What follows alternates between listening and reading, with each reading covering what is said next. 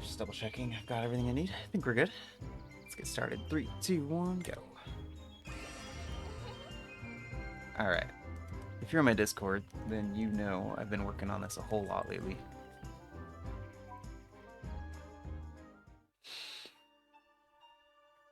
So I feel like just going from last week, last week compared with the first run was a lot faster. Saved like almost an hour.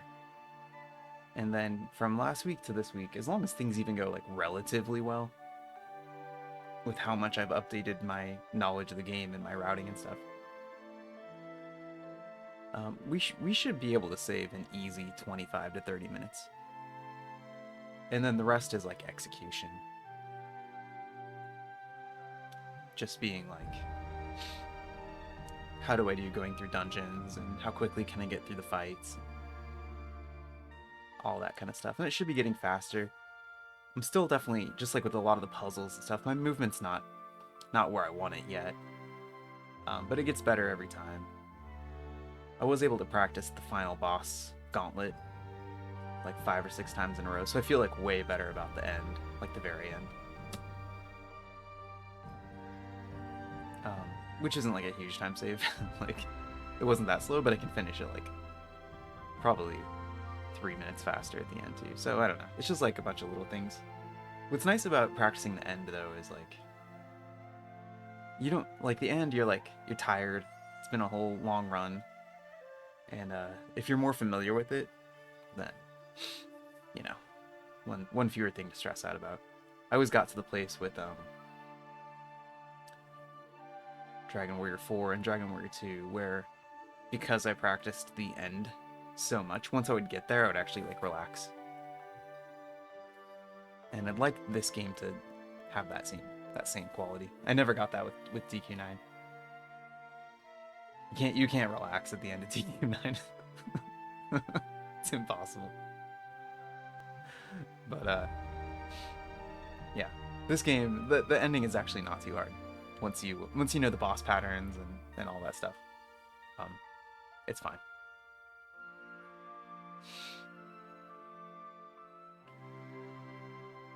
Really, in some of that stuff, it just plays a lot like a Zelda game. Like, how quickly can you move through the dungeon and solve the puzzles, and how well do you know the boss attack patterns and exactly where to move to avoid getting hit, all that kind of stuff. So it's just like knowledge and practice, and you get there.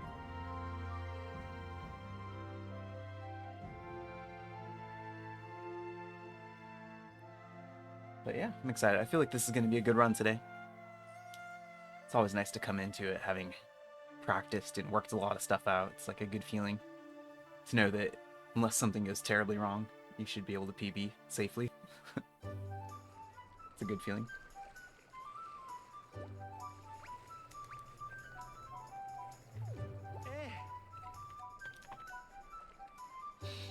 Alright, so you open up with the 3-minute cutscene, and then here we're in our brother's Oasis.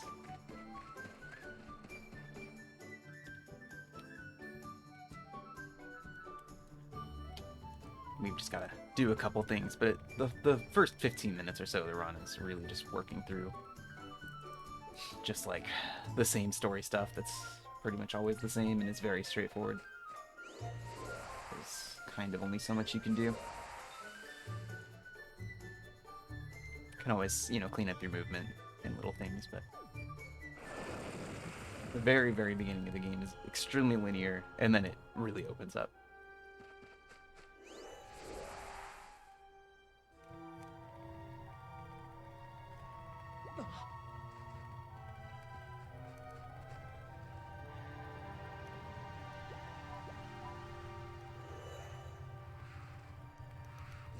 But yeah, the big time saves today, I expect to really see kind of in the middle section of the run. So like this Sol joins Stone Seal and Red Lumite splits is where I expect to see like the big time saves. Not too much in the first like hour 15. Because I had the beginning down pretty well, and that's not what I focused on over the last while. Left. because I think the beginning is fine. I've got the beginning. The beginning tends to be a lot more predictable overall than the rest of it anyway.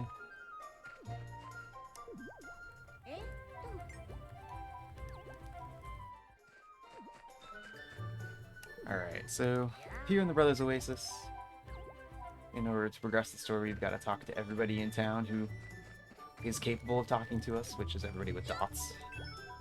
That guy gives us 2 vulneraries, which is actually extremely helpful. I need 3 vulneraries to recruit somebody into my Oasis pretty soon. And so since I get 2 right there, I only need to make 1 at the synthesis tree.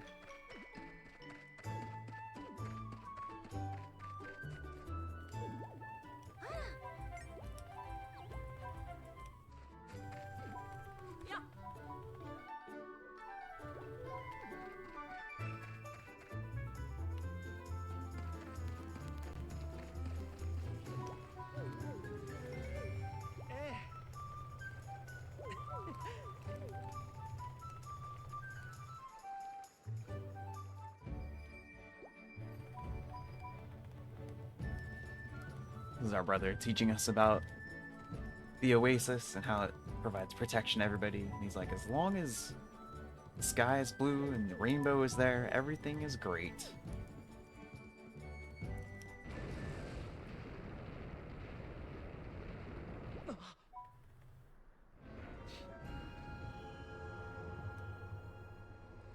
And then we don't get to just like hang out in a nice happy place for too long, because we get some really deep dark chaos coming in. Chaos Dragon flies in.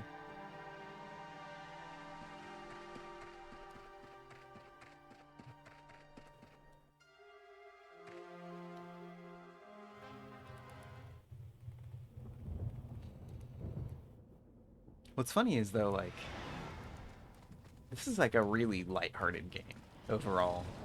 Like, there's a couple things that get a little dark, but like the very beginning here is probably like the darkest part of the whole story. It's kind of interesting they threw that up front.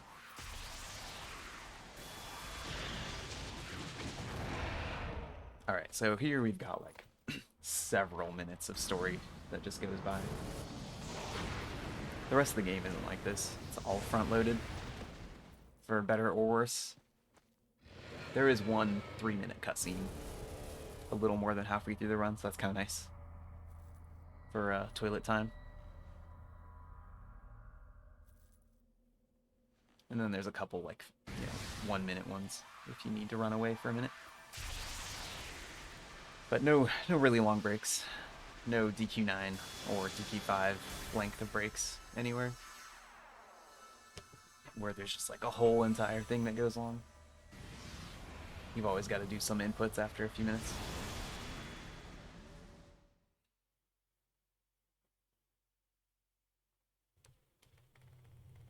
Like here, there was that cutscene, and then you have to advance that save game text before you get to the next one here. So, can't really step away for that. Not that, I mean, it's at the very beginning, so who cares? But yeah. The more I'm spending time with this run, the more I like it. I think it's a very interesting speed run. It's kind of like speedrunning 2 games at once. Which is, it's a lot to wrap your head around, for sure, and get used to, but I'm getting better at it. The hard thing now is trying to keep an eye on the clock as I'm moving through the other stuff so I can be at the Oasis when I need to be. Which is why I have good Oasis timing in my goals down there. That's gonna be a big thing I need to try to focus on today.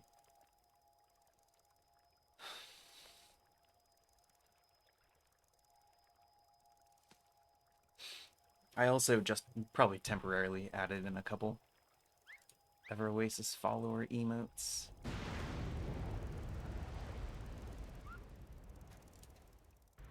I don't know if I'll keep them. I didn't really work too hard on them. I just made them while I was watching the race earlier.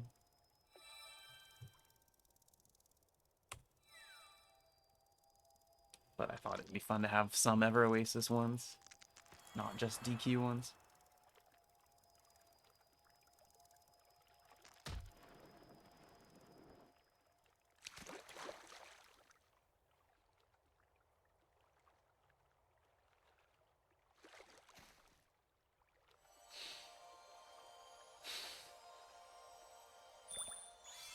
Another thing too is like it's a pretty long run, right? It's one of those where, you know, the world record is like 640. Um, there's like just a lot that happens. There's a lot of different areas and different things to do. So just getting familiarity with it is helping get better at it. There's no part of the run really at this point where I'm like, oh yeah, what is this? And that just takes time to get through.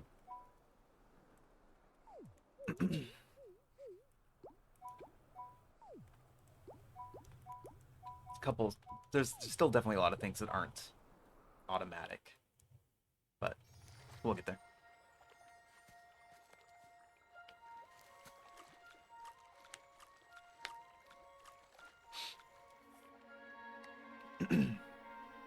But yeah, Teti the seedling finds Esna the water spirit. Together they're able to make a new oasis. My brother's oasis was the last one in the desert, but he blew me away so that I could start another one. So here we go. The last great hope of the desert.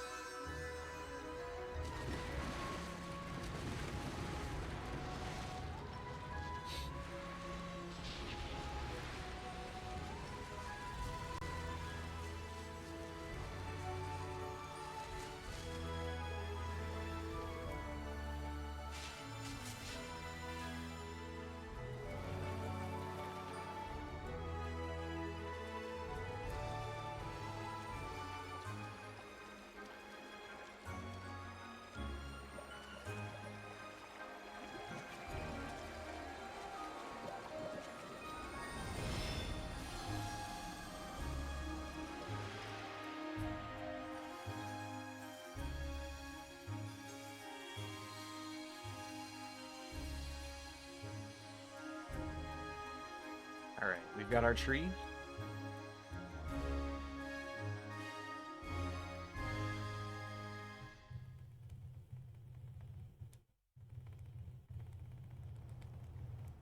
Got an oasis with nobody in it. That's like, let's check out what we just made. We run outside.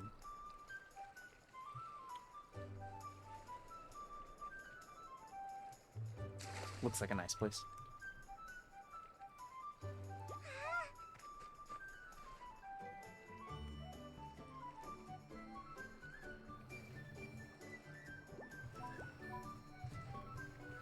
Esna's like, I'd really like to see the rest of it, but I can't leave the pool. But she's got Kepri, flying beetle friend here. She gives them a little water drop to carry her around on. And now she is with us in spirit as we go on all of our adventures. Also helps revive people when they die. Dropping water on their face. Alright. So now that we've got an oasis, we get our first potential resident showing up. This is Lily. Lily.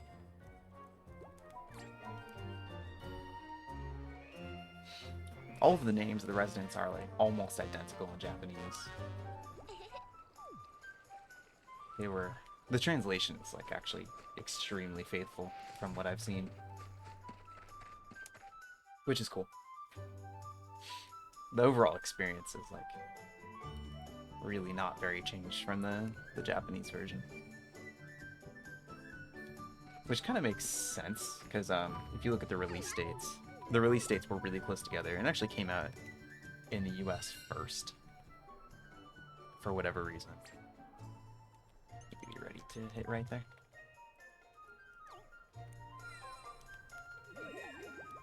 There are some quests you don't need to accept. You just need to come back once you've got the conditions fulfilled, and then you skip a tiny bit of animation for a couple seconds.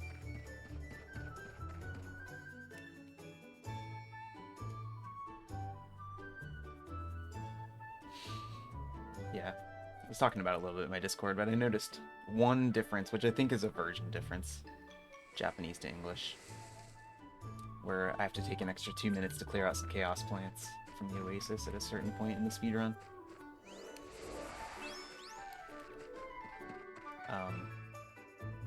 No idea why. It's not a big deal. Where did she go? Where were you?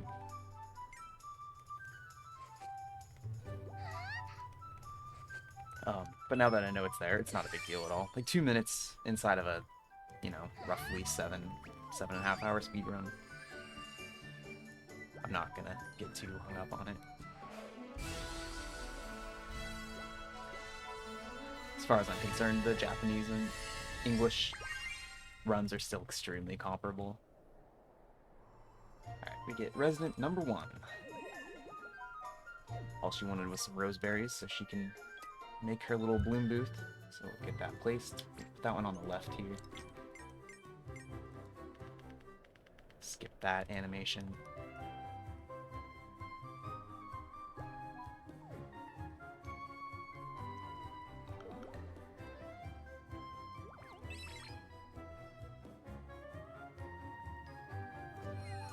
So yeah, the first like 20-25 minutes is really just getting introduced to the basic mechanics of the Oasis. And then after that, we kind of get let loose on the game.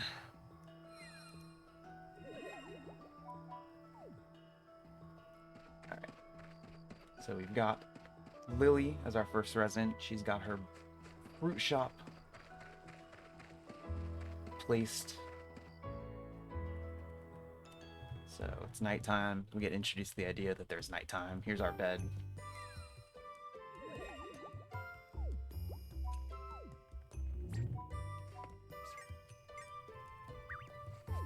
And we sleep, and then we get the events of the next day after considering things for a while and listening to someone's voice.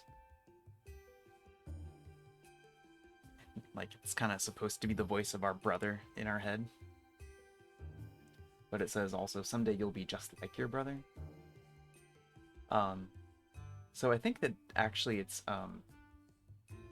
the Great Sage Thoth. Yeah, it must be Great Sage Thoth. That actually makes sense. You meet that character like at the end of the run, at the end of the game. So I don't know how you're supposed to like ever put that together. I've beaten this game like several times now, and I just put it together. But he's the first Oasis chief, the original Oasis chief from thousands of years ago, who guides us on our quest a little bit by occasionally talking to us. Alright, so the next day, Pammy shows up. Pammy?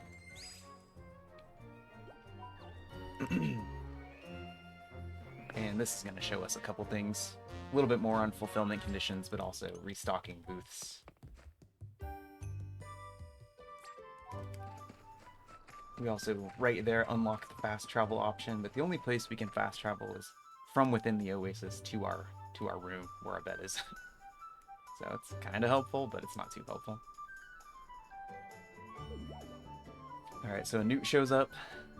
The newts don't do anything except buy things in your stores, which is helpful for getting money. We need money mostly to build more shops. It's almost the only thing we use it for in this game. At one point, I will buy a wand. And that's it. I won't do anything else with money in this game. Even casually, you don't really spend it on much except for the booths. Alright, only 2 berries today. There's usually only 2, but every once in a while there's 3 right there for some reason. Oh, I don't want to talk to you first. I want to talk to Lily first.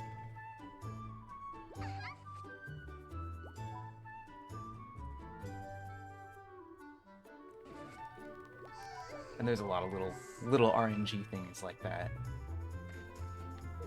Like, something will happen one way most of the time, and then every once in a while it'll be different. And yeah, it makes you like feel a little crazy. But what I'm beginning to understand is there is actually just some randomness behind things that otherwise usually happen a certain way. Which is great. I love to have a little bit of randomness. Big fan. I wouldn't want there to not be any. So yeah, there definitely is some. Without a doubt. Alright, so we get our second resident there with Pommy. Get introduced here to the idea of leveling up the Oasis. So every 2 or 3 residents, the Oasis is ready to level up. Pretty much what happens when you level up the Oasis is it just like expands a little bit, so it gets bigger. There's more room for bloom booths or gardening, stuff like that. I really only level up the Oasis when it's required for a story reason, and there's like about 4 of those where you're forced to do it to have some story thing happen. So this is one.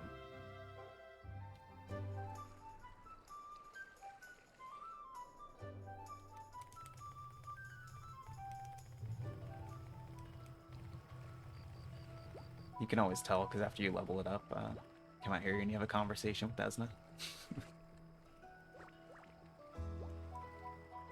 But yeah, this, we level up the Oasis, nighttime happens again, and then the next morning, Pommy gives us a rumor that allows us to get the next person.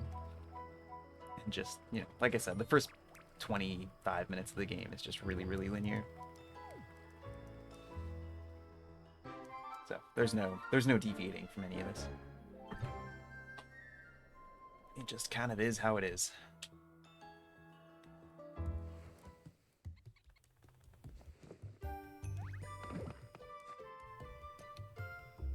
Noticed that when I got out of bed there, it was 6:10 a.m. Not 6 a.m. Why is that, and why does it matter? Yep. Cryptic speedrun reasons.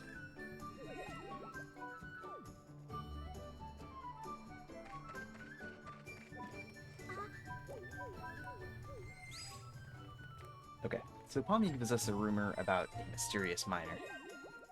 There are some rumors that you have to hear in order for the person on the other side of the rumor to be findable, and sometimes you don't need to hear the rumor and they'll show up anyway. So that's one thing to kind of learn as you're routing the game, is like which ones do you have to hear the rumor for and which ones don't you have to hear it for. Most of the people who will show up because of shops, like there's a person who shows up once you plant the bakery. You don't have to hear the rumor about them. Just once you have the bakery down, next time they're eligible, they'll just show up. But ones like this, where it's like there's a person out in the cave here, you have to hear the rumor, or else when you go there, there just won't be anybody there.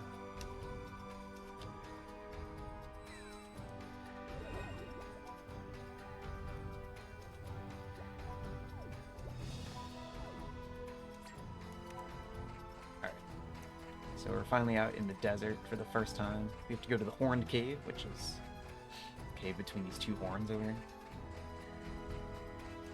Evia is warning us that we are extremely weak right now and we shouldn't try fighting anything, and she's right. Trying to fight anything right now would be a bad idea. We would die in like 2 hits from anything. And it's not what we're here to do anyway. We're just here to rescue Sasha from underneath the sand pile.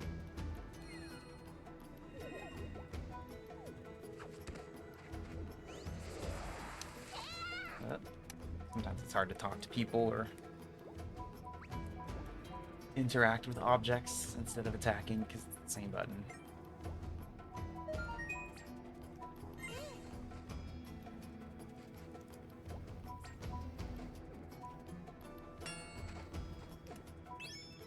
Why sometimes you just kind of have to pause before you do something like mine the rocks or open a door, stuff like that. So the game knows which one you actually want to do. Alright, so we helped Sasha out. Usually when you help people out in the world like that, as soon as they arrive at the Oasis, they'll just join. So those are actually some of the easier ones.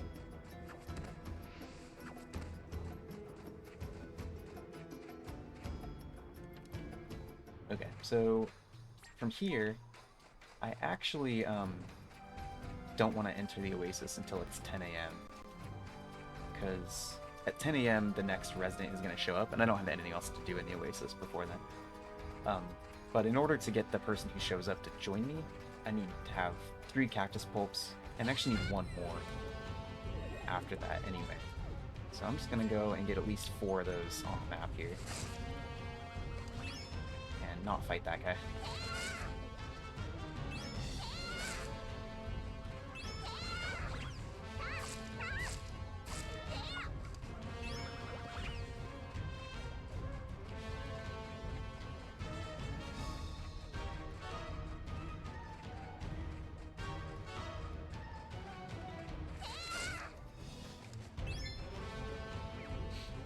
Got everything you need.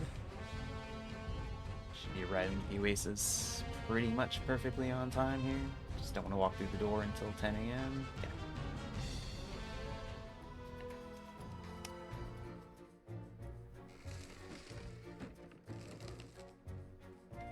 Alright, so this is Evia who shows up.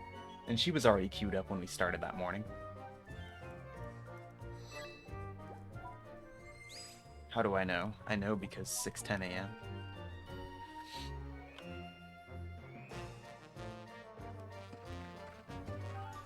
Alright, and she just wants some cactus pulp. Fortunately, I just got a bunch. So again, we're gonna not accept this.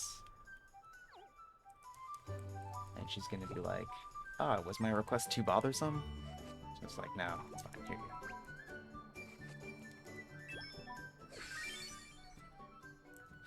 She's gonna join us.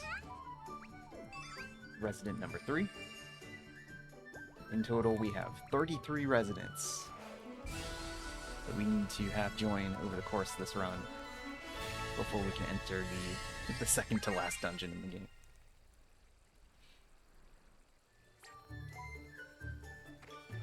"33 residents plus 1 merchant. Plus 1 other guy who shows up who we don't ask to join. Alright.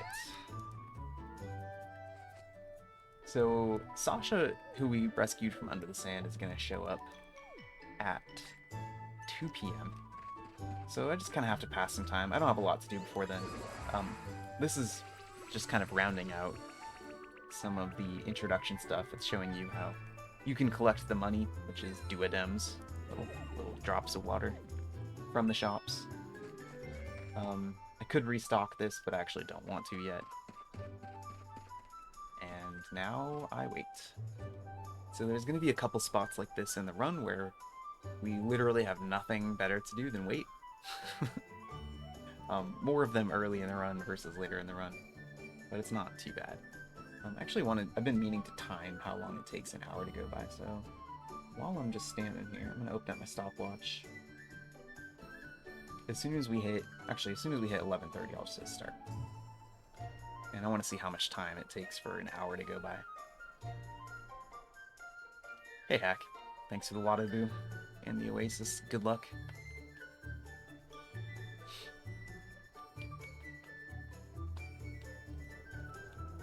So it looks like it's probably going to be about 30 seconds per hour.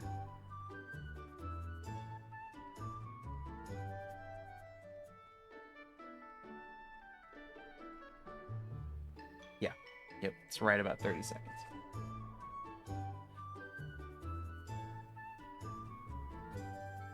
So, every 2 hours is a minute. So if you have to wait 4 hours, It's only 2 minutes. There are times if I mess something up, I just have to wait 4 hours. So 2-minute loss whenever that happens. It's good to keep in mind.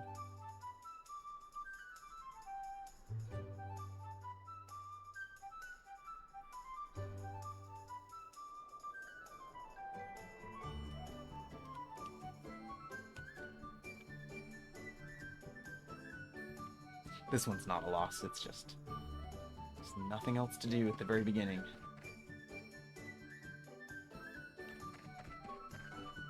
Just a little early there. There she is. 2 o'clock is not just 2 o'clock. It is actually counting other minutes. You just don't get to see them.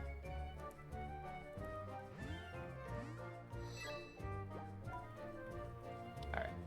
Sasha shows up. She's just gonna join since I already helped her out.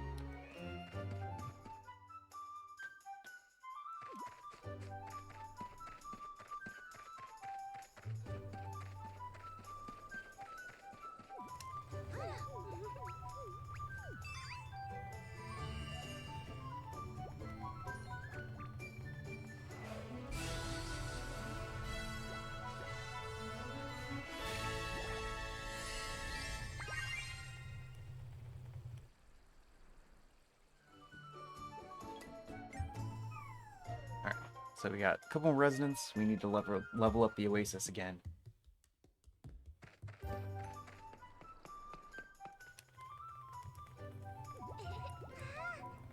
Doing this allows Shakuro to show up. Shakuro is probably the most important Oasis resident.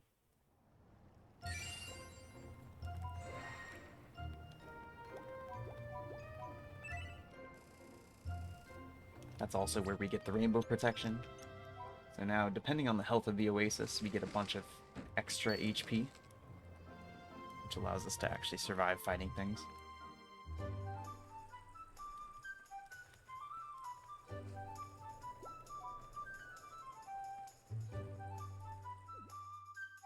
And the rainbow protection also gives us 1 free revive.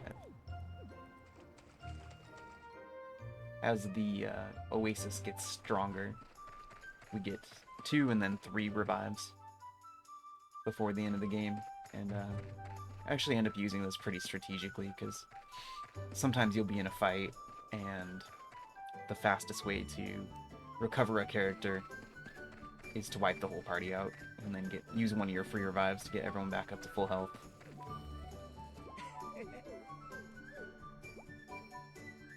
I've got a place actually in the very end gauntlet where I like to finish one of the fights by kind of wiping everyone out and then using a revive, so I can go into the last fight with everyone full health. So, just stuff like that. So it's not always bad to use it. It's pretty handy, actually. Alright, so Shakuro shows up. He got here, but he got his ring taken by these leopards outside of the Oasis, so we're just gonna go beat them up real quick, get his ring back.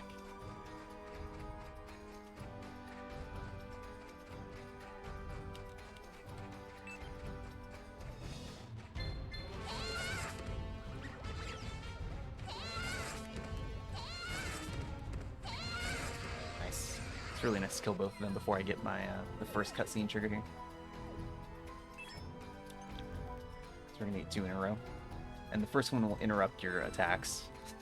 That happens before you kill the second one there.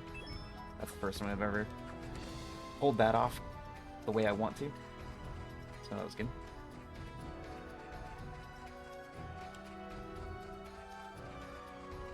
Oops, all gold splits. Yeah, we'll see. Just because of having rerouted a couple things a little bit, there's probably going to be more things that happen in some splits. But we should see quite a few gold splits, I expect. I do think so, especially like in the middle of the game, which was where I had a lot of trouble last week.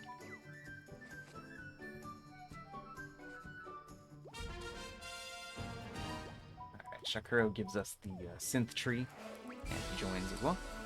So we do start with the gold split, that's nice. There's only so much I can do at the very beginning. It's mostly cutscenes.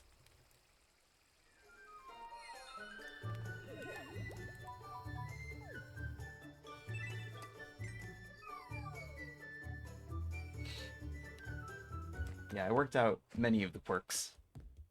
I'll probably never work out all the quirks. I don't know if anyone ever will.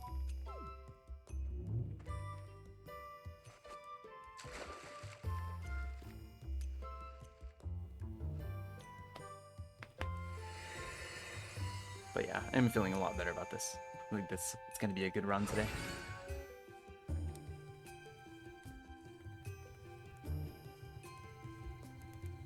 Alright, we got a synth tree.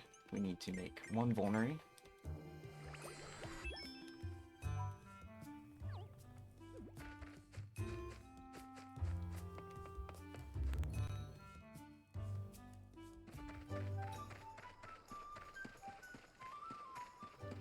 We'll use that to recruit somebody in a few minutes here.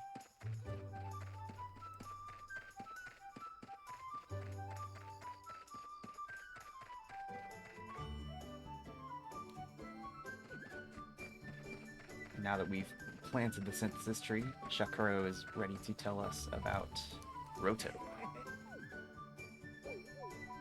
No, he tells us about Moira. And then Moira tells us about Roto. Getting ahead of myself.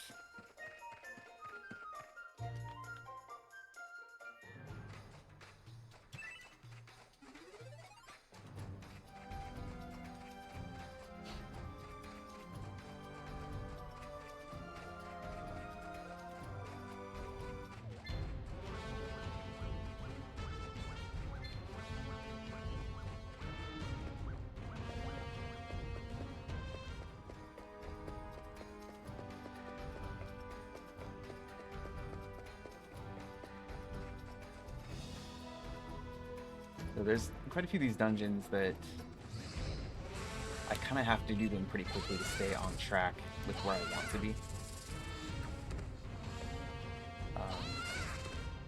And just being a little bit slower will make me miss my my 4-hour mark, and I'll just have to stand around.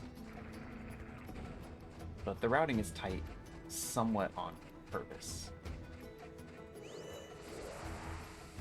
This is where I need to go yet. That's later. You go through this dungeon like 4 times in the run. Through this cave. I think we're fine. That wasn't enough of anything to mess anything up, but it's just funny. That is a danger with this game. With a few of these places that you go through multiple times, they do blur together a little bit.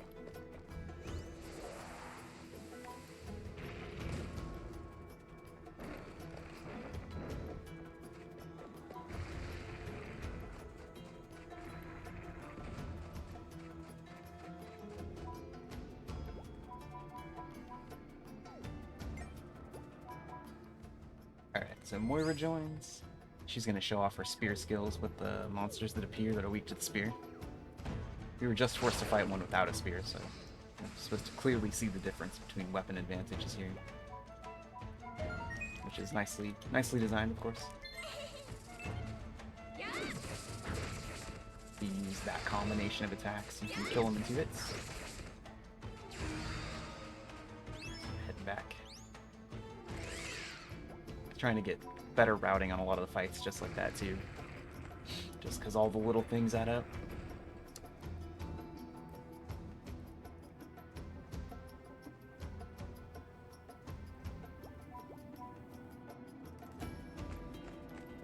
It is hard to remember all the weapon combos because they change over the course of the run. Like, characters as they get higher levels learn different weapon combos.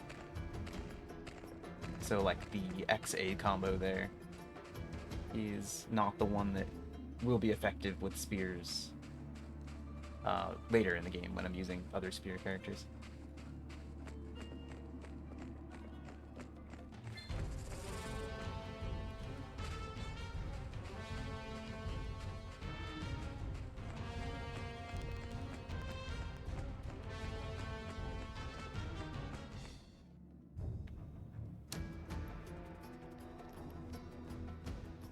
Let's see if my characters actually stay together here or if they get stuck fighting monsters.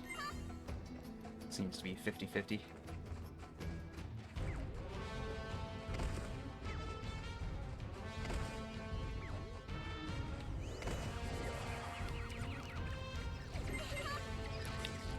Not bad. She was pretty close.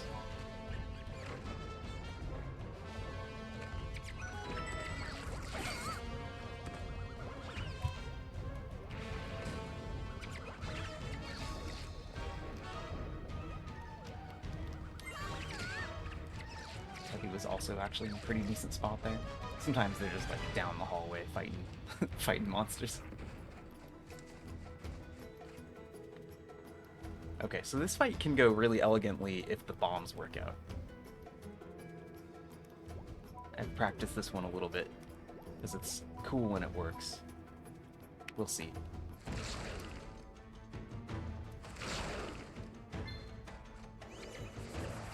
That one, do this one. Okay. Very nice. And now this guy's gonna drop down.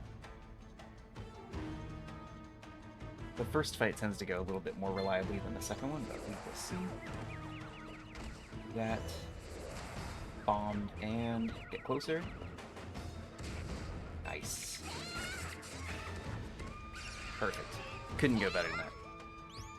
Very cool. It's extremely satisfying.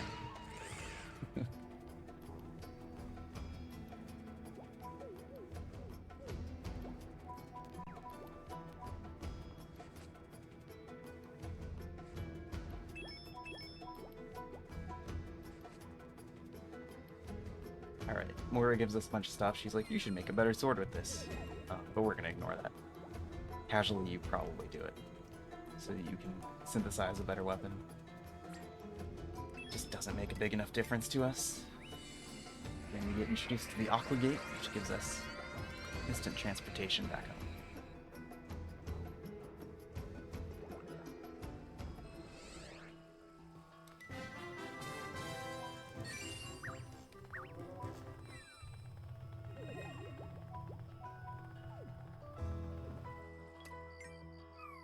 Alright, we're gonna put a couple shops down before we go to sleep. Pinwheel shop and the blanket shop.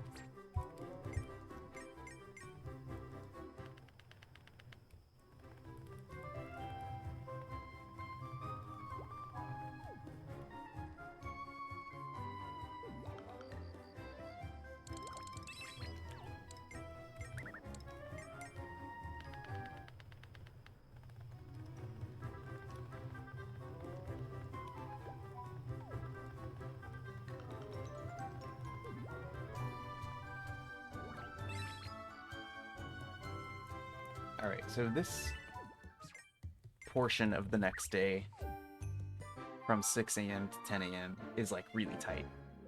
Because I need to complete all of the stuff and talk to Roto and then be back in the Oasis in time to meet Roto at 10 a.m. And it's pretty tight. Mostly because of one battle you have to do. You have to fight a Shark Cobra on your own with just Teddy. And Shark Cobras can just like go underground and hang out there. So if they do that a lot, then it can waste too much time. Then you have to wait around. So it's definitely a risk right here. Also, if I just have movement that's not very clean or anything like that, then I can easily miss it.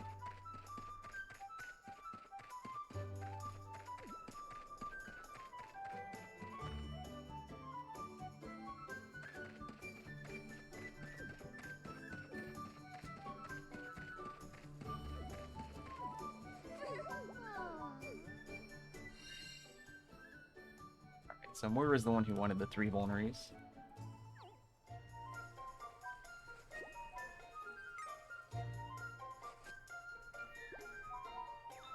She joins as resident number 6. She gives us some clothes. Because this is a DS game, you have a bunch of outfits that you can change into that are just cosmetic. No time for that in the speedrun, unfortunately, but it's pretty fun to do in the casual game.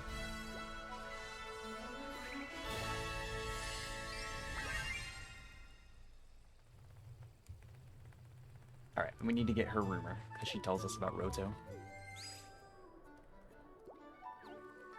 Alright, let's get out of here.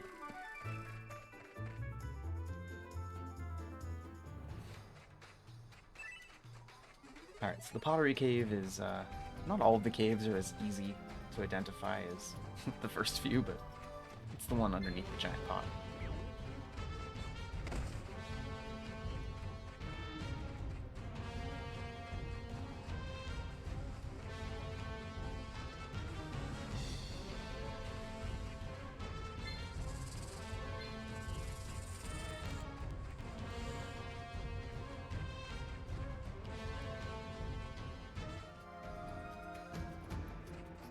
So here I just initiate this by walking over to Roto, and then you have to fight this guy.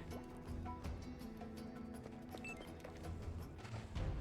hopefully it hangs out above ground a lot, is what we really want. If I can get 3 hits in like that, that's really good. Oh, nice. Got it just in time there. That was awesome. Okay, we should be safe thanks to that. Out of the way. Really, really good. No problem. Only went underground once. Sometimes it goes underground like 4 times. Alright, we should not be in trouble now. So Roto joins. He's going to show us the first of the seedling skills. He's got the pellet ability. Seedling skills are all good for solving puzzles. Some of them are just good for mining resources. I guess that Sasha showed us mining earlier, but you never actually need to mine anything.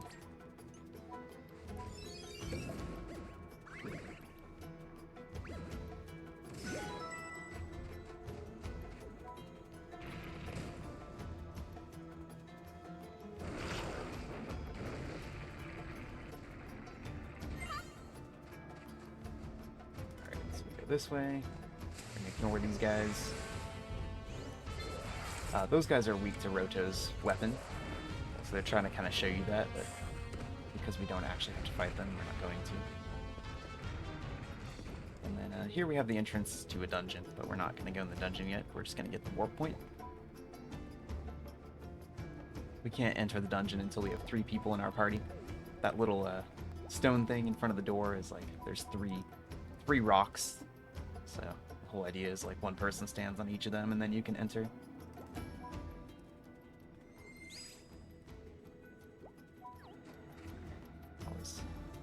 Faces you the wrong way there.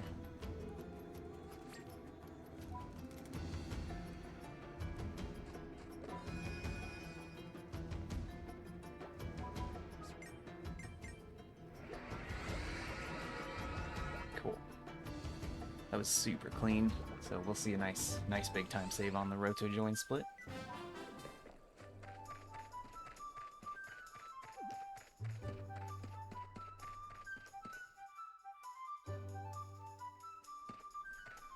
So yeah, this is about as fast as the early game can go, just because of the having to wait for some of these things to happen. That's pretty much all you can do. But yeah. So if Roto basically hadn't left the party and we weren't back in the Oasis by 10 a.m., then he would not show up here.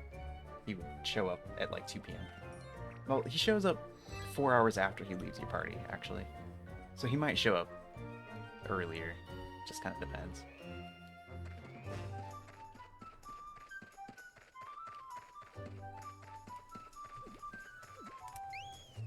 Yep, hello.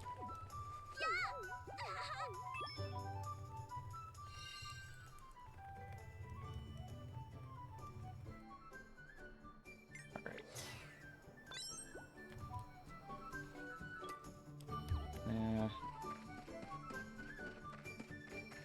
Probably not any faster to fast travel home and then go from my house to the garden. Still have to go across 2 screens.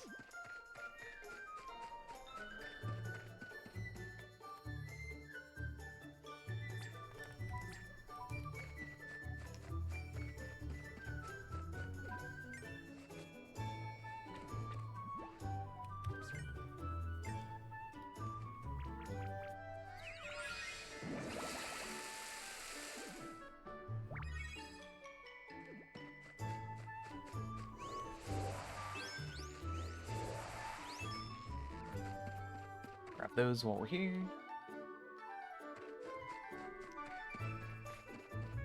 Oh, right here. Alright, he's like, cool, you planted them. And then, before Ryoto will actually join, we need to get a merchant here.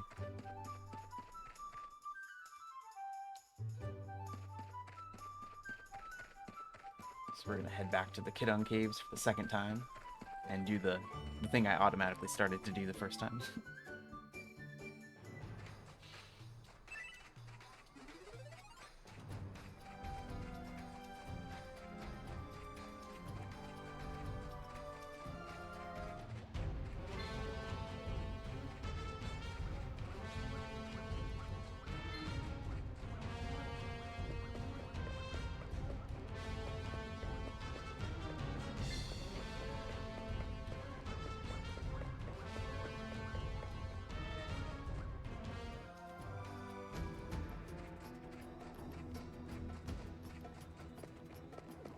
So now this guy's here.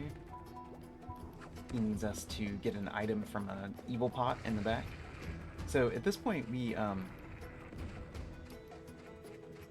actually just need to pass time until we can sleep tonight because we're growing some peppers in the garden. So I'm actually going to take my time a little bit as we go through here, just to gather materials.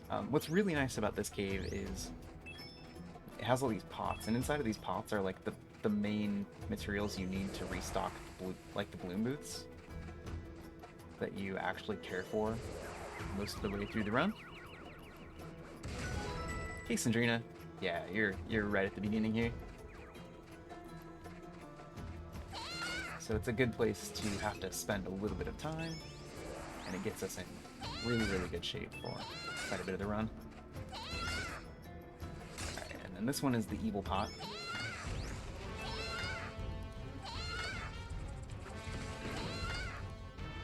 Evil pot doesn't have any complicated moves. He wobbles at you and tries to headbutt you.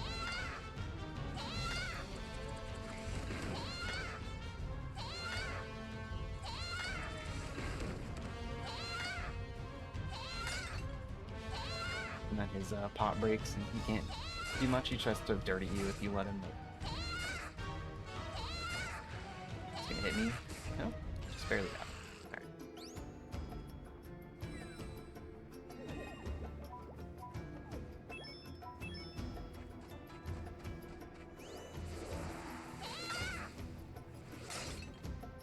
I actually want to whirl this device and make some stairs show up. And then I can raid those last couple pots up there.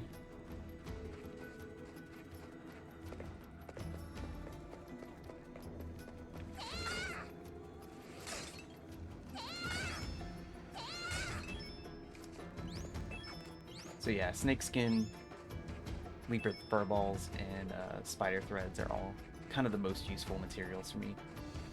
Just to generally have to restock my boots. So got a whole bunch of them in here.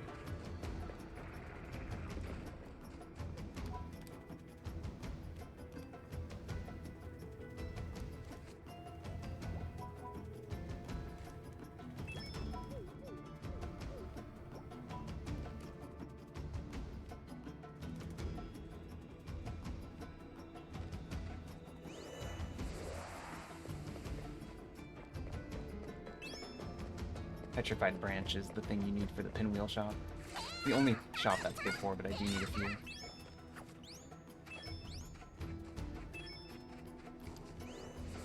Alright, we have cleaned this place out.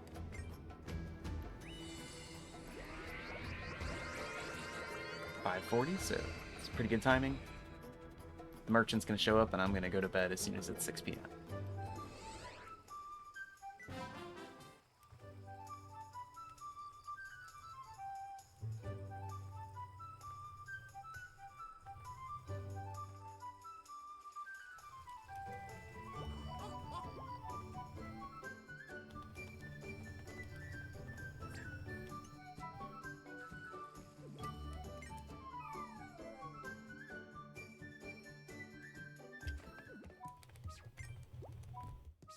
Too early.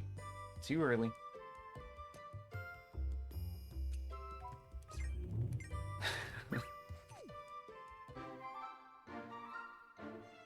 Just waiting for the feast, yeah. Not gonna miss it this time. Alright, so we had to have a day pass, because we had to grow the peppers for Roto's quest.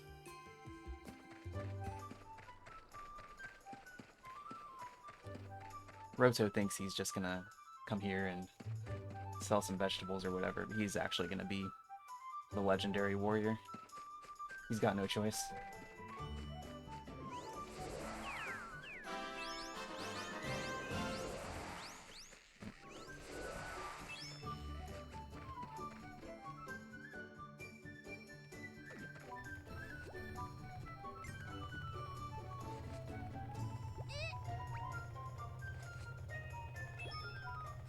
Alright, so I actually didn't save too much time on that, but I did get a lot more resources that I would have had to get later last week, so all good. Still technically a gold split. Like I said, the beginning of the run was fine. It's not where my issues were.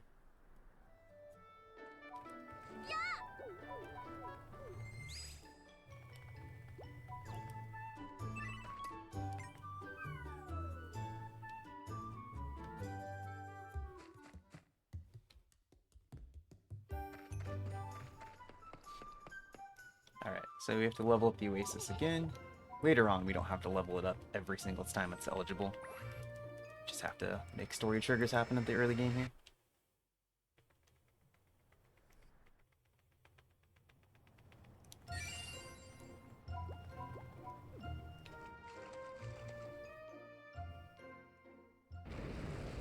Okay, so we get the first chaos over the Oasis here.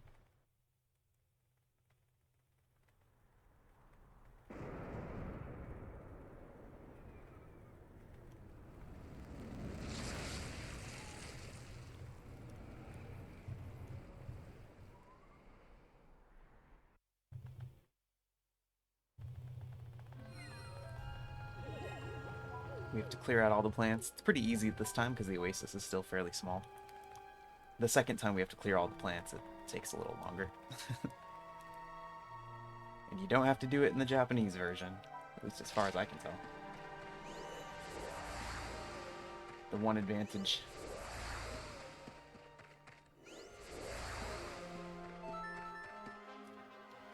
You still have to do this one in the Japanese version though. We can't get away from this one.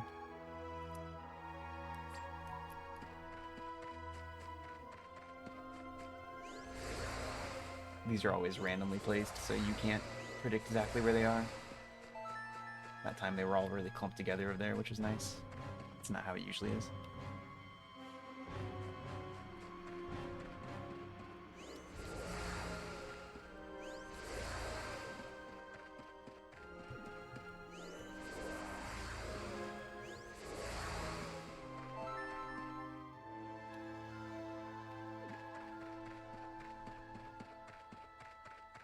One way back there, two back there, okay. At least they're together.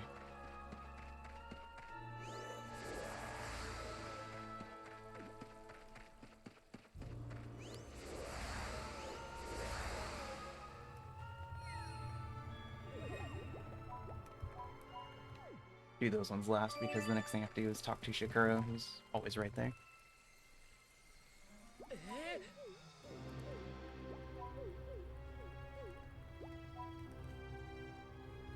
Alright, so while I was doing that, Shakuro has had some time to think, and he knows how he can be helpful now. He's not able to grow a bloom booth for lore reasons that I don't remember, but he's able to set up a nice little shack and help me organize my party and my equipment.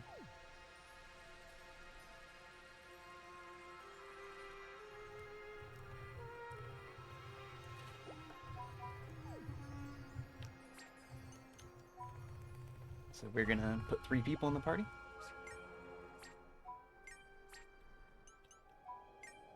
Moira Roto. And we're gonna get on to the first dungeon. Oh, yeah, sometimes this gets stuck in this loop. You have to open the equipment menu before he'll let you leave. Ugh. I don't know why it does this sometimes. Ah, man, I've never gotten stuck in this hard. One party.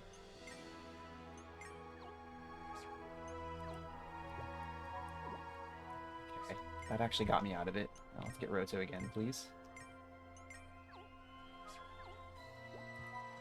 It only happens on the first one. I don't know why. Right there. It just gets stuck. But I always get out of it. This game is not. Not perfect from that perspective. Unfortunately, none of the bugs are helpful. They're all just kind of like unhelpful, like that one.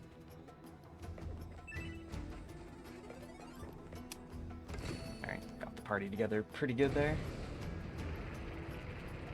Cool. So now we get into the first real dungeon of the game. This is when the game goes full Zelda on us. Gotta collect keys, we gotta solve puzzles, beat a boss at the end of the dungeon. It's great. It's good stuff.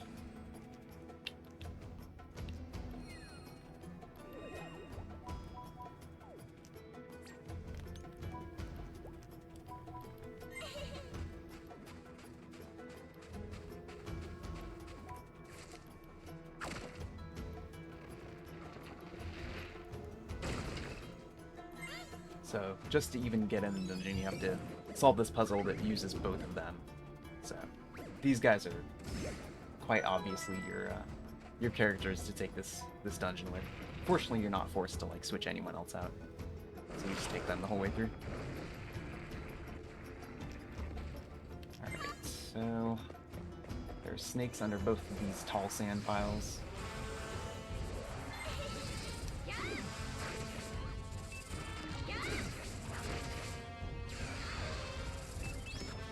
He's coming for me.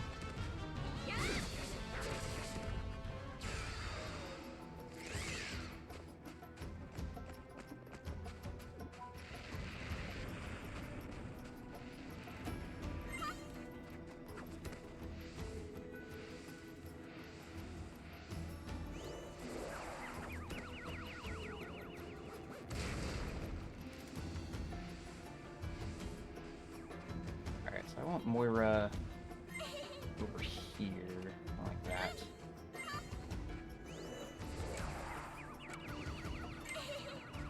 So that she can easily run to the vine.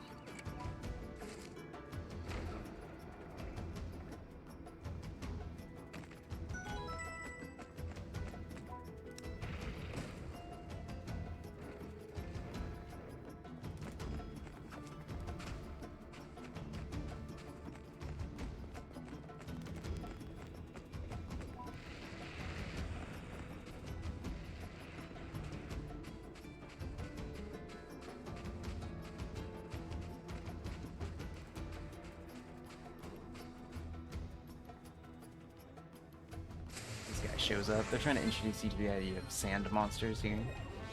Sand monsters are the worst ones. They don't have any weaknesses. So even though like that kind of monster would usually be weak to swords, it's not. And you have to hit them with whirlwind to lower their defense to even make them like reasonable to fight. You're forced to do a few sand fights throughout the run, and they're always a pain. One of them is actually like the worst fight in the whole game.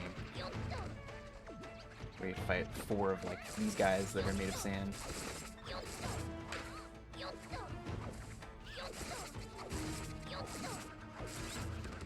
Very nice.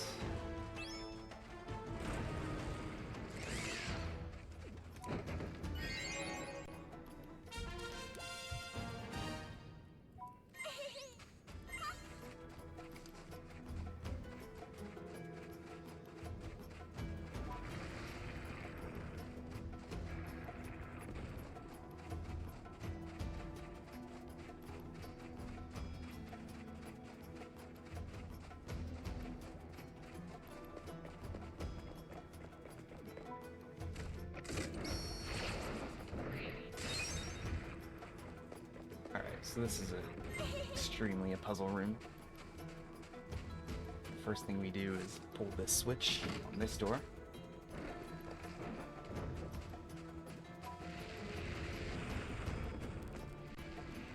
This room you can do a couple different ways.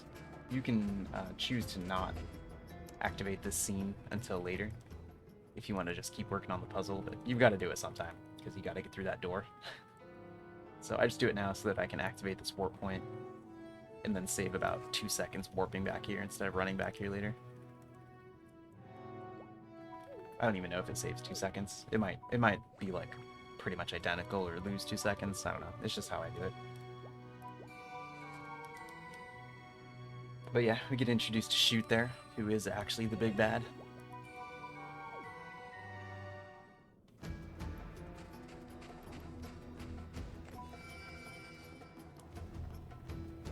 So yeah, that's activated now. So once we're ready to open that door, we can just come straight there. Meanwhile, we got puzzles to solve.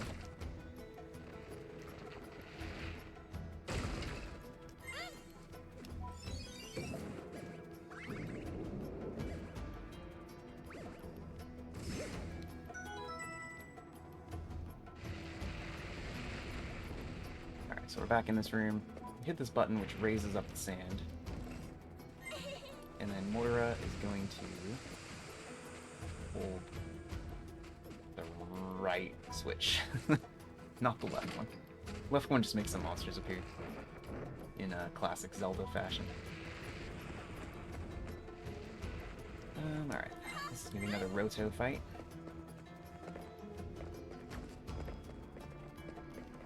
So we want to line this up so that we're hitting both of these guys with one throw. That's kind of the idea.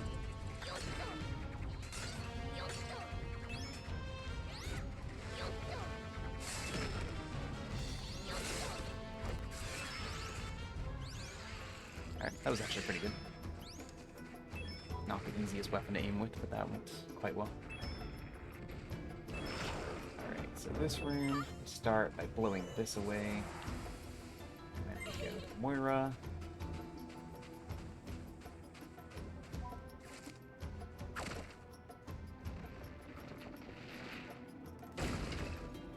She breaks that to open up the pellet door.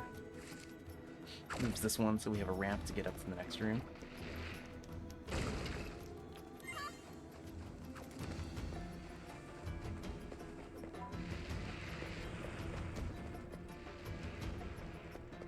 Here, we gotta whirl the sand off of this plant.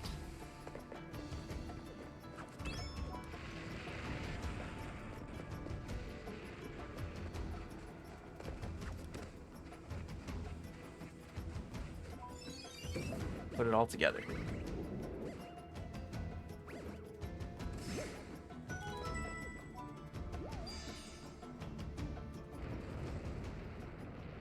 Touch the vine, and then raises up the sand jug, stops pouring sand, and now we can get to the mysterious key chest.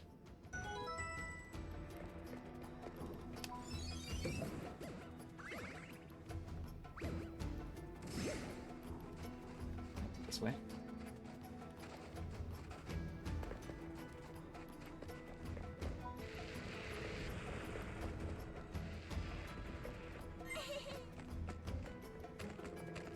We want to use Moira here because a bunch of snakes are going to appear as we approach the chest.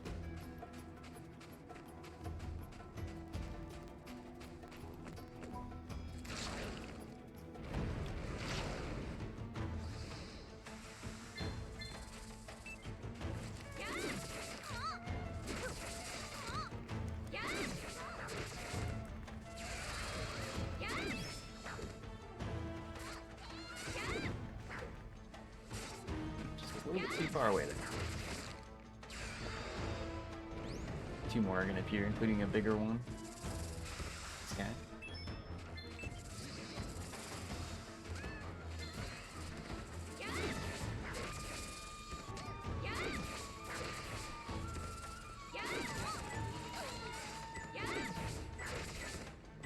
Unfortunately, these guys are like really weak to spear, so it doesn't take too long to get through this.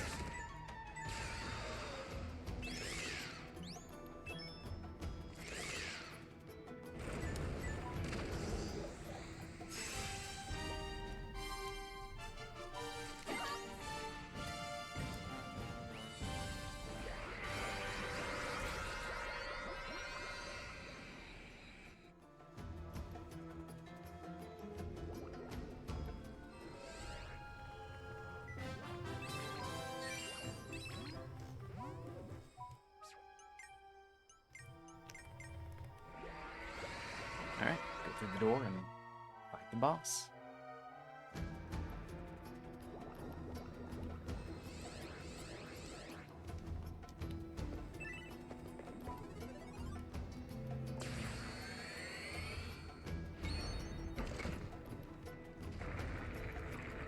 Let's see how quickly we can get through this one. Honestly, if we can just beat him before he gets tall twice, I'm fine. It's possible to do it before he gets tall the first time, but that has to be like really good luck and very good execution.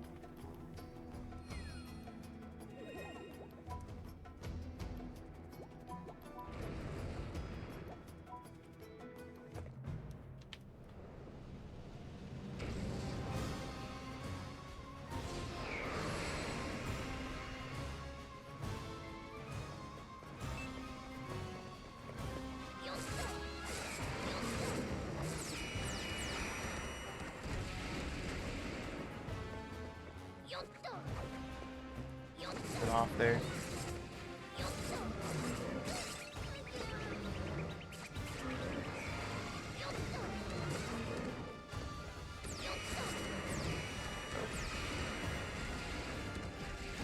Yeah, the way that those lined up was pretty bad.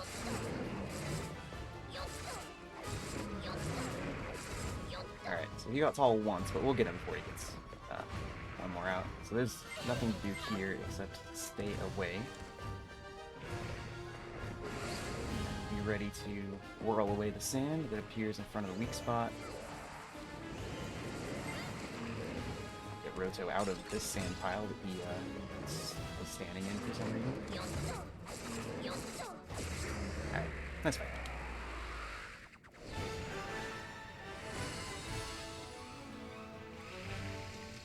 Could have been a little bit cleaner on that first one and gotten it in time, but the positioning is, it's not easy to get exactly right.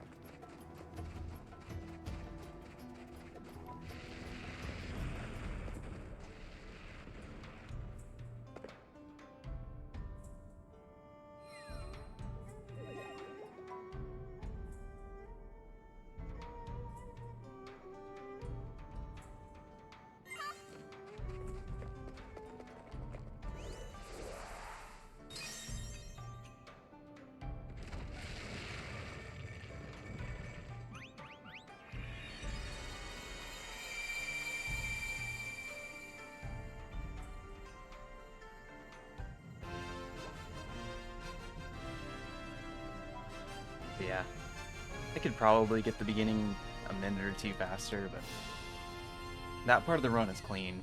It was pretty clean last week, it's even cleaner this week. From here on is where things can now be better.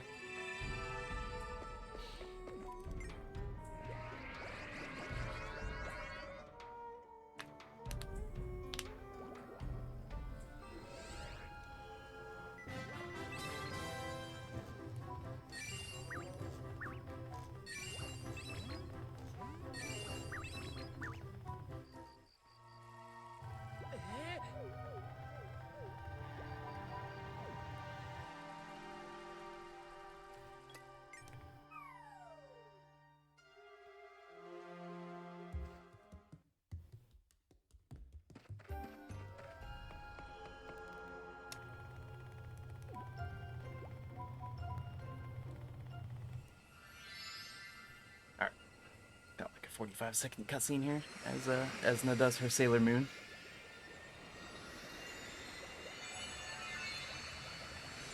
I put in temporarily a Esna emote. And follower emotes.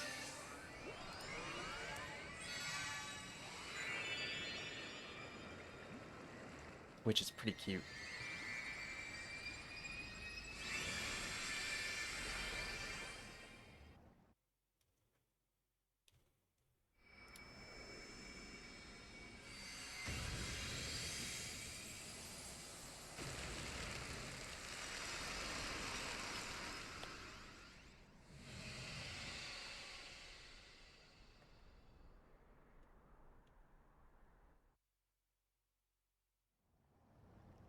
Alright, so we cleared the chaos out of the Oasis. Everything is back to normal. We're going to see the sun again. We also, due to the extra power, have a more powerful whirlwind attack now, which is mostly helpful for puzzle solving. It's nice to have options, but we're going to use it to solve puzzles.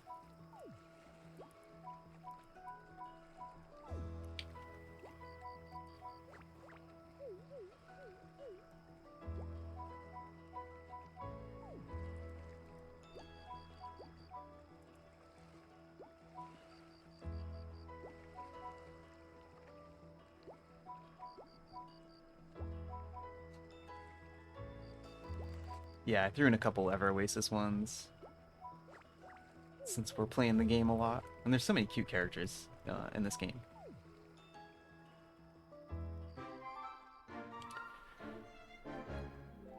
Alright, so this next day is a tough one. We've got to get a lot done on time. So Jasper shows up here at 6 a.m. Maybe 6:05 a.m., something like that. We want to see somebody else at 10 a.m. and we want to see another person at like 2:10 p.m.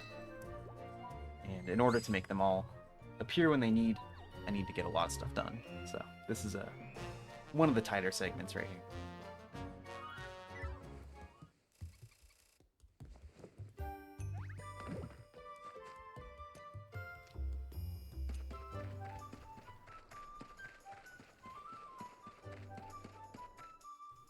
The next big thing we're trying to do is just get up to 16 total residents, which is what we need to be able to put on the Gourmet Festival. Alright, so we do that. We're going to put down the juice shop. Put it right here. Oh, only 136, really? Really? That's weird. Don't love that. Don't love it.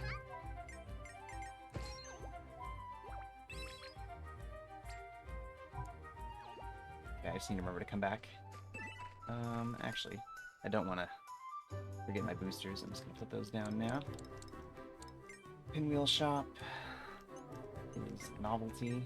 This is the food one.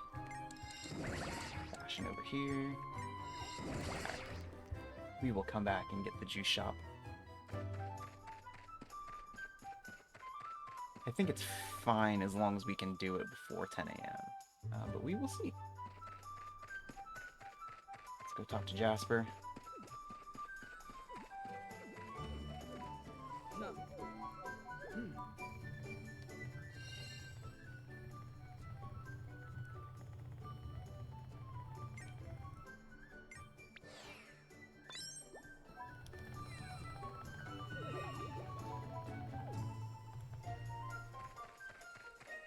Gotta talk to Shakuro as well, just to get some story advance.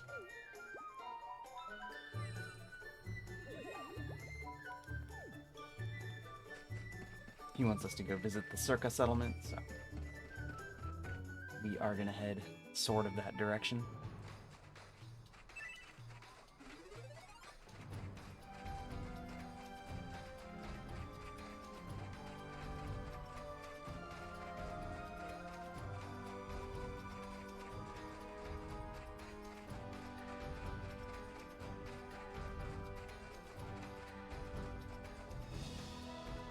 Okay, so the first thing we do is talk to Saeed here by the entrance. He's the person I want to show up at 10 a.m.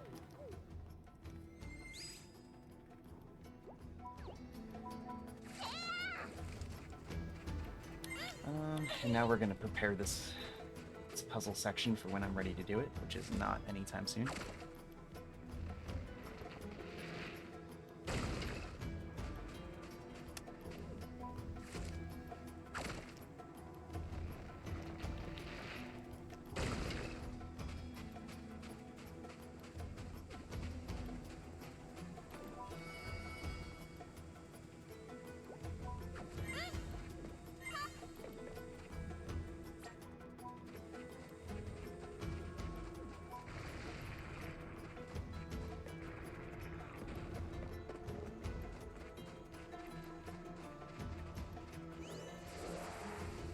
can skip a little bit of text here by whirling the sand before you talk to Carlotta.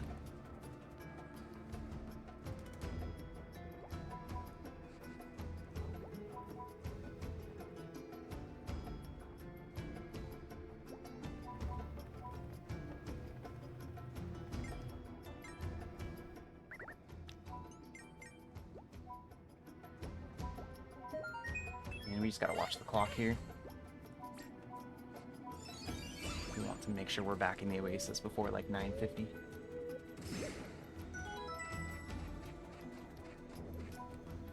And using the Aqua Gate takes like 20 to 30 minutes depending on how much stuff is going on the screen.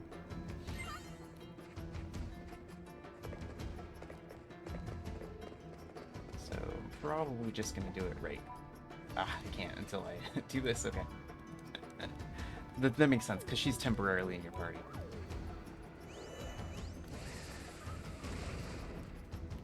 All good. That's all I needed to do. Now we can Aqua Gate him. I think we're fine, because Saeed shouldn't show up till like 10:05, 10:10 anyway.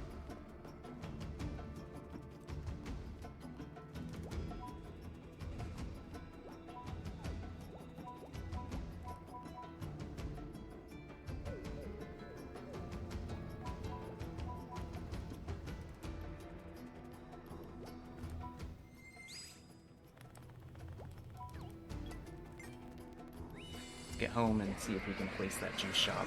I don't know if I'll be able to get it in time. Although we don't need it for Saeed. So I think we're fine. Hopefully this clock still says 9:50 once it shows back up. That would be nice.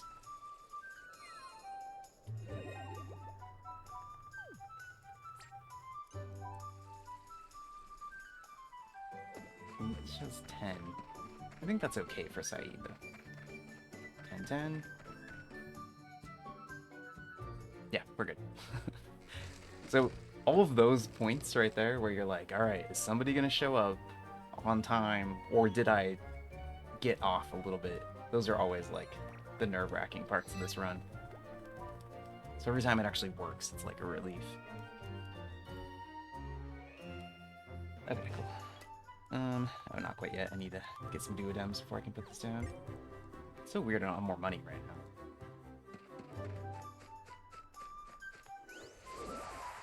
Nothing. Okay, well. Hopefully somebody spends some money sometime.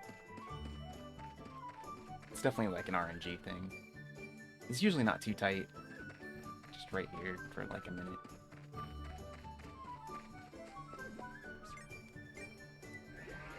Okay, so Carlotta's gonna show up at 2 p.m.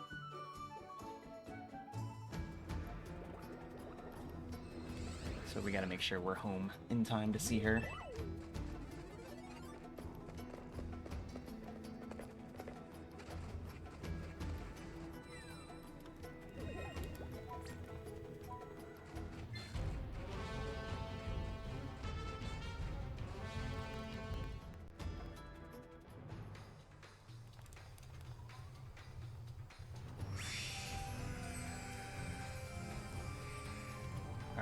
Here we get to the next overworld area, Bahar Hill.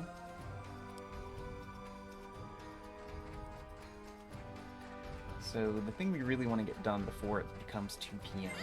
is we have to fight some monsters to complete Jasper's side quest. So I'm just going to pull out Roto, and we just need to kill these two guys in the next couple hours, which should be pretty doable.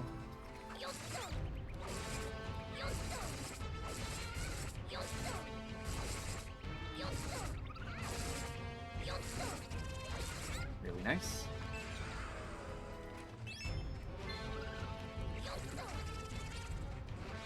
It's actually better if he goes onto a hill. It's not staying as stunned as the first guy did.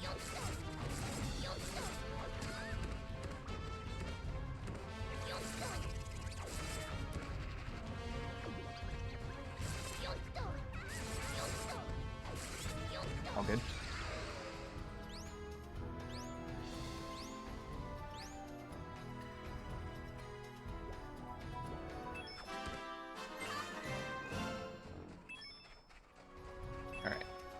we're gonna kind of head generally to the southeast here, but I'm gonna head back to the Oasis in a sec, harvest some cacti.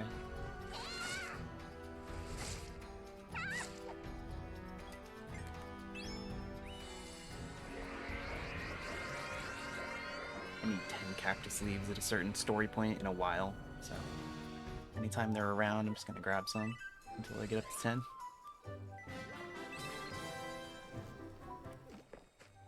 Alright, 2 o'clock. So yeah, Carlotta should show up around 2:10, 2:15 here. There she is. Very nice. So far, everyone has shown up when they were supposed to, which is a good feeling for me.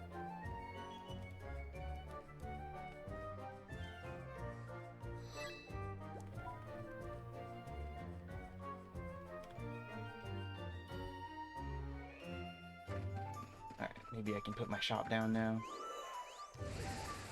What do we think? Someone just bought something in the pinwheel shop. Oh yeah, we're good. 151? Maybe we're good? Yeah.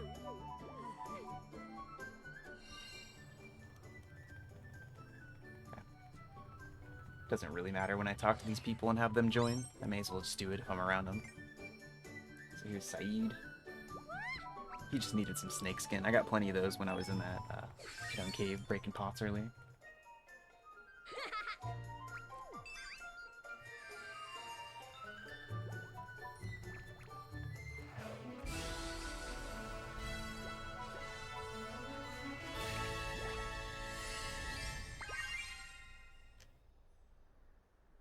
I do want to get the rumor from him.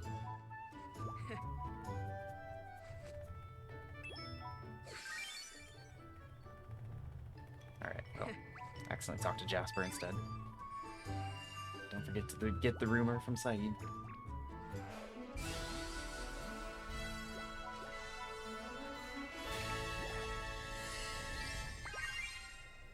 So yeah, Jasper, Saeed, and Carlotta are just residents 8, 9, and 10. You kind of get them all in a row like this.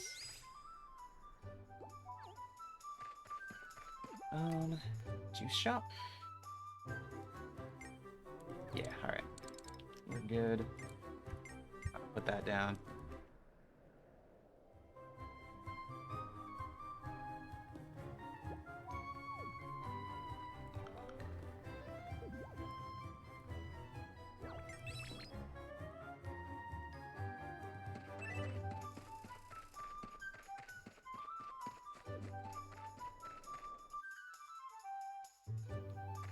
Okay, it's always kind of a relief once it's not that part of the day anymore. We can just keep working on stuff until it's nighttime. Okay, so now that we've got all of those guys worked out, I need to remember to talk to Carlotta sometime, but it's not a big deal that I haven't talked to her yet. She's not going anywhere. I can work on the next couple residents, Levi and Mariah, who I need both of them for story stuff anyway, so we just kind of gotta move through this. Keep harvesting cacti along the way.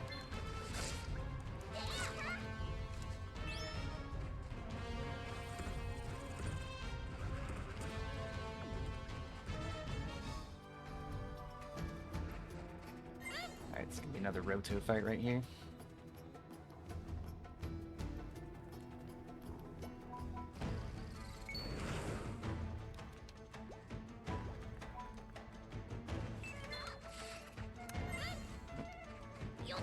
Switches back to heavy for some reason.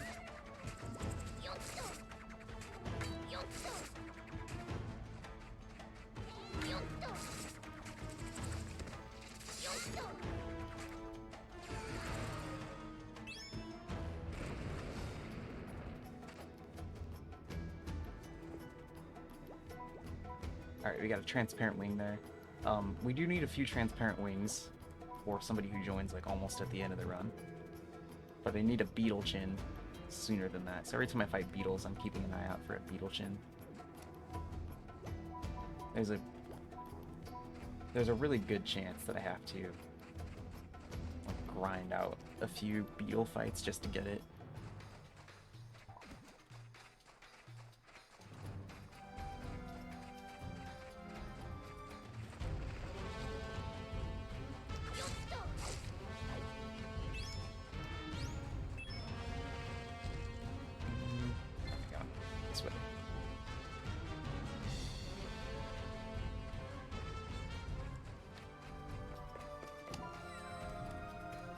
Alright, so we're out looking for Mariah's companion, Levi.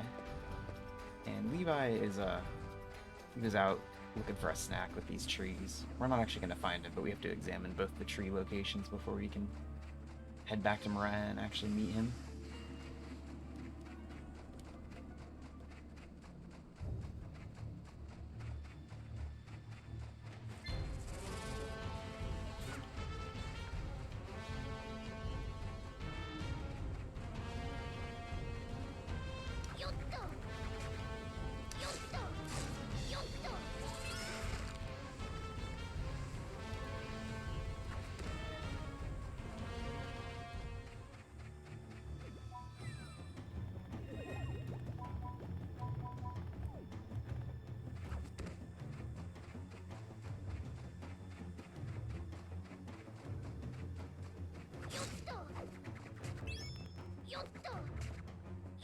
There we go. You got it, Roto. Took a few hits.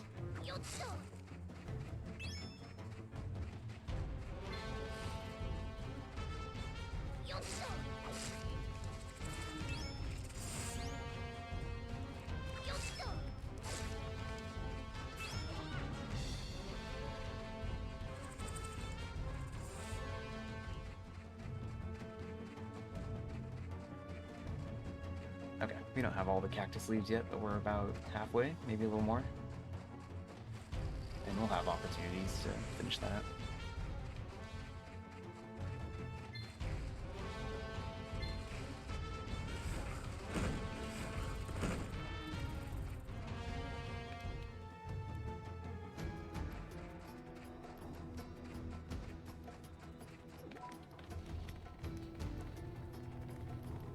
Alright, so we come back here and Levi's gonna show up.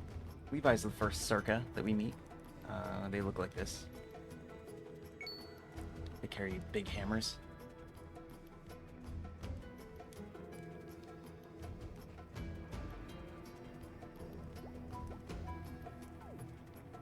So just like Carlotta temporarily joined our party there, Levi's gonna temporarily join the party.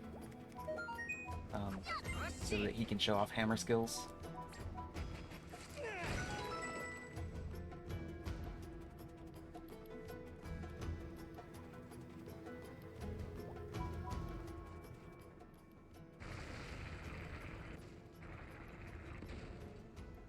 It's always a long one when Mariah runs through the door there. I don't know why.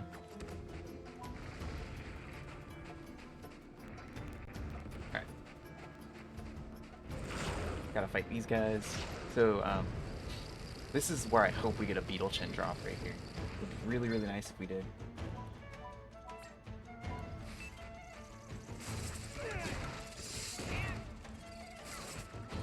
Using his, AX combo attack here, which tends to launch the beetles across the room.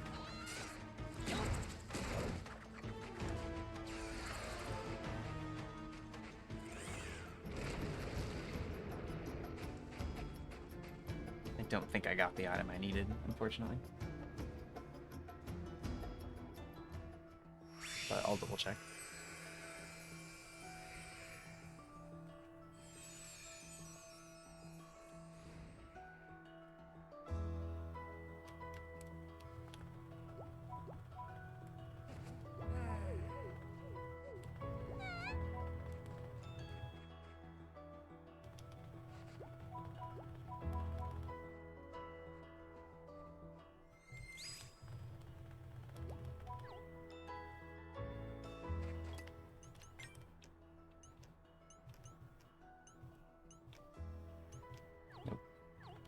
Not get it.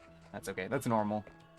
It's just nice if you do happen to get it earlier, because then it saves you a trip back talking to the merchant and another beetle fight or two.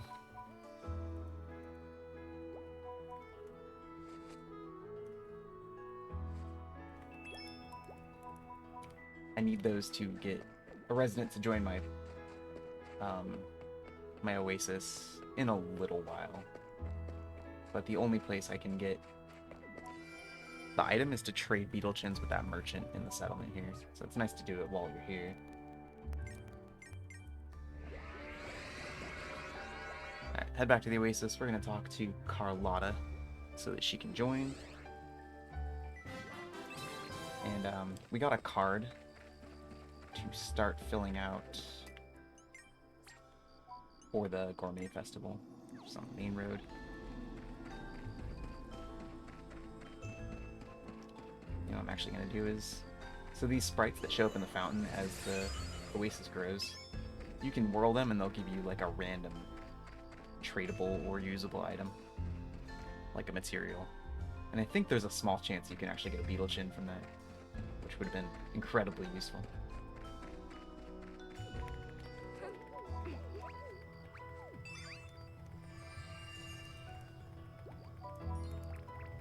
Alright, Carlotta joins resident number 10.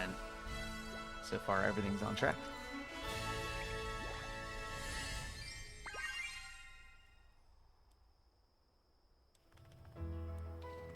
Let's start filling up the old stamp card.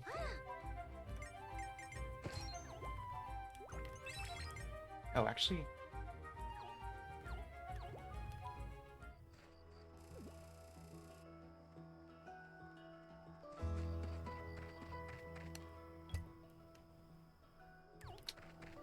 I can't fill out the stamp card until I talk to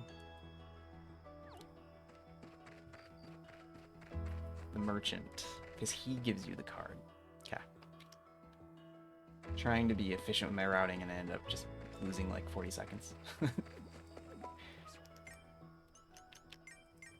It's small. It's just like, okay. So you talk to the merchant anyway. And then you come back.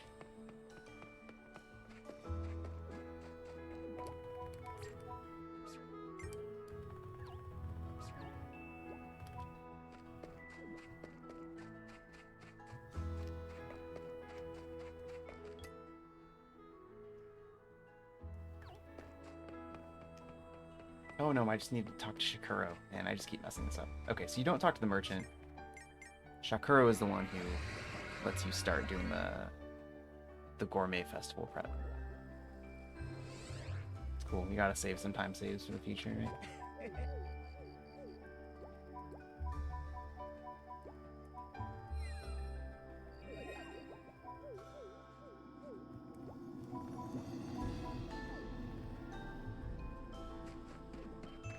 Alright.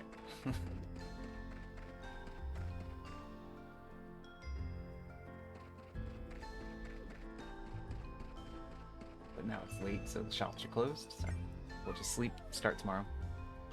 This is not really an issue. Just slightly inefficient. Okay, the important thing is if Mariah shows up here, which she should. I think this is pretty reliable.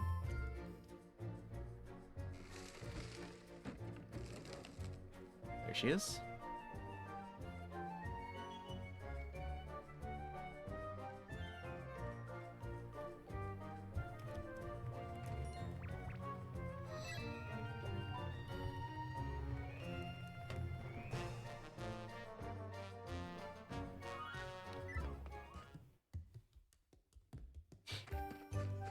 This day is not quite as time cramped as yesterday was.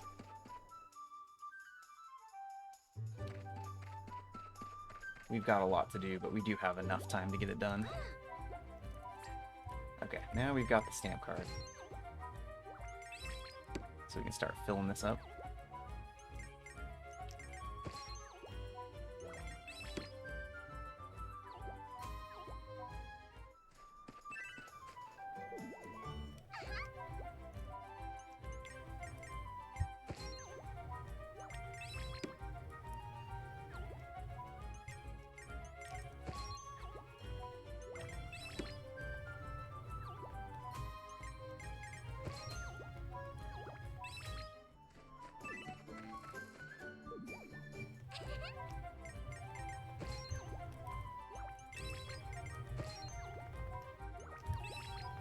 No juice yet. I guess I did just barely put the juice shop down there.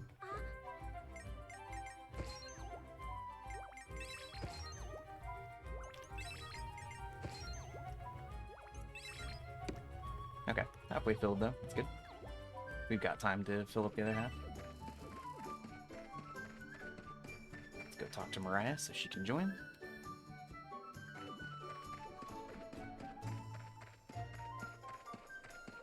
We don't need to worry about Mariah's rumor, because she's just going to tell us about Levi, and he shows up anyway. He's always cute to just show up right after her.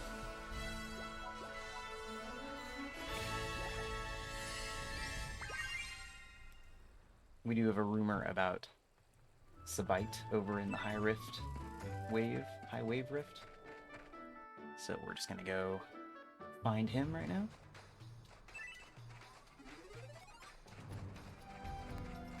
I think it's faster to go around the left side here.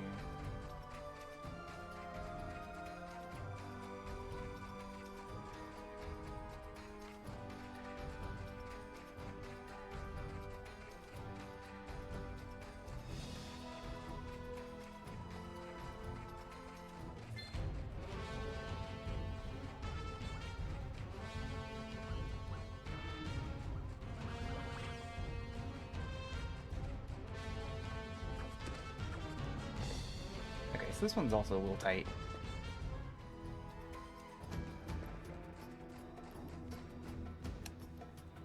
So we have to be back in the Oasis at 10 a.m., but we've got to fight some of these guys. What's tricky here is that these are sand monsters.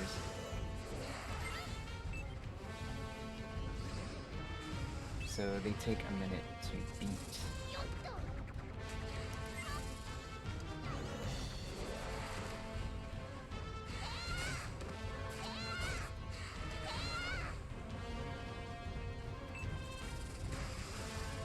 And I need to be careful to not let them regenerate with the sand piles. Oops.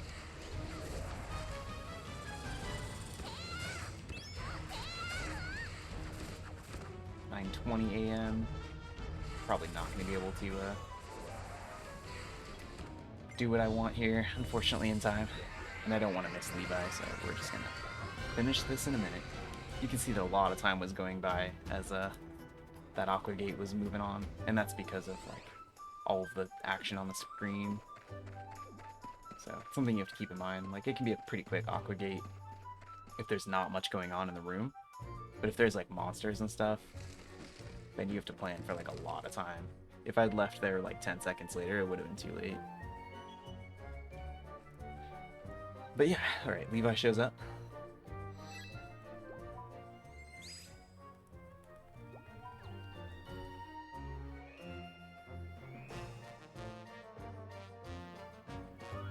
I might just bring him with me to beat up the rest of those Vipers. I think it'll be faster, even with the additional party menu. I need to keep Roto, because I need someone with Pellet in that room. So I'm not able to form the party I actually want to form next, but... like I mentioned before, the sand fights are always like the most annoying ones, so it's nice to just have some extra firepower there. Also want to get his rumor.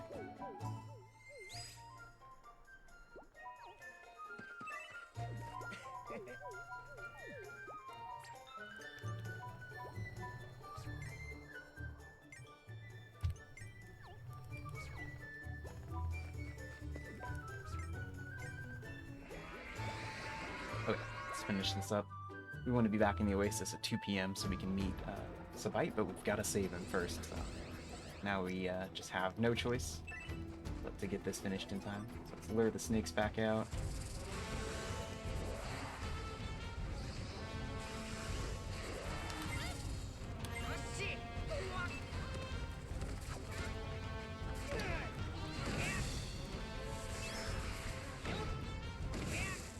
Oh, so much better.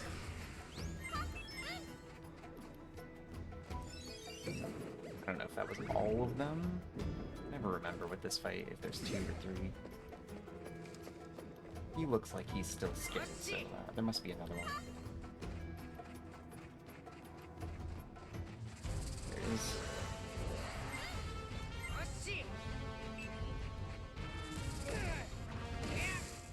There we go. Yeah, he tells you. That's right. Either way, having Levi there is like amazing. Because he did so much more damage than the others.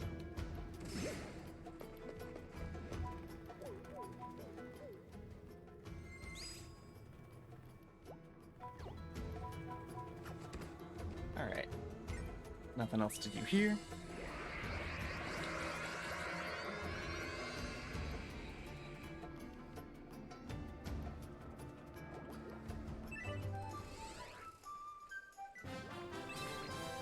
That's a really tight one. That's just like really hard to make on the first try. Alright, Levi and Mariah now.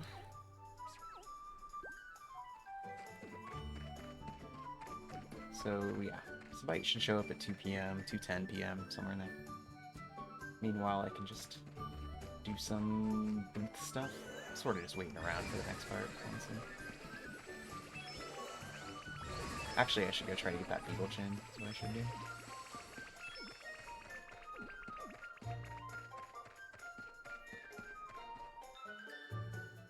Well, I only have an hour. I think we're better off just waiting. It's only 30 seconds, so we'll just wait.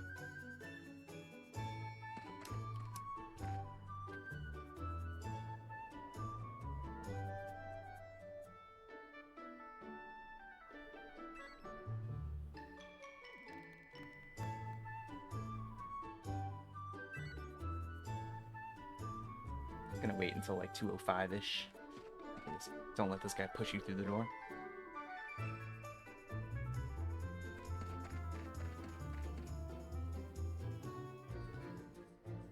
Very good.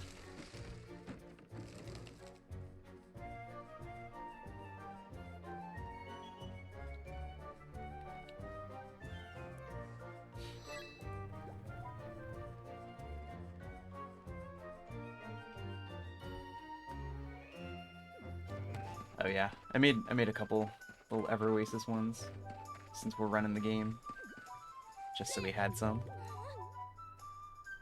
A lot of cute characters in this game, so it's easy. It would be easy to make like a whole, just like a ton of them, honestly. All right. Search for the Beetle Chin. Want to make an Aiden one? Yeah, that's trickier for sure. Alright, so I'm actually gonna save here. Monsters don't really come back easily after you fight them, so if these guys don't drop a Beetle Chin, the fastest way to find more beetles is gonna be just to reset the game and reload it.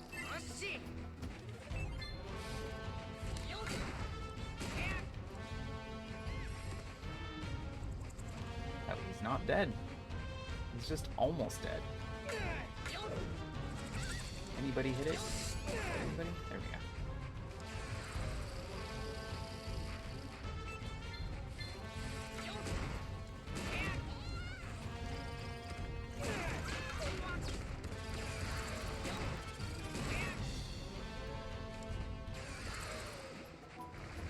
None there.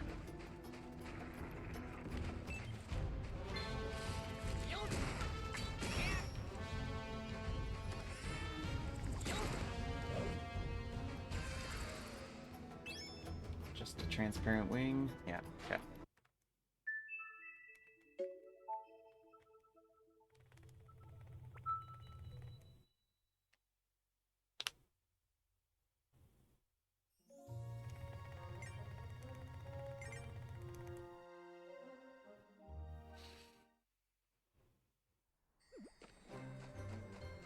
Fortunately, there's a save point right next to these guys, so it's not really too bad to grind this out.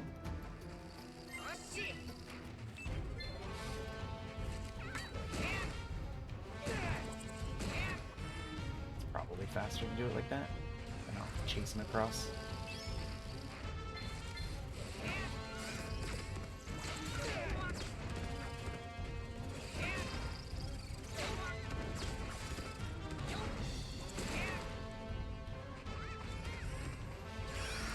There it is. Alright, not too bad.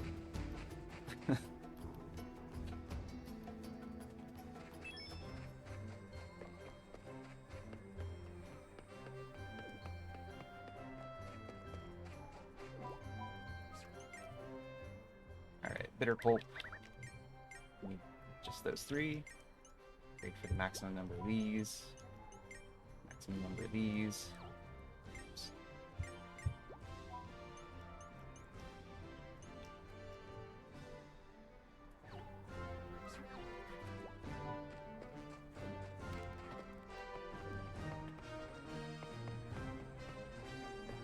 Alright, I'm not gonna have a better chance to talk to that merchant anytime before Maklessa shows up, so got that done. Now we actually need to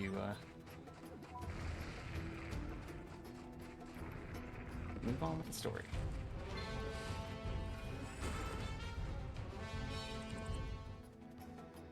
Well, moving on with the story is still collecting residents. What I actually need to do is just fulfill this side quest.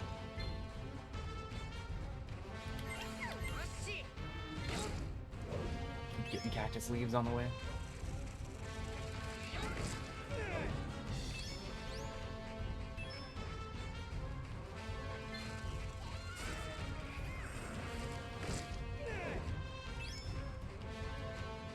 The cactus pulp, fortunately, is still somewhat useful because it does refill one of the shops.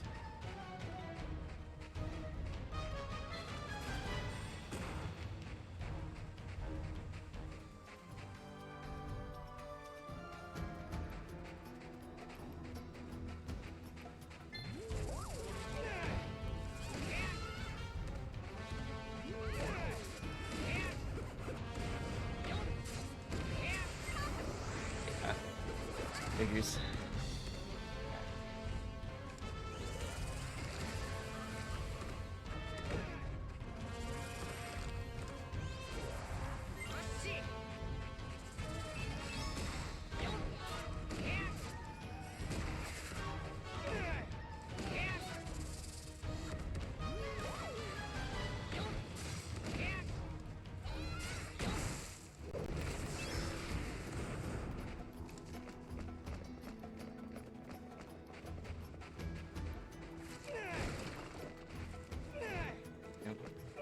There we go.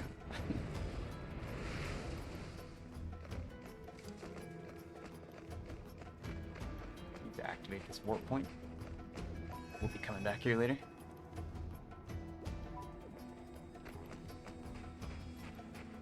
For now, we've got more other stuff to do out here.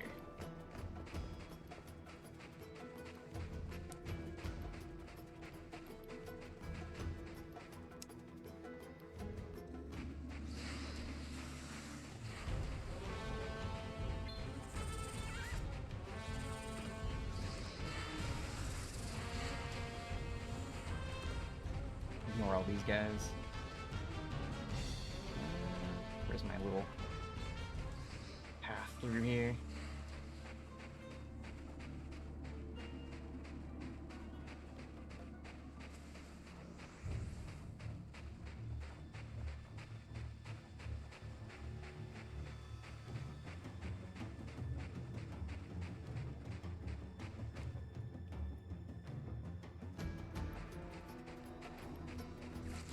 I actually don't think those give me anything.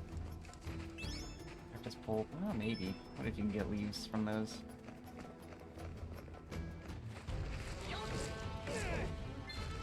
Pull. It doesn't seem like it. Yeah.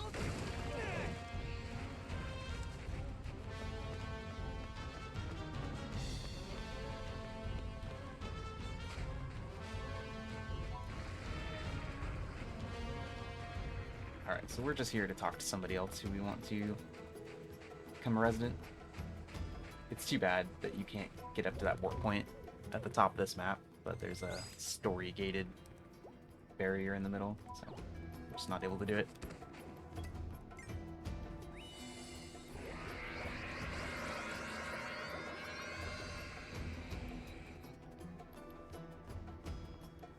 Alright, before we go to bed, we're gonna fulfill that side quest that's been bouncing around on the map for a little while.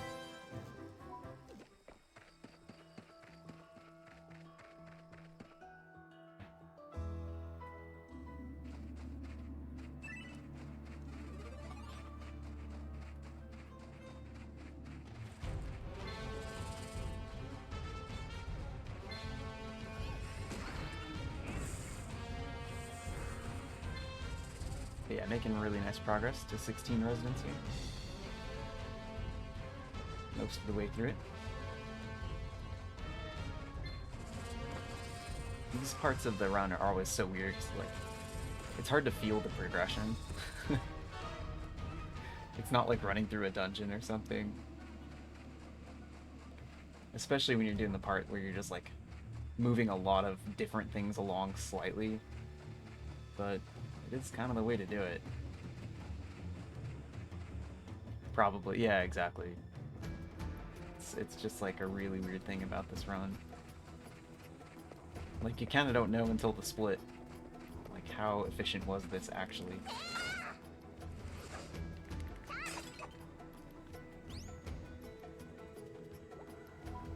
Good camera angle there.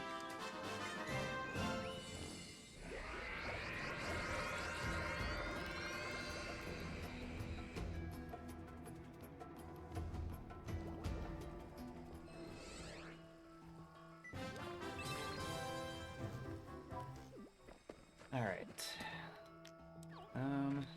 Yeah, I can catch us a bite tomorrow. Let's just go to sleep.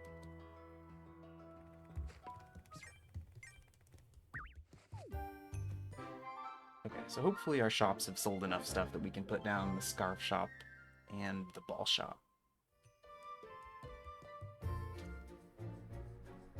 Alana shows up. This is who we talked to over in the Sandfall channel. So far, every single person that showed up on time, which is great. This did not happen last week.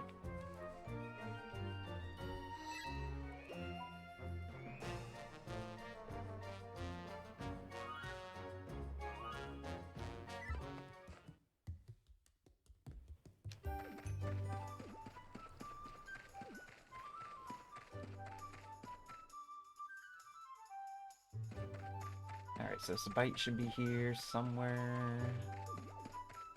Here he is. Easy peasy, he says.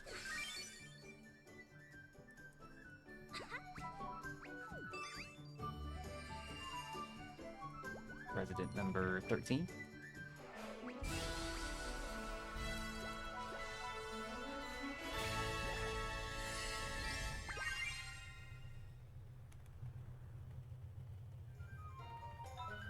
Make sure to get his rumor. He tells us about Adina.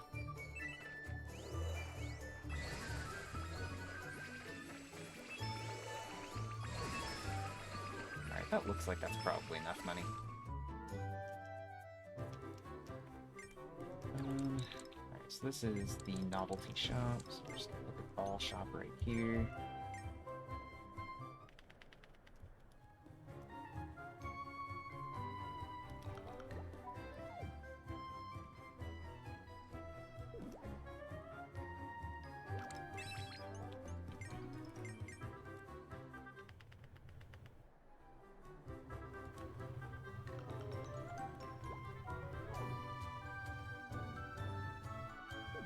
I'll have to rearrange. Let's actually put everything where I wanted to.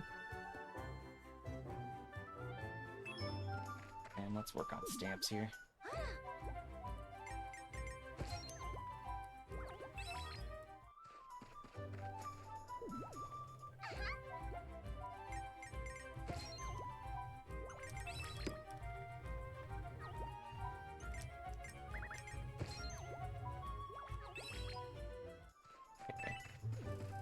Need to get more roseberries before I can actually get that stamp. That's not what I meant to do.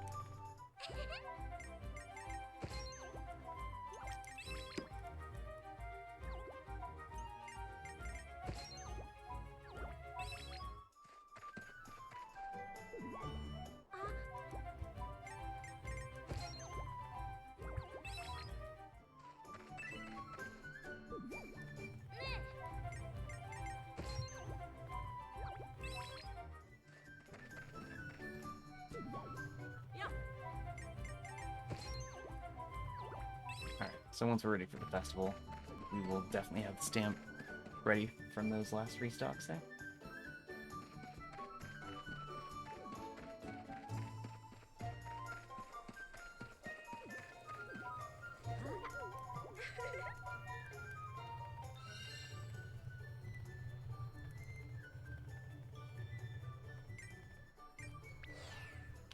activating that one at a time when it doesn't matter to lose my Aqua Gate, so that's a huge improvement over last week.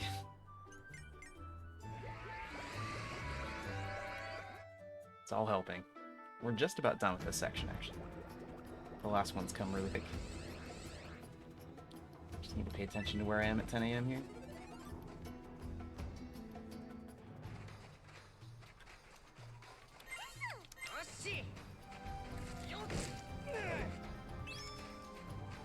High quality leaf I can actually trade for a bunch of cactus leaves if I need to. So that's actually not too bad to get. I don't really want to do an extra trade, but if I turned out to be a little short, I could just do it. But I just got 2 there. I'm sure I'm good. Just double check that. 11. Nice. Don't need to do that anymore.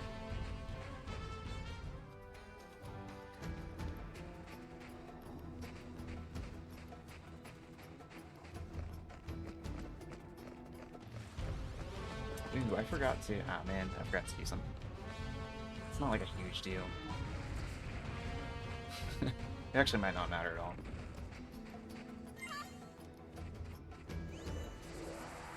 Just slightly inefficient. Okay, so there's that.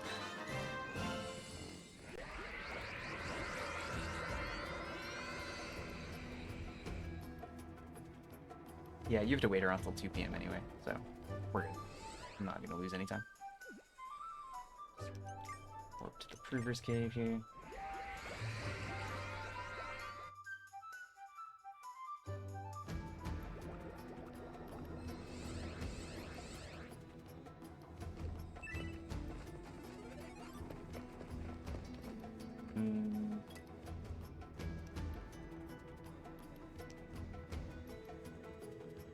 Can I do this in time? I think no, I don't want to risk it. I shouldn't risk it. Yeah, I probably couldn't have done it in time. Adina should still show up. That's for Sakina, but I think that you can reverse the order of these two.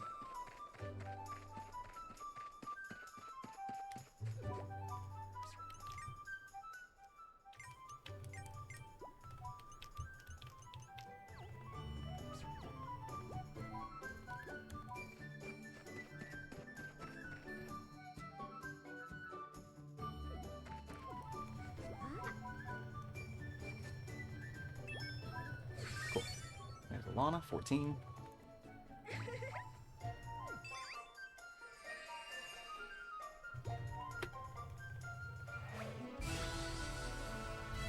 Also, if I'm down a person, once I have this many people, I can actually make somebody else show up who I don't have routed in right here. So, not a huge deal even if I were to mess this up.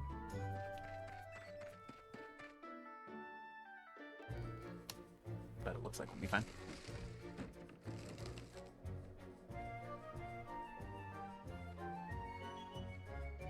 There's a story person who shows up at Oasis level 7. It's just an extra trip back and forth with the shrine that you don't need to take otherwise.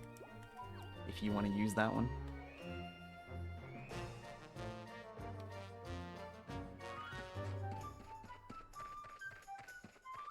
Alright, so here's Adina.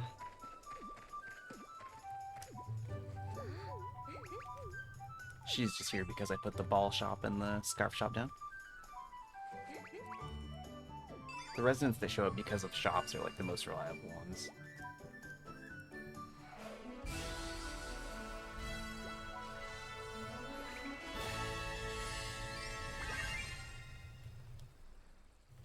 Do you want to get her rumor?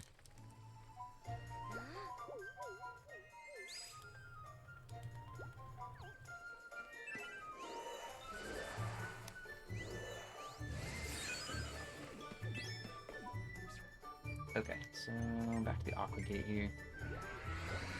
Just want to make sure I'm back in time for 2 p.m., but this what I have left to do here is like really short.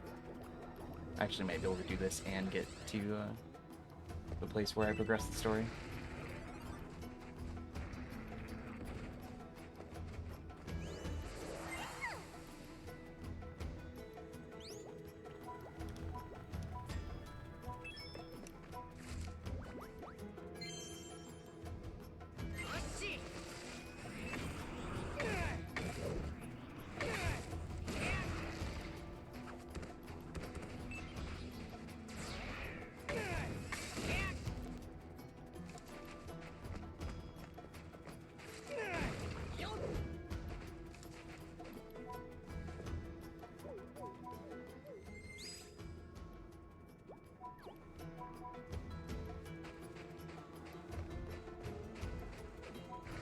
Saw that switch up there. There's a lot of like little switches and stuff, like little parts of puzzles that you can't do at the time you first see them, and you come back when you have later game abilities.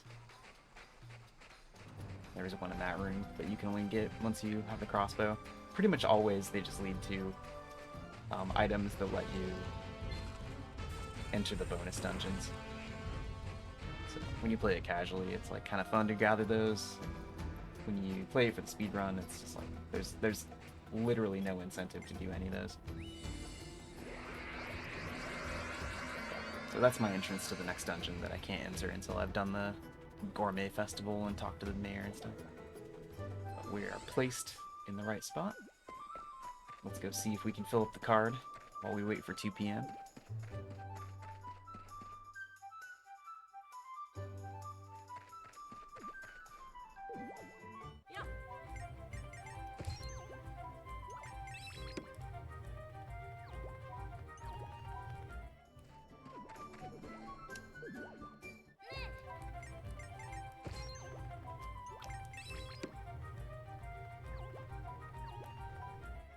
If I need to do the last one, I can grab some berries from the tree.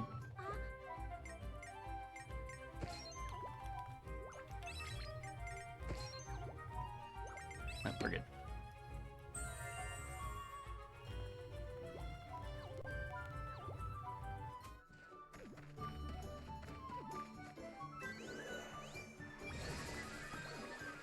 Make sure I have at least 260 duodems.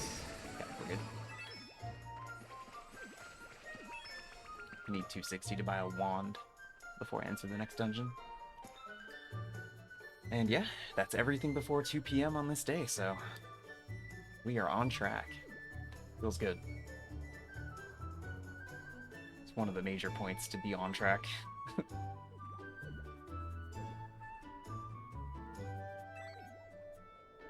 Still wasn't like perfect. A couple things were still a little odd, but for the most part I feel good about it.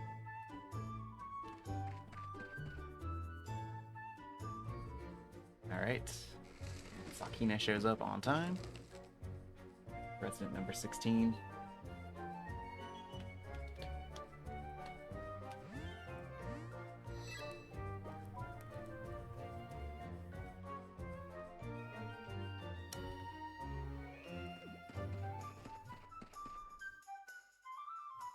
Just about time for the feast.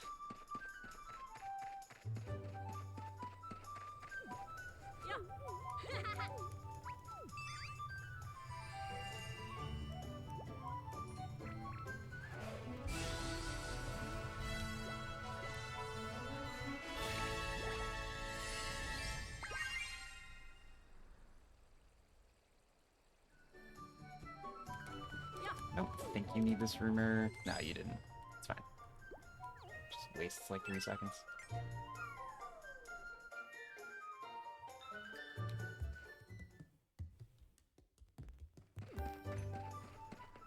Alright, so we're gonna level up the Oasis. Jamila's gonna show up once we get Oasis level 7. And then once we're level 8, we can start the Gourmet Festival. And after that, Ruben will show up. So we get residents 17 and 18 really quick there.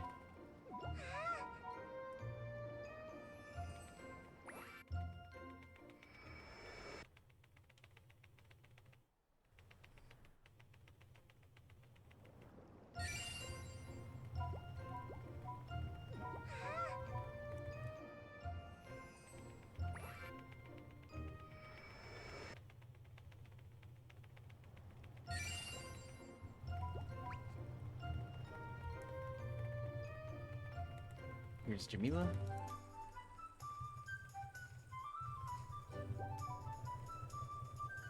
She's my backup. if someone didn't show up on time, I could use her there. I would just have to interrupt this Oasis level up sequence. Fortunately, didn't need to today.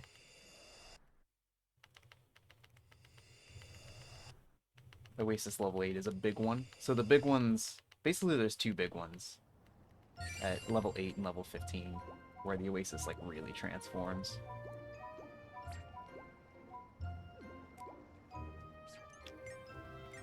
Alright. Time for the feast. Nice. Saved a bunch of time there, which I expected to. So I'm hoping to save a lot of time on all of the big Oasis sections like that.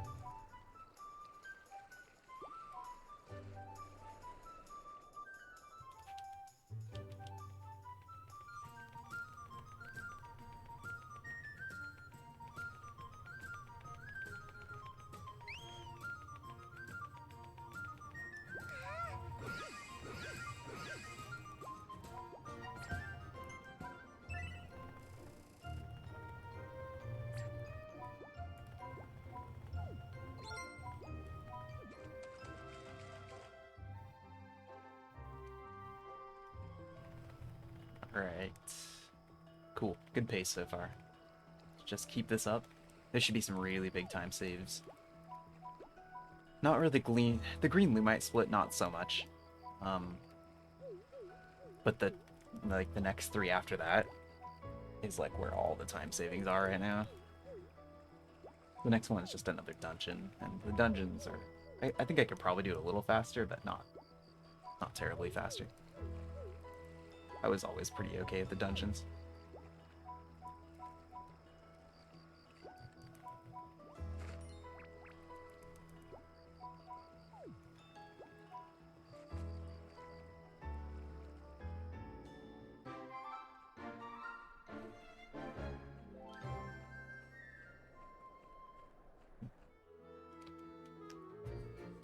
Alright, so Ruben shows up because we did the Gourmet Festival.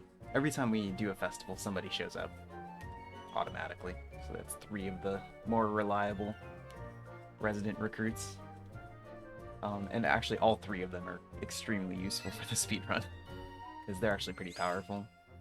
The game definitely wants to reward you for holding the festivals, and they always give you a really powerful character, if you choose to use them, which casually you may or may not. Okay, we can now fast travel around the Oasis, which is amazing.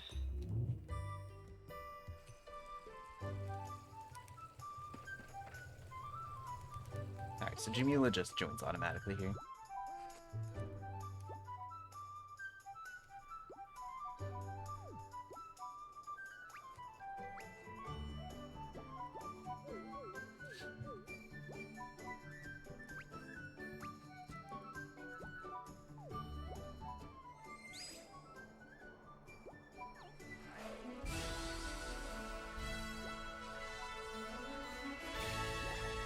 Resident number 17. With that, we're officially halfway. Well, we were kind of halfway in between the last couple.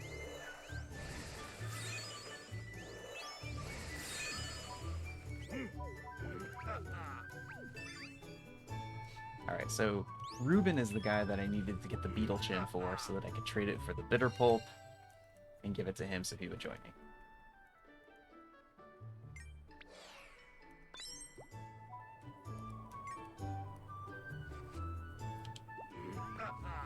Fortunately, he's a useful character, so I don't have to be bitter about the fact that I lost a couple minutes there fighting beetles.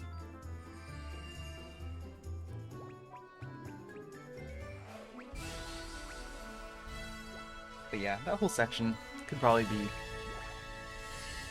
maybe like 5 minutes faster overall with like perfect luck and perfect execution, but I feel pretty good about it. Alright. Straight to the Circus Settlement. Time for some chaos.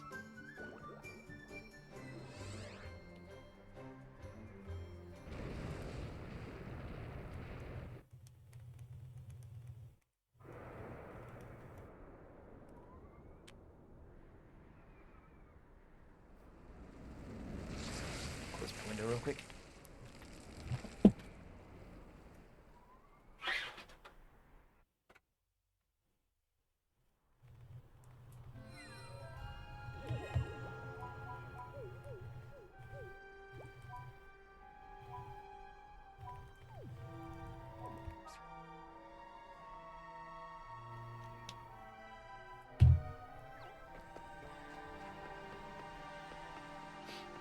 Alright, so now that we have held the festival, this guy is willing to let us in the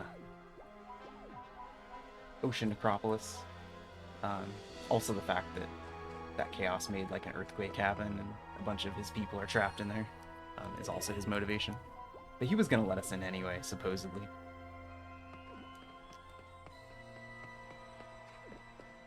Ooh, I want to talk to the merchant. Didn't get too far away. Alright, so first I want to buy the wand. Actually, I just traded for stuff, so I don't really need to again.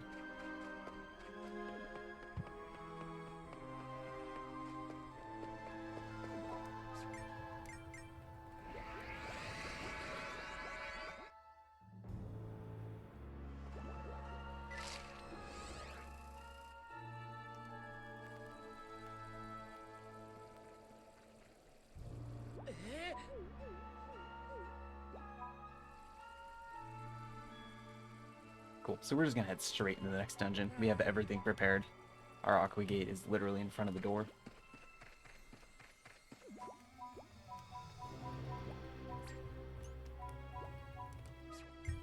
Alright, Carlotta Reuben. So we're gonna bring in Reuben, Carlotta. And equip the wand. Don't forget to equip the wand. There we go. Nice. Alright. Oasis section over. Let's do some dungeon.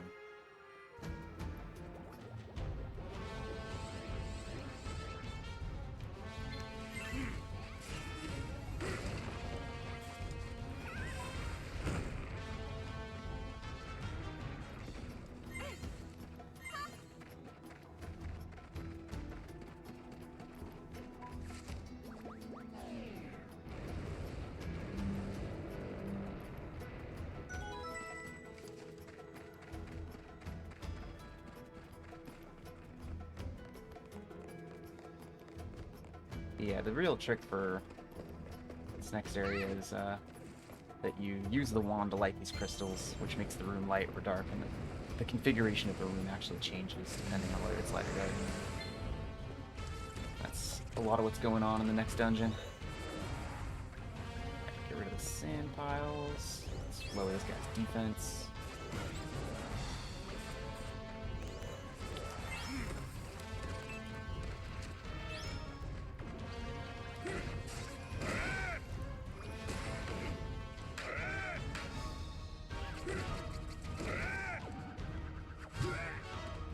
Got me. It's okay.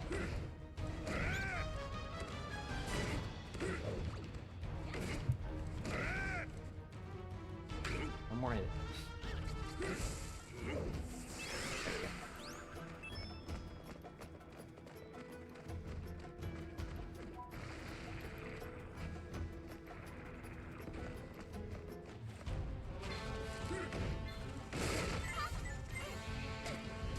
Don't die, Carlotta. I need you. First time anyone gets knocked unconscious, we get that message. Fortunately, the person who got knocked unconscious is the one I don't need for this room, so we're good.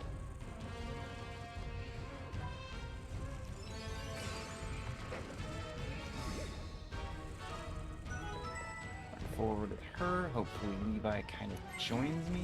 Or Reuben. He didn't quite. They get stuck on that post a lot. I don't know. It's fine.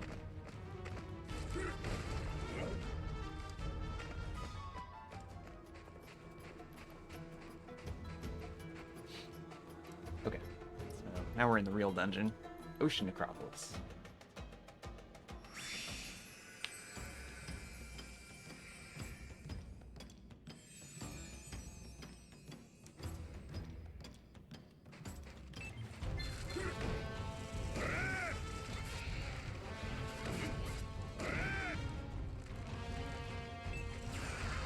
That's about to charge.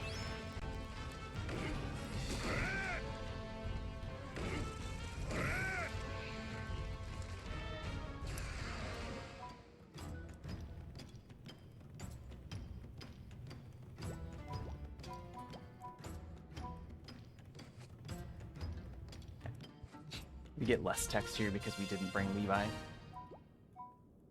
These guys all know Levi, but they don't know Ruben for some reason. I don't know.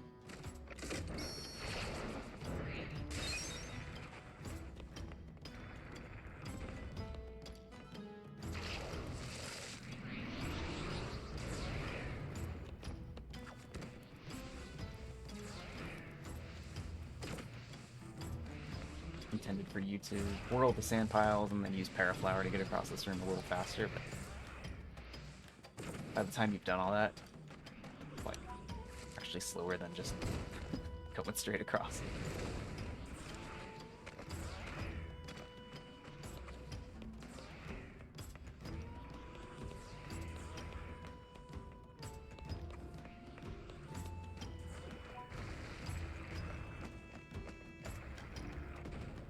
Alright, so I rerouted this room a little bit. I'm going to start by hitting the switch, since we start kind of next to it, and then we'll beat up the monsters. Can you not hit it? Yeah, you can. Okay, I don't know what that was about. I was like, I'm pretty sure this works. Okay, I'll beat these guys up. This might be the room I use my auto-revive in, and if that happens, it's not a big deal.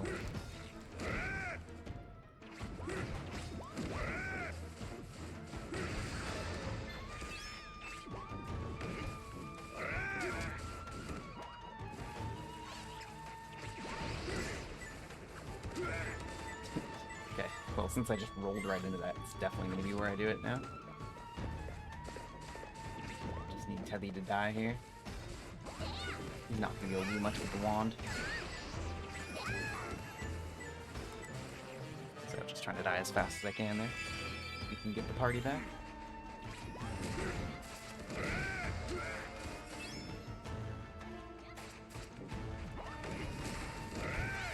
Out of there.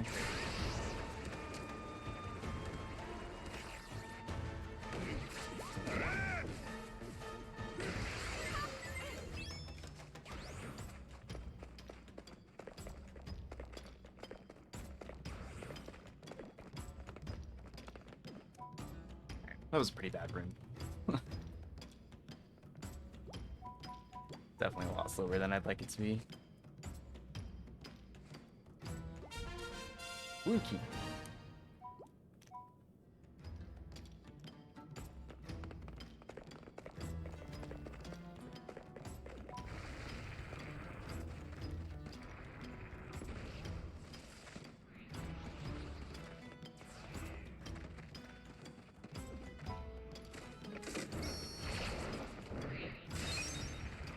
This first living whip is a little annoying.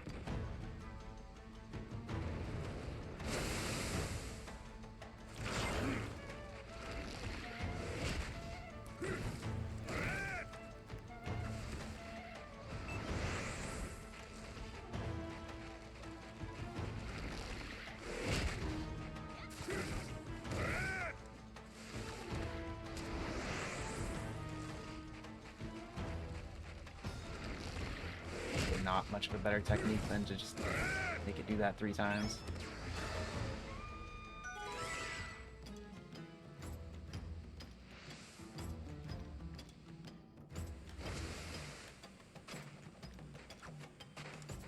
So for this fight, you need to get up on this hill.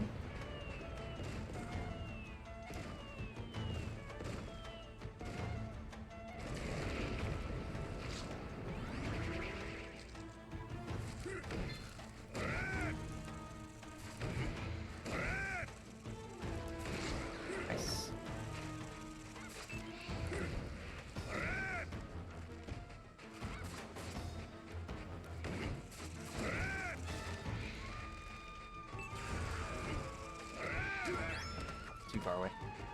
At least he came over to the door. Accident. Alright, so I should need Teddy next. I want to go to the southeast corner.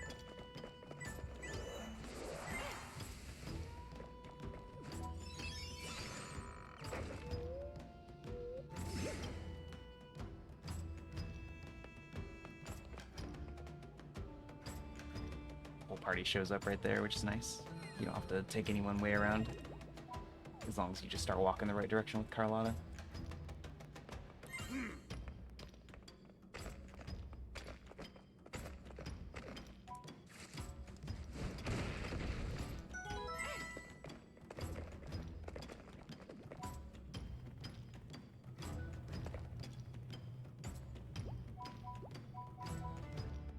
Alright, gives us the red key. 2 out of 3 keys. No, 3 out of 4, that's right. Start the dungeon with the green one.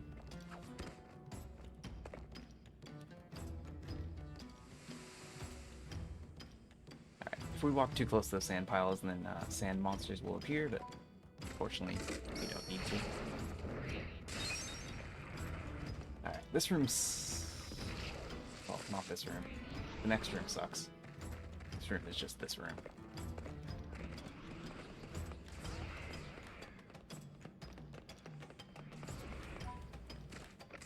But with some strategy, the next room is okay.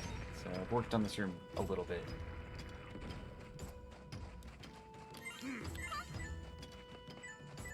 So, whirl this. We're actually going to heal the party. One of the very few times we'll use our precious vulnerary.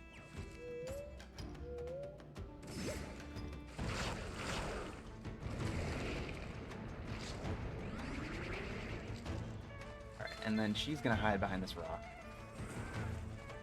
while Ruben hopefully doesn't just get his butt kicked.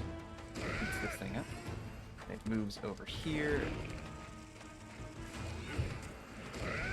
and then it moves down here where Carlotta can finish it off. Okay, so now that that's done, we want to complete the fight with Ruben, so we use her to make the bridge.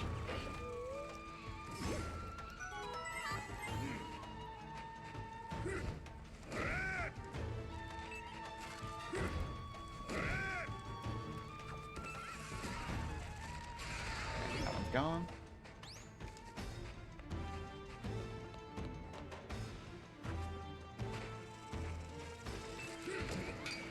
Ouch.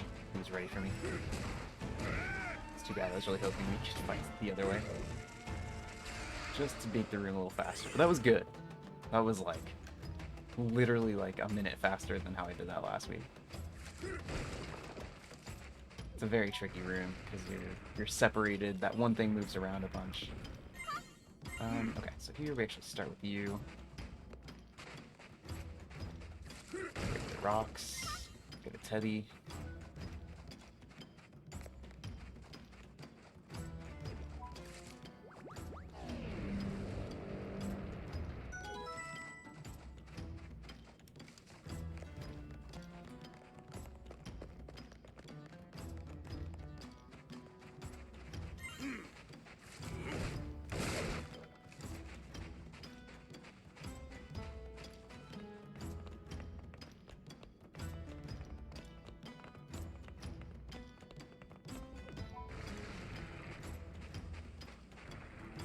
Alright, so this is the next living room. This one you can at least use bombs on. So we're just gonna make it appear.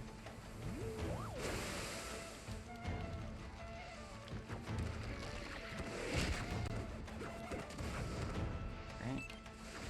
Got most of it out. And we're good. Much better.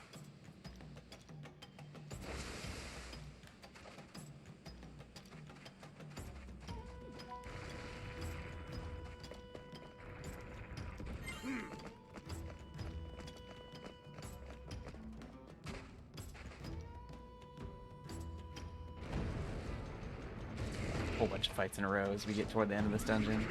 Just keep throwing them at you.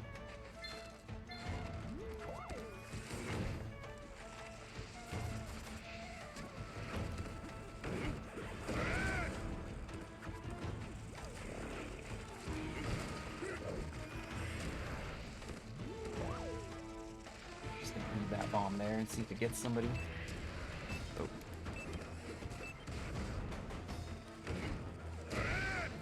Alright, it just appears over here. Nice once you realize that those things are predictable. Like, this guy's really hurt. The bomb must have hit him. It's nice.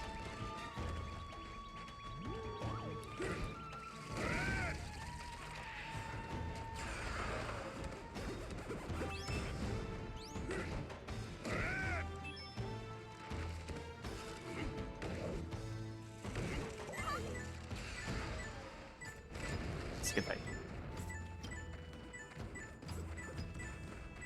Getting a lot smoother a lot of those kinds of battles, which is gonna add up to some time saves for sure.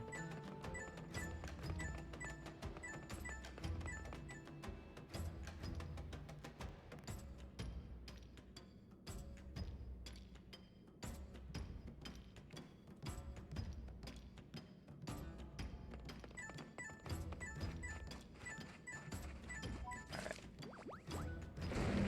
So this is the last area of this dungeon.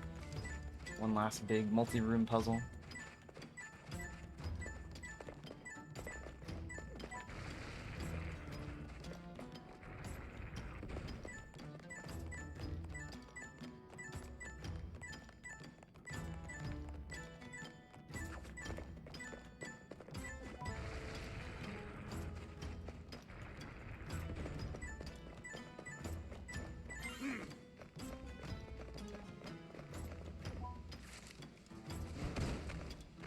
The trick really is that one right there, where you need to hit the switch basically at the end of the dungeon before you can move on and do the rest of it. Okay.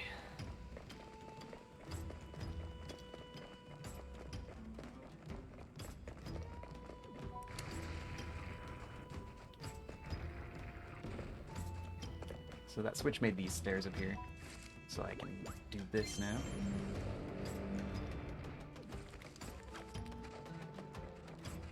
And then we just need to activate the next fight.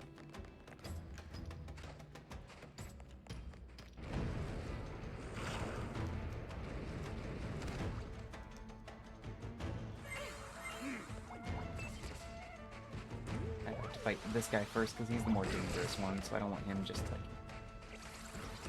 shooting spikes at me from across the room, which he likes to do.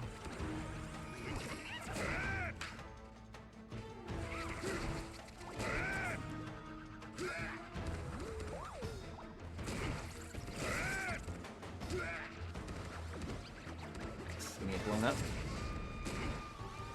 Perfect landing there. Just about got him. Alright, so this guy's easier.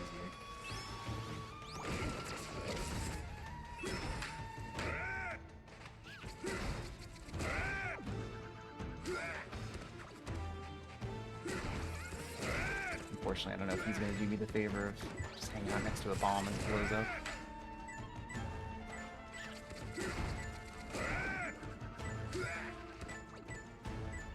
Got him. Close enough.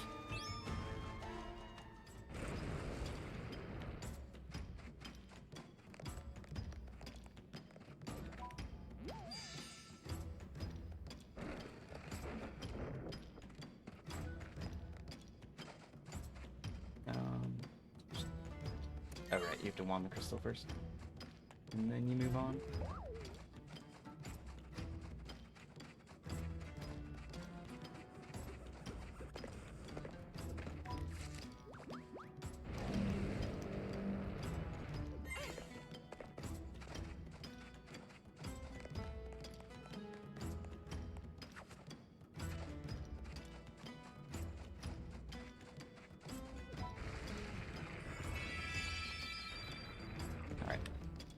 Ruben revives. Everyone revives every time you walk into like a new room.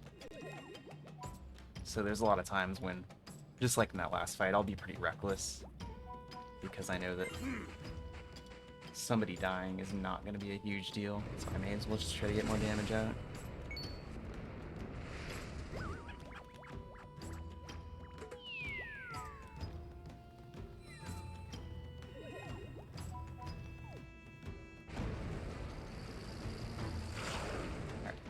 Beetles here.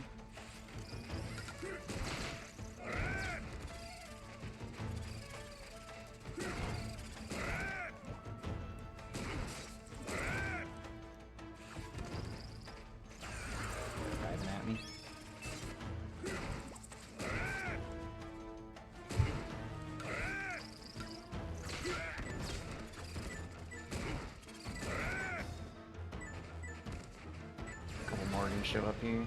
Oh, just one more. Just the big one. Yeah.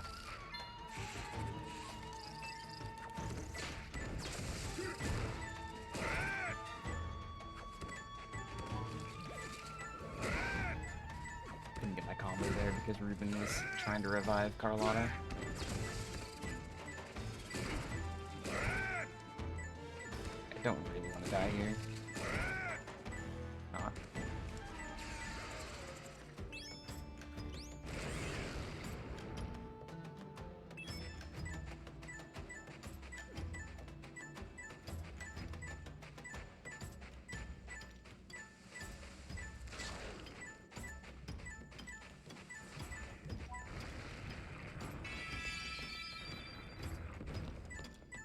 Alright, I've never gotten the like 20-second time save here. We'll see if I can get it today.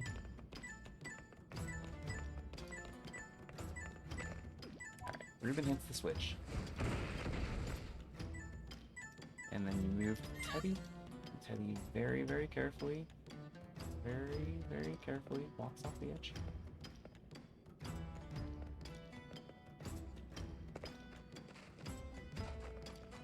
You just barely creep up to this and hit it, and then hopefully Carlotta stays where she is. Ah, she... Oh, nah, she didn't. One day I'll get that. Okay. So we do this.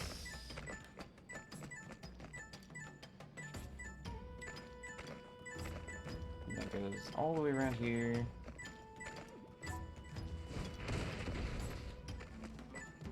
Yeah, I don't know, I always try. One day I'll get it. The idea is that she doesn't fall down and end up next to you, she just like stays up there so you don't have to walk around and hit that red switch. Never quite gotten the movement right.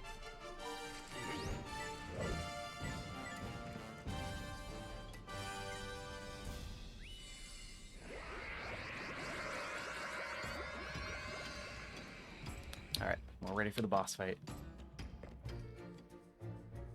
Might save another 5 minutes on this one if the boss fight goes alright. This guy always just shows up here.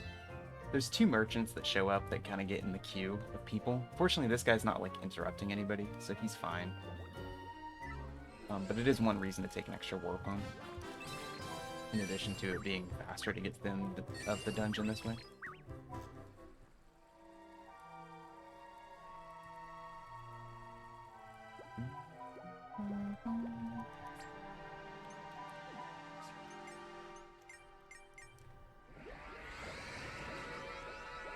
Alright, time to fight the Scrimpian. So Scrimpian is one of the tougher boss fights. Just doesn't spend a lot of time being vulnerable and does a lot of attacks that are hard to avoid with your hammer character. The hammer character is like the slowest one. So if he's in the middle of an attack, like you can't dodge out of the way or anything like that. And also he just has the hardest time getting away from some of the attacks, even if you do see them coming.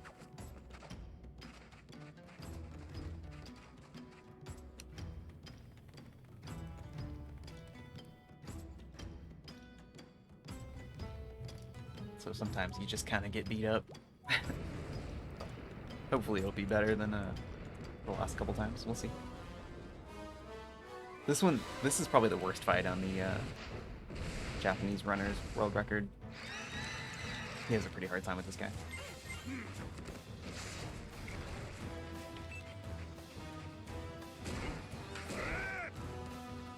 So, swirl around.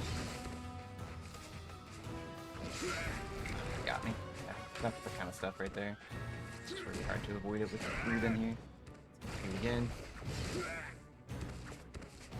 can see the problem. Yeah, that's fine. Okay, I'm just gonna plan to heal here. Since he's underground, there's nothing I can really... Ah, well, okay. He came up really fast there. Alright, we're just gonna use a planned death here. Carlotta's not gonna be able to do like squats to this guy, so... Fastest thing to do is just get killed.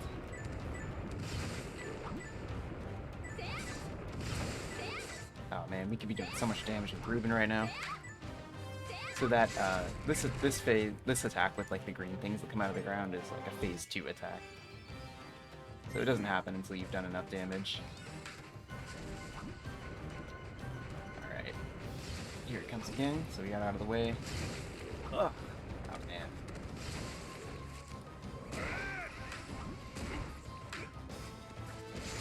Good hit there. He's about to spin on me. Ruben's so slow. Alright, so now it's... Ooh, that attack. I didn't realize we were gonna get that yet. Okay, I'm just gonna try to revive him. It's coming for me. And, oh wait.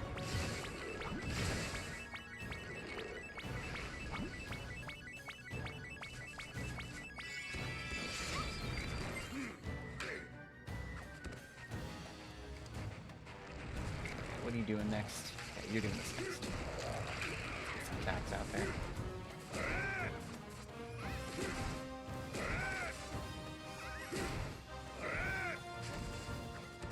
That was nice. He doesn't usually get on his back. You have to hit him at exactly the right time to get that to happen. Yep.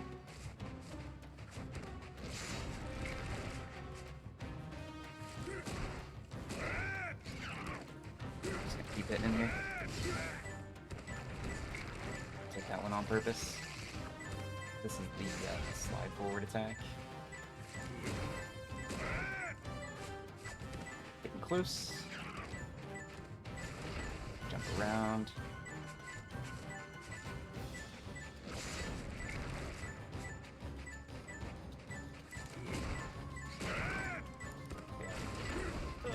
Alright, he's just about gone. Teddy might be able to finish him off here.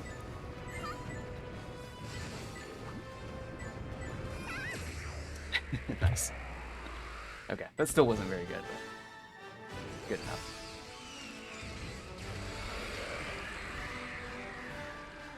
It's just a really hard fight, honestly. There's just like, sometimes there's just nothing you can do to get away in time.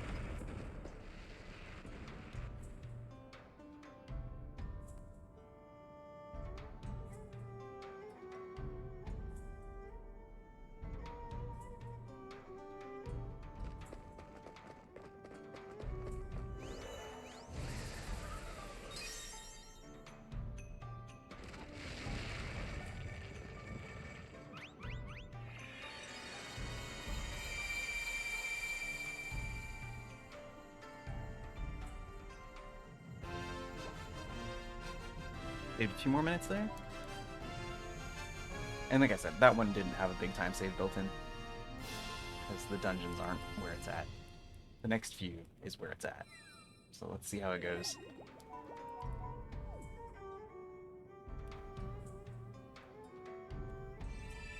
Still, I'm actually pretty pleased that I'm almost 10 minutes ahead right now.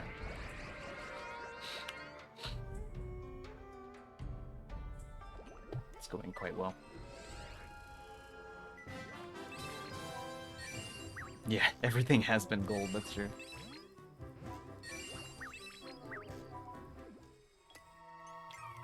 Somehow. All golds.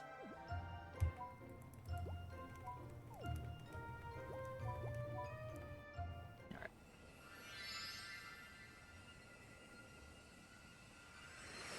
50-second break.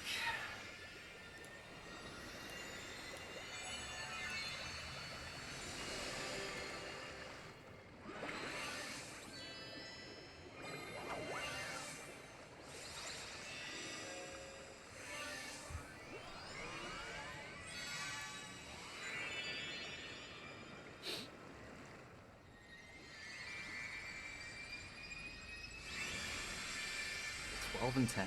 Nice. Moreover. Whole lot of moreover going on twitch.tv today. I hung out through chapter 2 for everybody. And I was like, okay. See where this is going.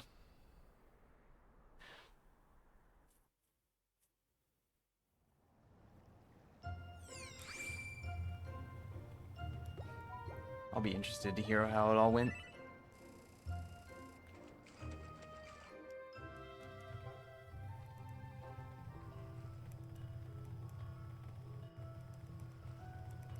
I expect that Zytoriak is in for like a pretty big PB sometime.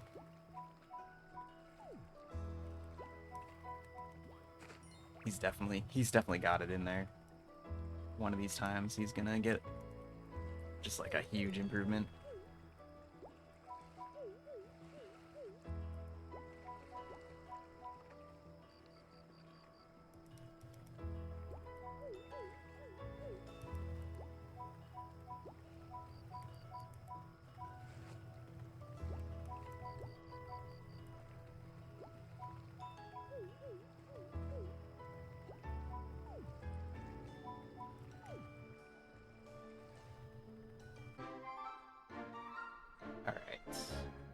Back to Oasis stuff.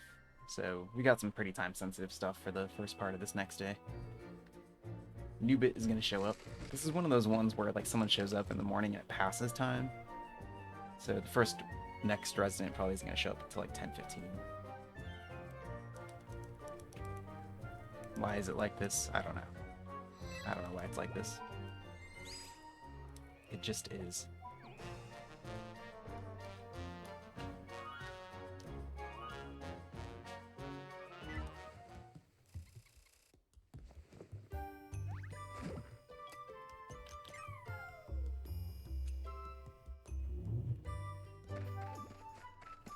Alright, let's collect some money.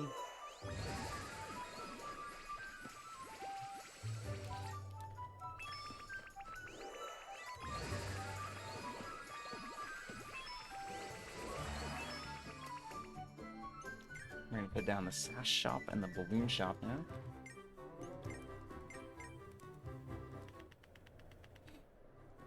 No trivia today from Kirk Buzzer, huh? Just hasn't been in the mood.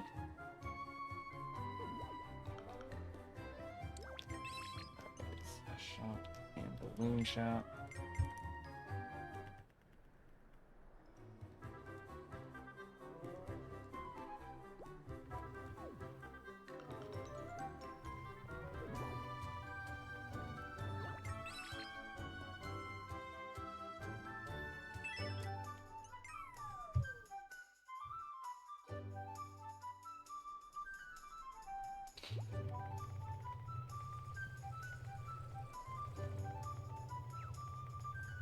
Alright, so the most important thing is I need to go get all the way to Ida, who is up on the other side of the Kidung Caves, and then back to the Oasis before like 10:15.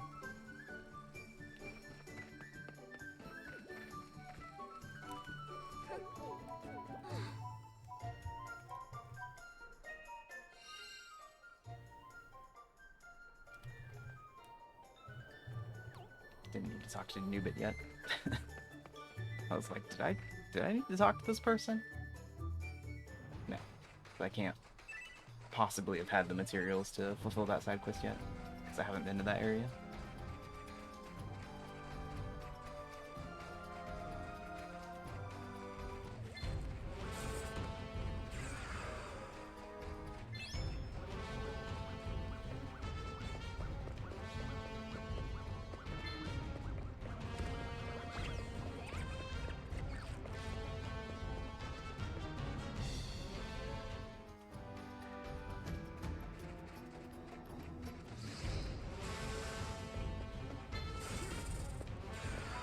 Alright, so first we have to go to the northwest exit. She wasn't here before, so we had to hear the rumor about her, but she's here now.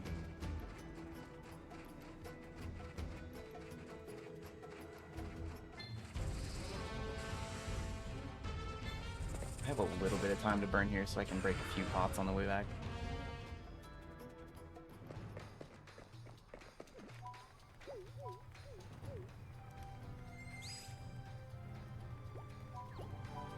she's gonna join the Oasis now that I've got a balloon shop for her.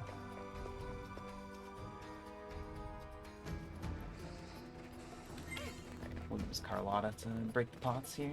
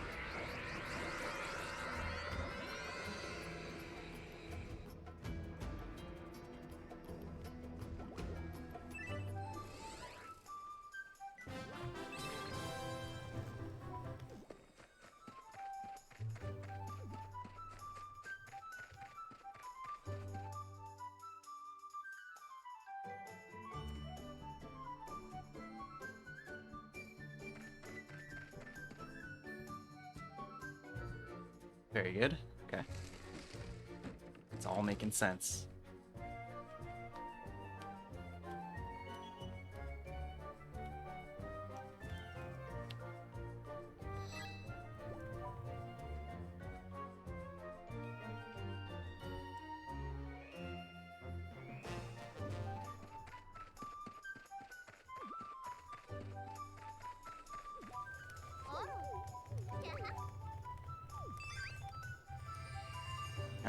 And Ida joins as Resident 19. So yeah, for this whole section, like there's a bunch of main story stuff to progress, but we also need to keep getting residents. So this is like the part of the run that feels the most like 2 speed runs. And you're kind of just like trying to move them both along as much as you can.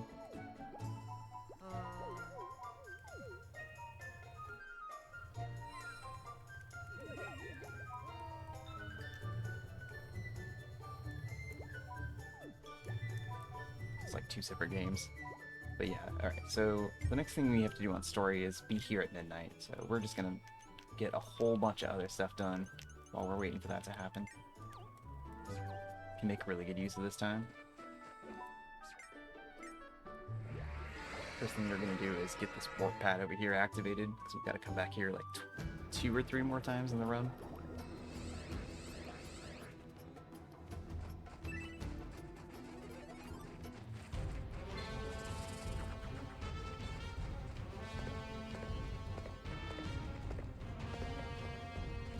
And I don't want to walk here anymore.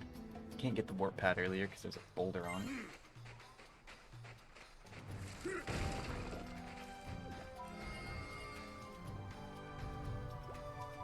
Alright, then we can just warp directly to the circus settlement.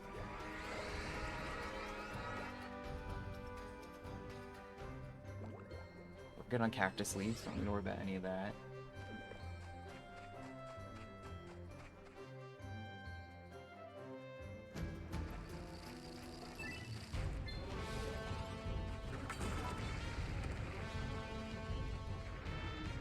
One thing I'm thinking about is if I'd want to try to get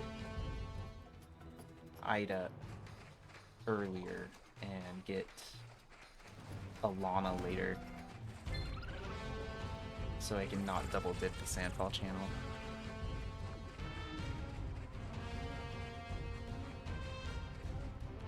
But I don't think it matters that much. I'm not actually sure if it would even be better. There's just like all these little things about the routing. It's like so hard to know exactly what the best order of some of this stuff is.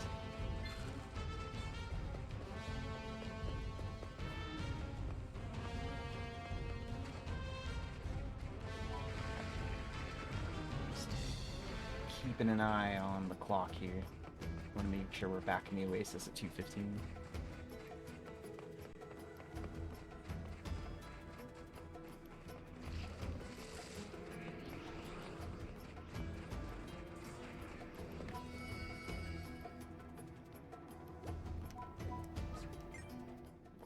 Rubble tunnel.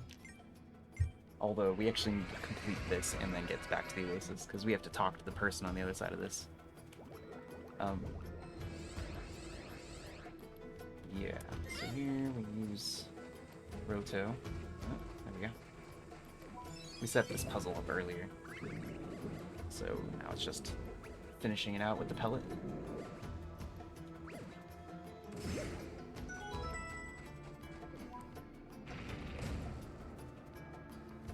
Should be fine. You have to kill a couple monsters here, but they're really easy because the game thinks you're going to do this like close to the beginning.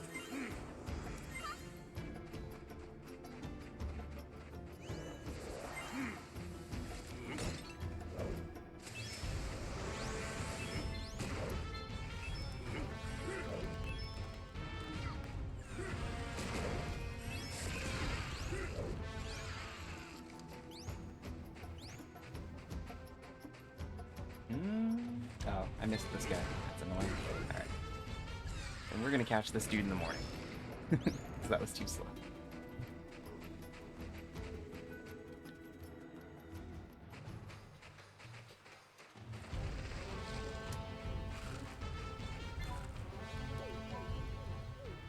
Not a huge deal.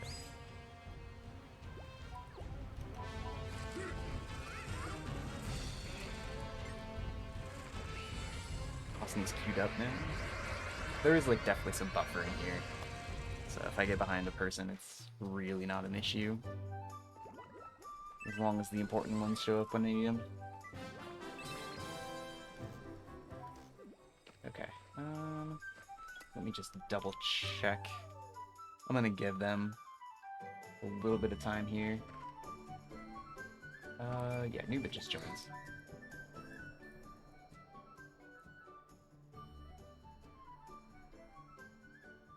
No, I know this. This.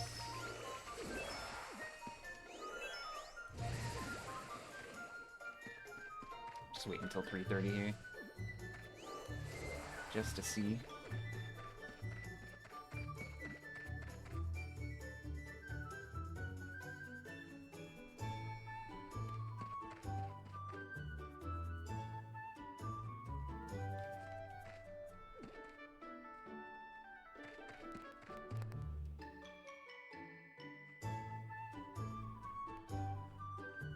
I'm gonna give this another 20 minutes and then we'll leave. Don't want to waste too much time on it. 4:20. Okay, if no one's here, then we're just gonna keep moving. Catch him in the morning. Yeah, alright.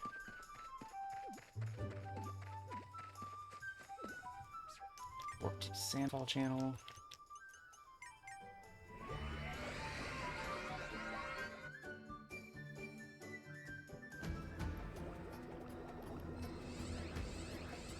Not that worried about wasting time there, because we have to wait till midnight anyway.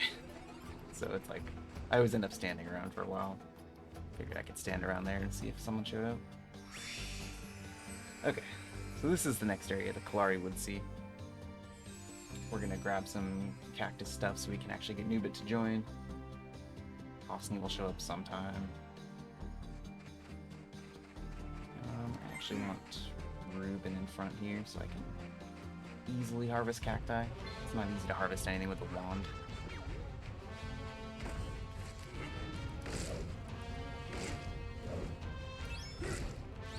Dried cactus and fresh bark. I need 3 of each of those, so I already got 2. That's nice. That means I don't need to take the other detour up to the north here. I can just head straight to the cave. There's always cacti by the cave, but there's not always enough to get you what you need.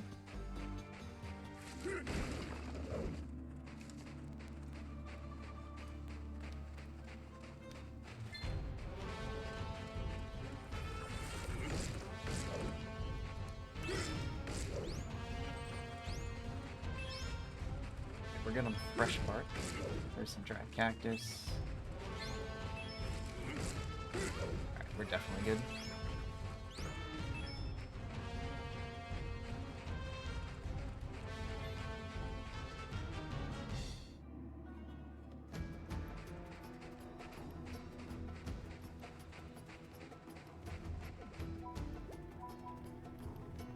So here's Isaac.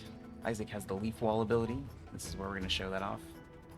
I brought Roto here because this is like a leaf wall pellet combo. And I need this item that we're going to get from this at midnight tonight. So this all kind of works together with some pretty good synergy.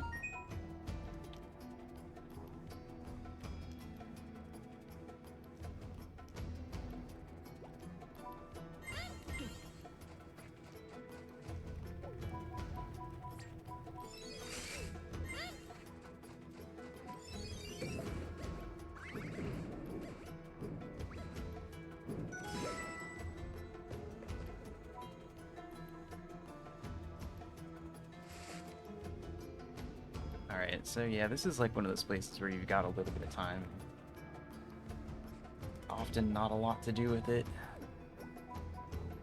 I'm looking ahead to see if there's any other resources that I need that I don't have yet, but I'm actually totally good on everything, so just gonna hang out for a few.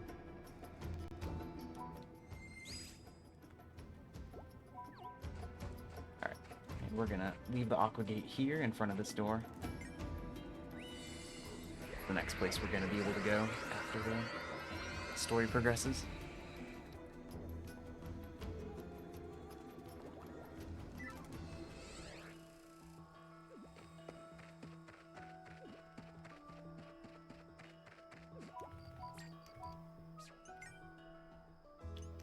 Sticky thread, transparent wings. I can trade 2 of my cactus leaves.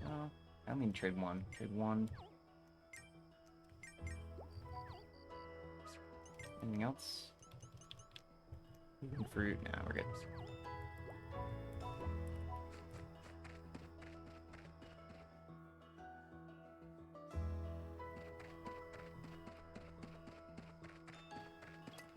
Yeah. Get some roseberries from the garden, I guess.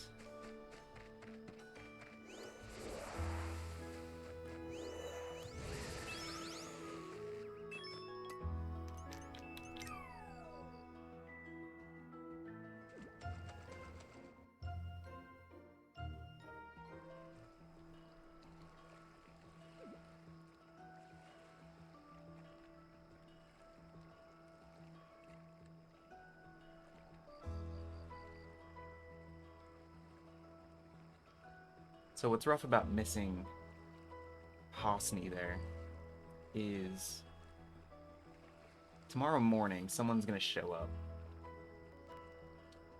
And I need it to be Isaac to progress the story. So if Isaac doesn't show up first, then I'm just gonna have to wait a little while until 10 a.m.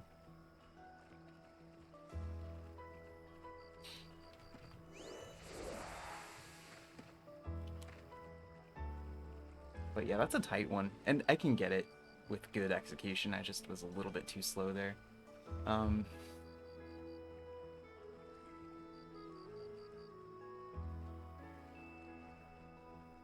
gonna take out this note about cactus leaves, because that is not a time I should get getting resources. I just need to move on there.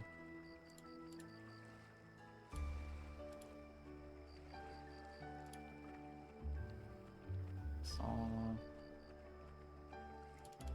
yeah, let's get rid of that.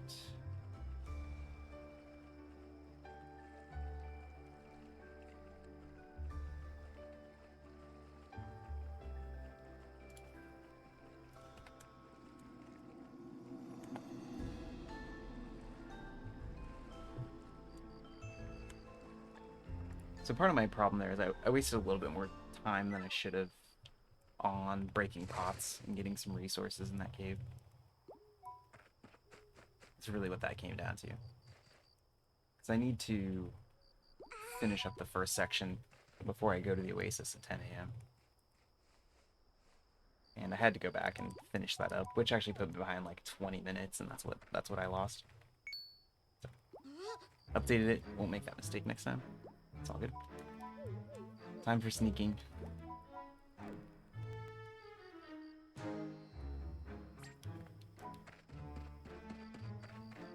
See if he's in the close path or the far path.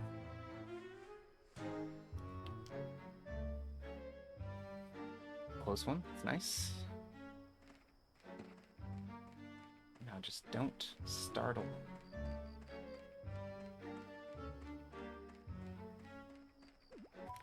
Okay. Sneaking successful.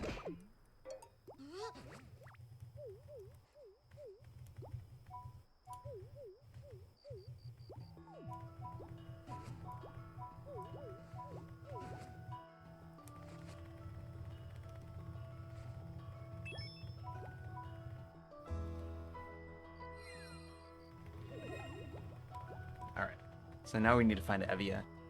Evia is always in a random part of the Oasis here, so it's easiest to just look her up on the resident map and see where she actually is.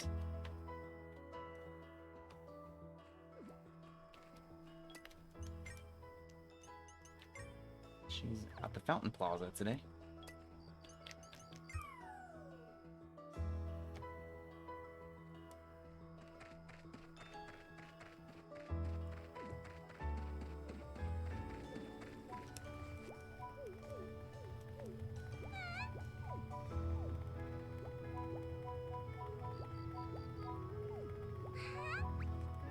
Alright, so we've gathered all of the things she just asked for. And then she said, come back when I'm open tomorrow.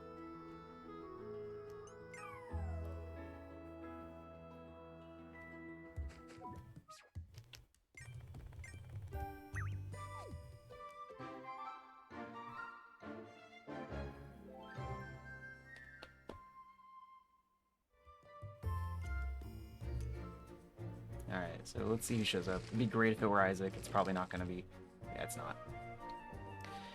So we're going to hang out until 10 a.m. until Isaac shows up. 2-minute time loss. It's okay. That's what I get for spending more time gathering resources with her when I didn't need to.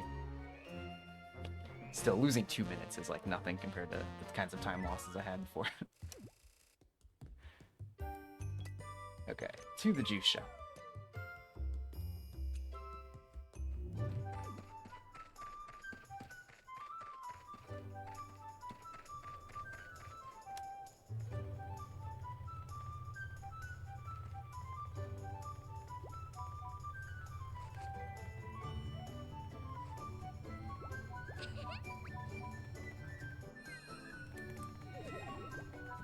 I'm also going to have to wait a little bit longer till 2 p.m.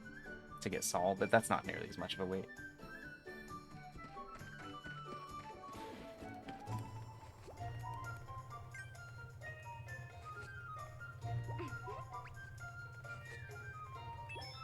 Alright, Nubit joins. I'm going to talk to Hosni.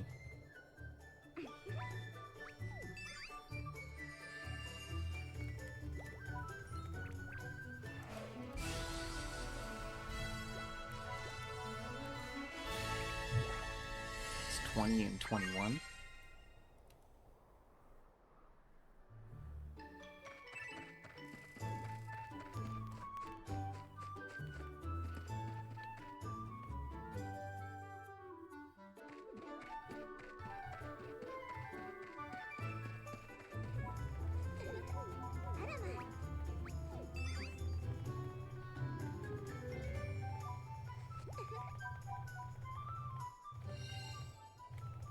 And then as long as you've got at least a few fish bones, then this works out.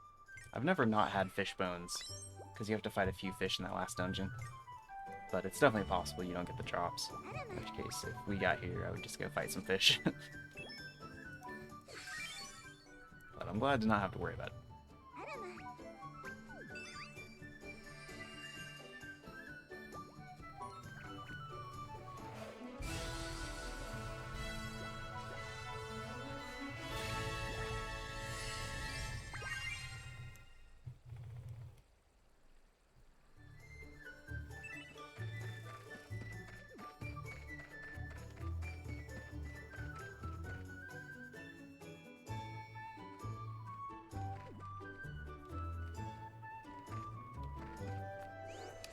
Does butterfly go away?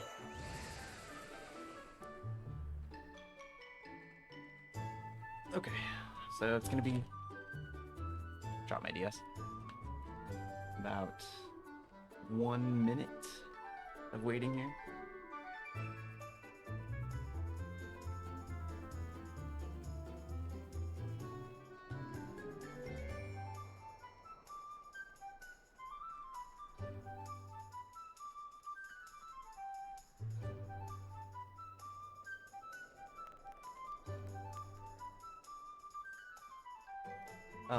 I think there's a chance also, because this happened to me once, that Isaac doesn't show up here at 10.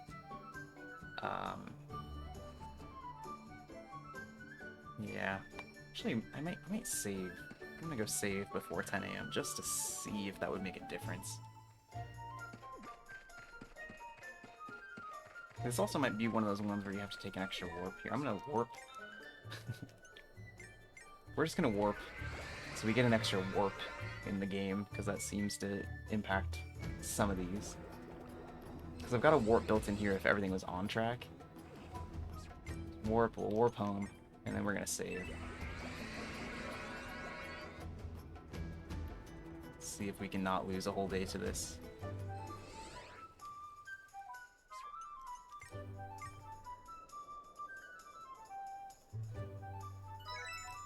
There we go. Alright.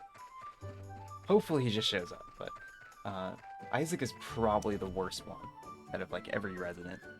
He's just like the most unpredictable, and you can't move to the next part of the story without him. So you're just like completely stuck until he shows up.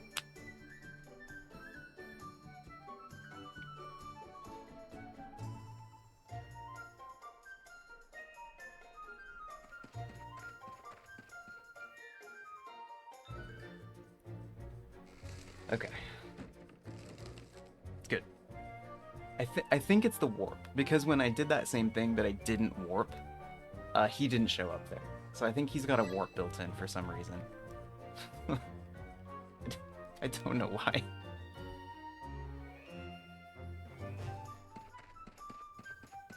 It's just how this game is.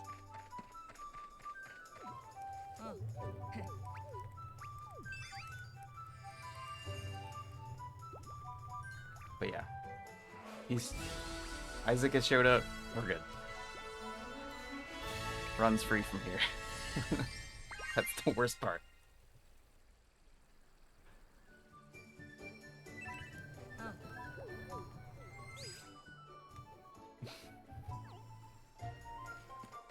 Cool. Alright, let's move on. So, where are we? Oh, I need to put in my party. And then we can get it.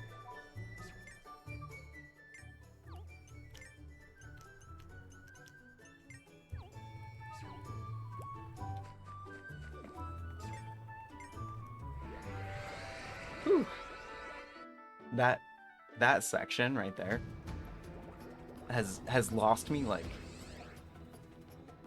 10 to 15 minutes every time I've done this run. This time it only lost me like 4. So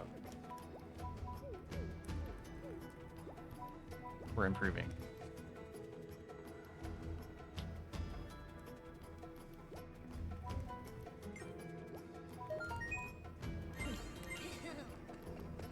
Alright, so Saul is our first Twin Blades character. He can cut through spider webs, and he's also... Twin Blades are always the best fighters. They're just better at it. Right, and we can avoid a fight if we do this part right here. The key is to not fall down. The game does not expect you to know how to do this yet.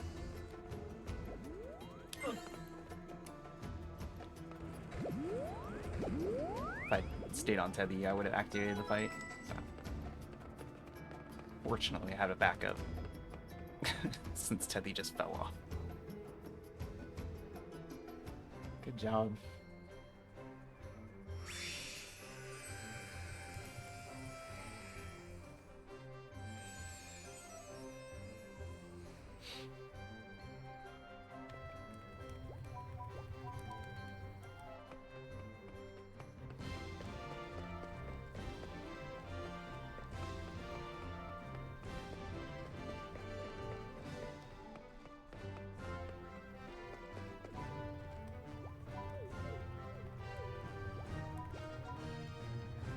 Alright, so we gotta hit several story triggers just talking to people for the next little while here.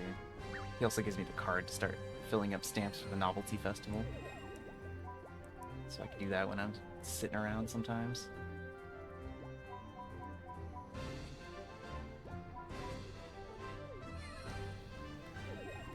So while we're waiting for 2 p.m. to come, we are just gonna keep moving this along.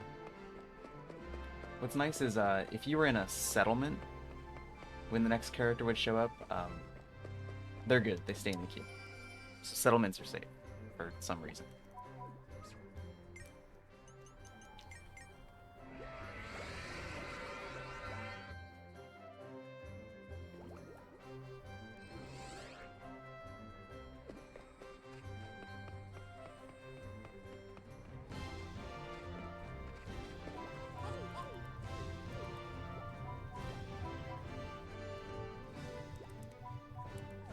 So yeah, we're trying to get the stone seal.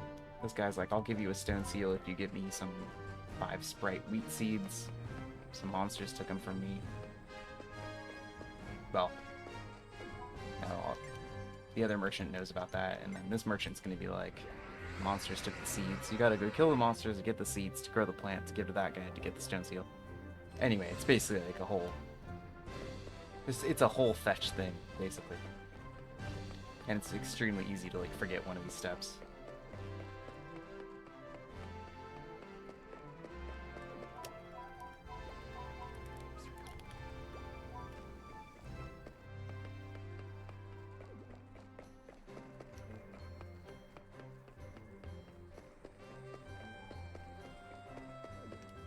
Yeah, just gonna wait until 2:10.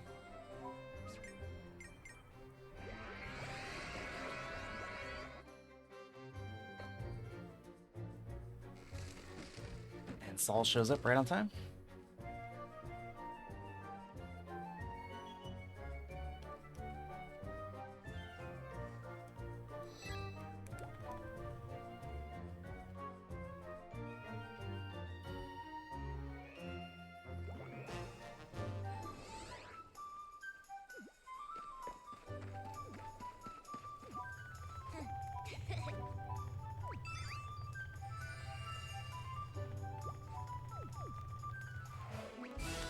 Alright.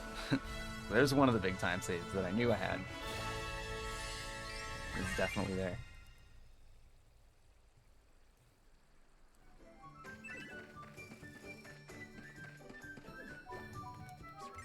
One party with Saul.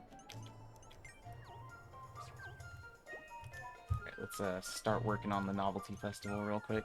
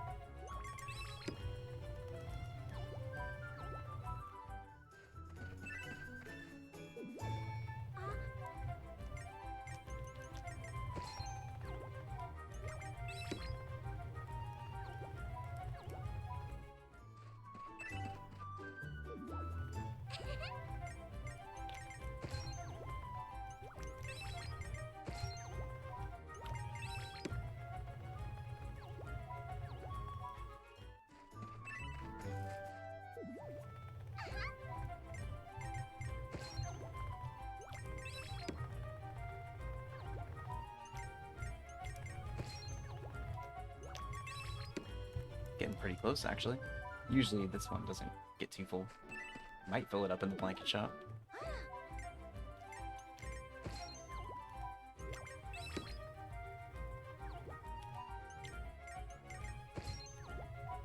Nice. Alright, cool. That actually helps a lot.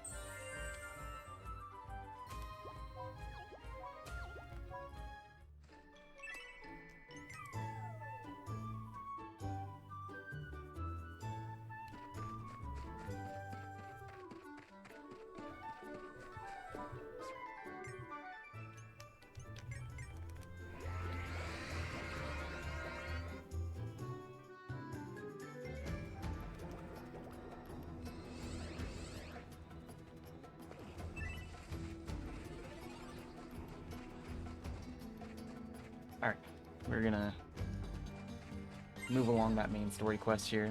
And we also get our first crossbow character by fulfilling this.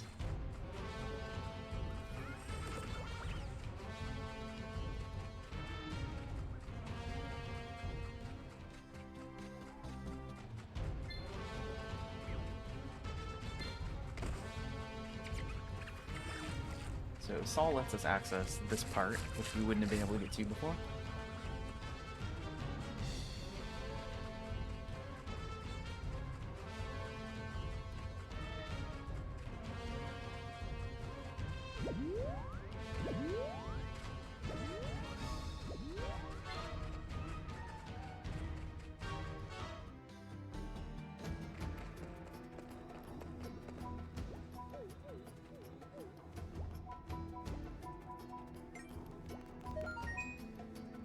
We just have to complete this little thing with her. As soon as it's 6 p.m., I'm gonna go home and sleep, but we'll probably finish this before it is. So this is pretty short.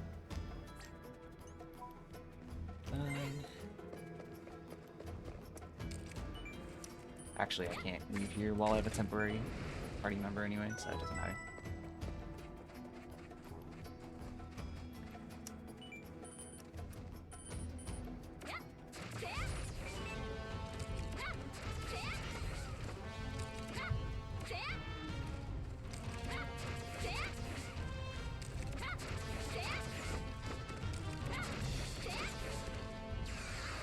Crossbow is a little awkward.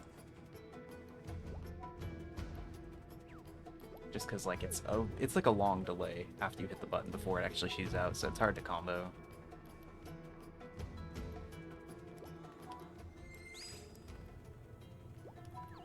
Alright, so Issa will show up first thing in the morning.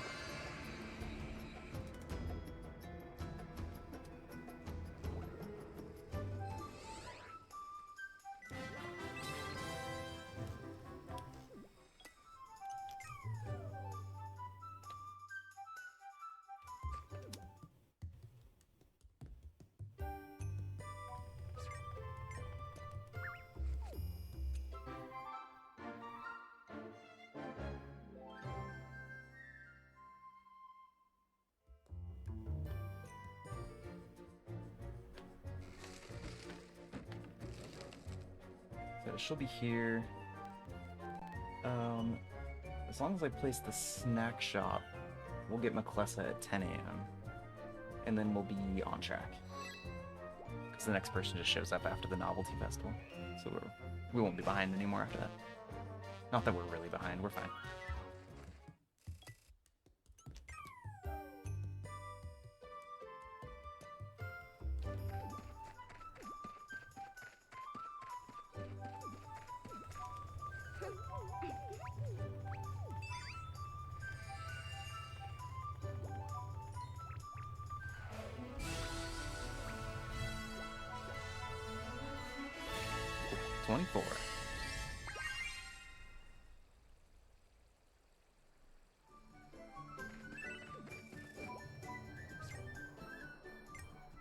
Alright, so we definitely need her in the party so we can do some crossbow stuff.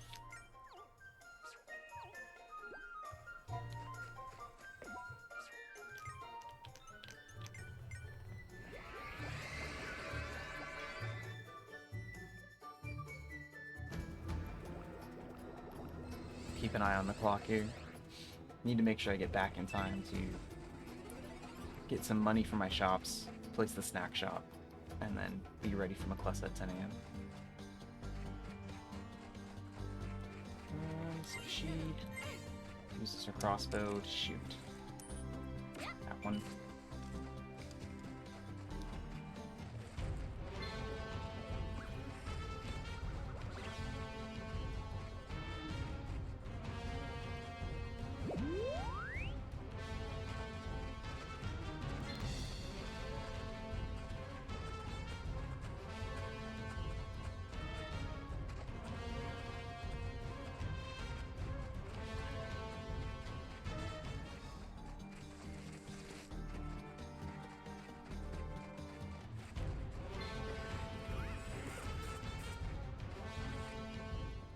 Alright, so if I aim this exactly right, I can hit the switch without breaking the pots, but I've only ever done it once, so I'm probably not going to really try. It's cool if you get it, though. Nope.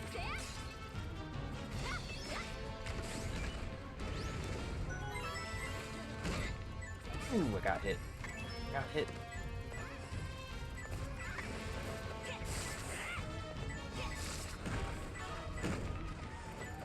Alright, so the secret about this fight is after you break the cocoons, you can leave the room.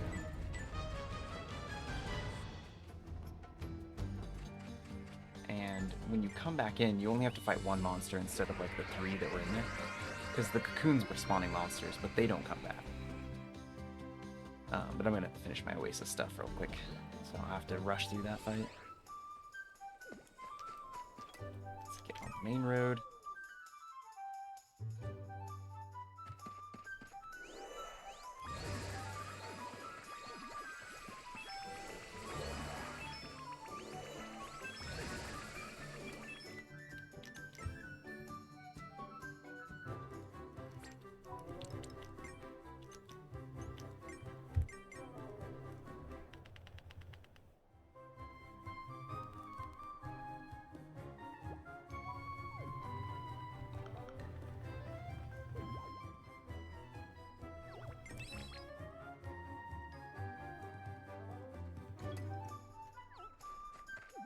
And now we're just hanging out for a minute.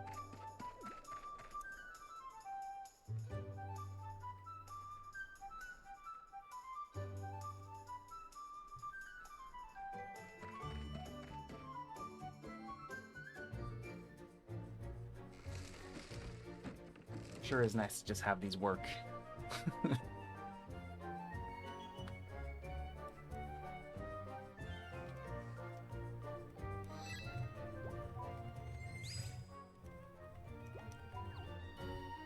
Alright, so before McClussel will actually join the Oasis, he's got a side quest for us to complete. So I'm just gonna go...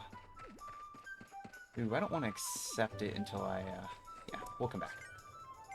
I don't want to lose my Aqua Gate.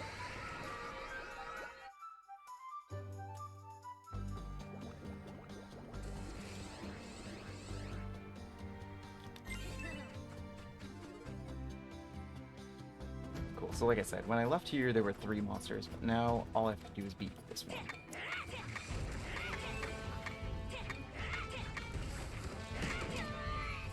How did you get hit by that?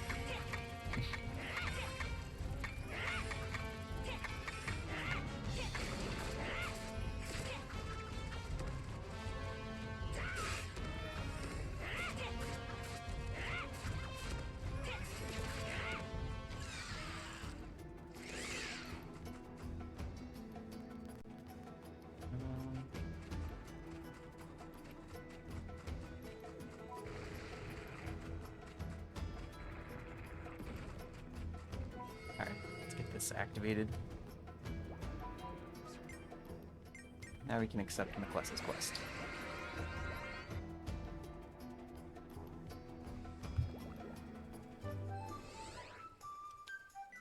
If I can find him, we'll see where he is. They're always like right here when they first show up, but then they'll move around. And he's still here. Right there.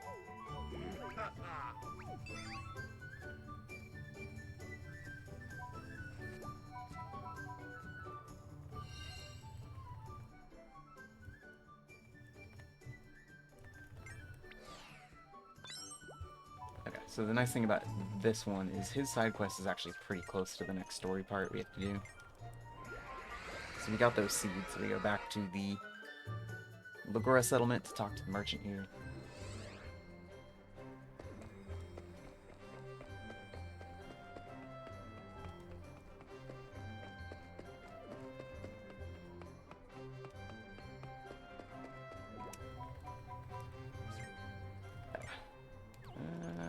This one. Sprite seed.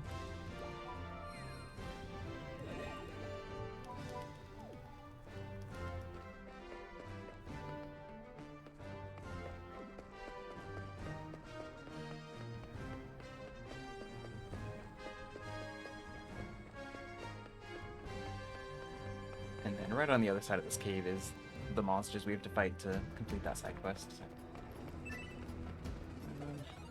That's right. It's not really a closer place than this.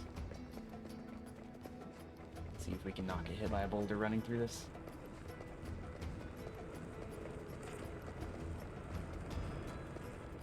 Yeah, good. Alright, actually let's solve.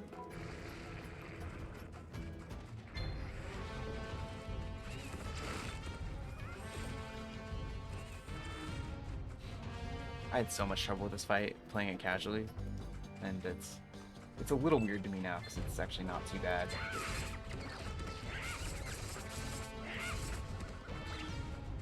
You just kind of have to keep your eyes open.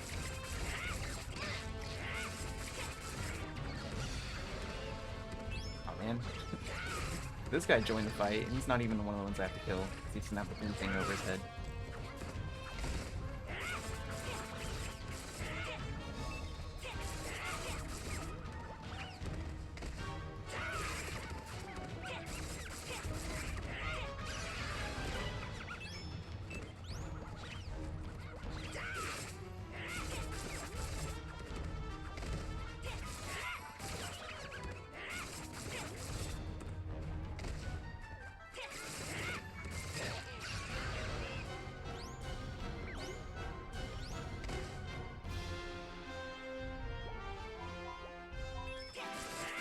Kill this dude since he's right there.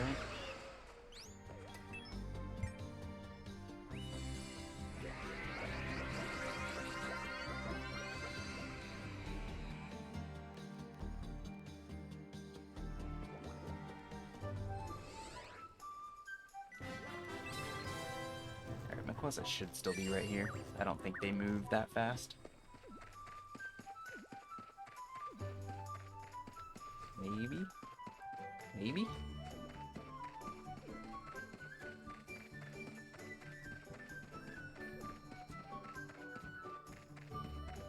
Oh no, he did. He went over here. Could've just looked at the map. There's a little blue thing pointing me this way.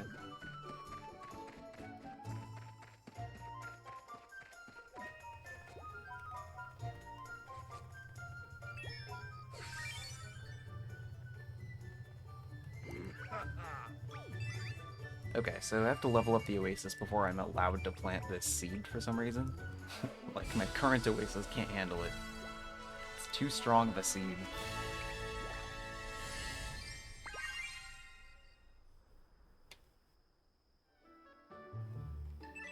So let's go do that.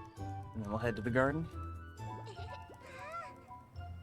So we need Oasis level 12 in order to plant it. So as you can see, we've got a ways to go since we're only level 8 right now. But it is nice to be able to group these together, since it's kind of a pain to come all the way over here.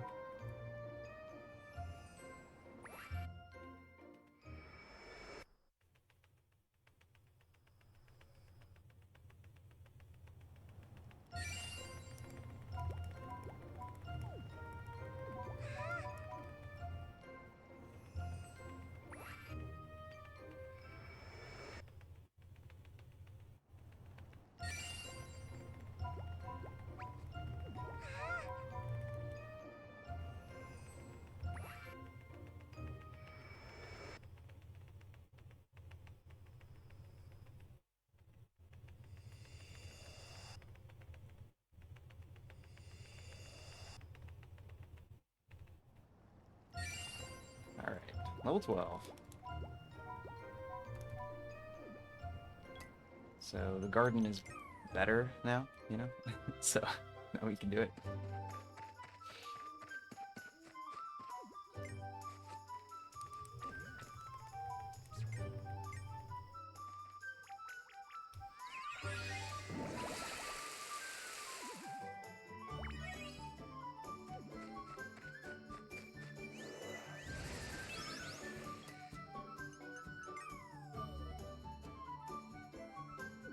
Alright, time for the Novelty Festival.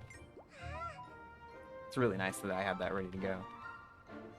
Usually I have to go do a bunch of more booth stuff right now, but I'm skipping all that.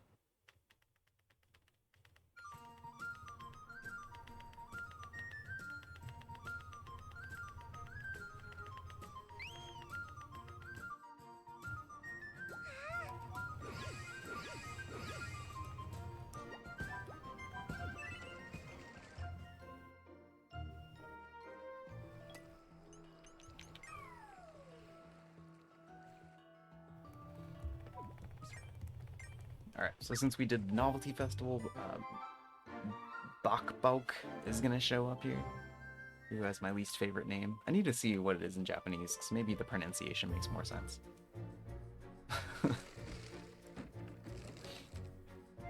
But we're gonna use him a lot. Like, we're gonna use him for the next couple dungeons. Bakbauk. I don't know.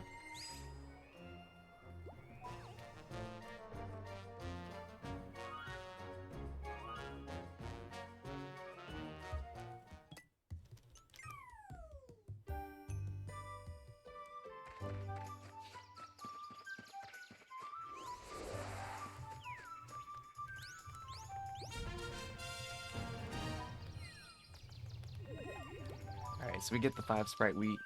That is the trigger that activates chaos again.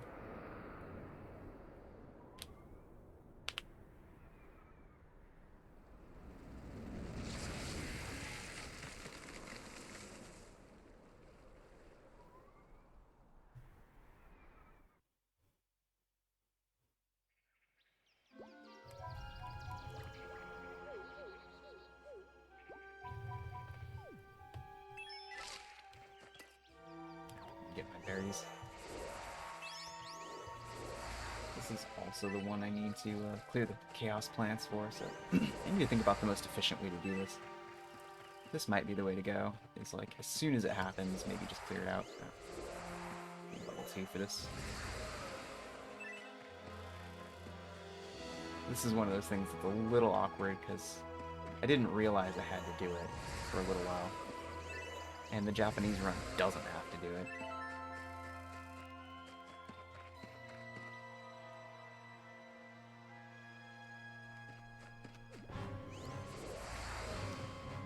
So yeah, as I'm kind of making my way to the front, clear out these areas.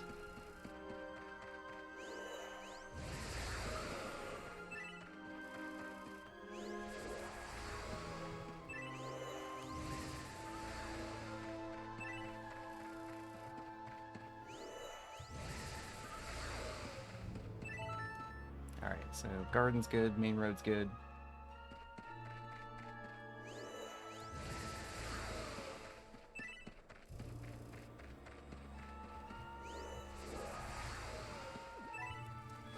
Plaza, talk to Bakbauk.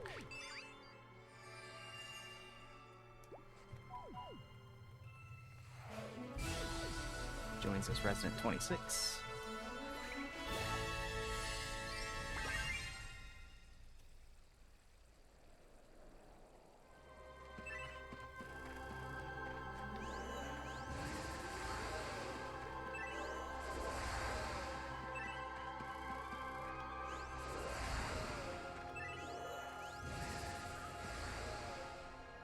We all good here? Okay. Just back road and the spring.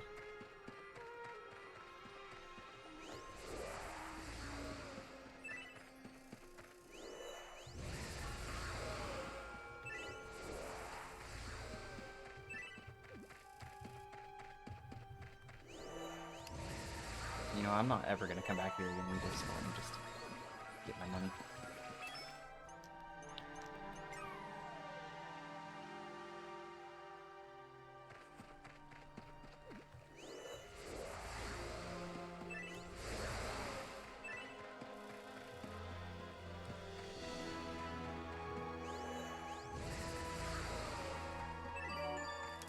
Okay, cool.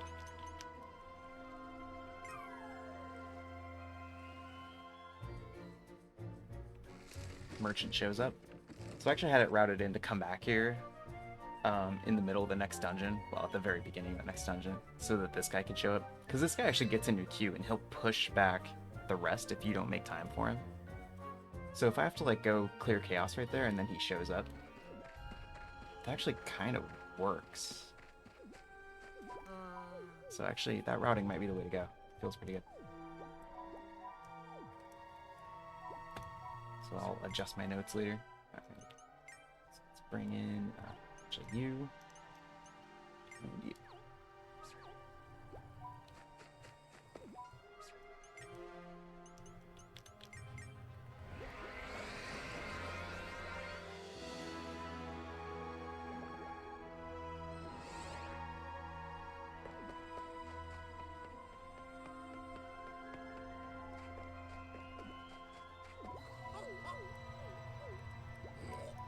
so we got the 5 sprite wheat. Can give us stone seal. How's that for a time save? And because I've already done some of the next split stuff, that one should also be looking pretty good. Whew. Okay. Straight to the Gate of Admonition. Let's go. I'm gonna save, because this is the part where the game crashes if you don't do it right. And I'm 99% sure I understand it now, but I'm not 100% sure. So we're just gonna save.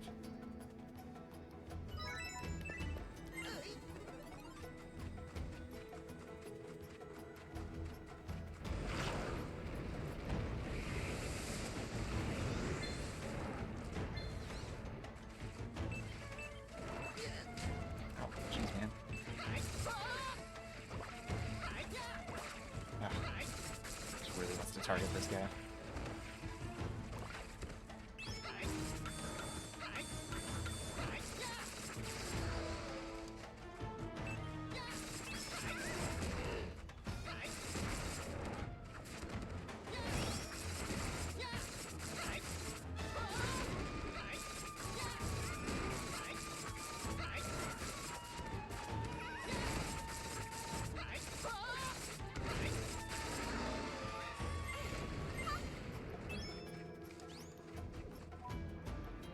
Put Teddy in front. Don't try to open the door with somebody who's not Teddy. You'll see the beginning of this cutscene, and then right here, when it switches back to the party, it'll crash. If Teddy's not in front. That's my understanding of this. But crash avoided. Let's keep going. Forgotten Forest. Alright, big dungeon. We already have the merchants, so that's one fewer thing to think about. Let's just go through the dungeon.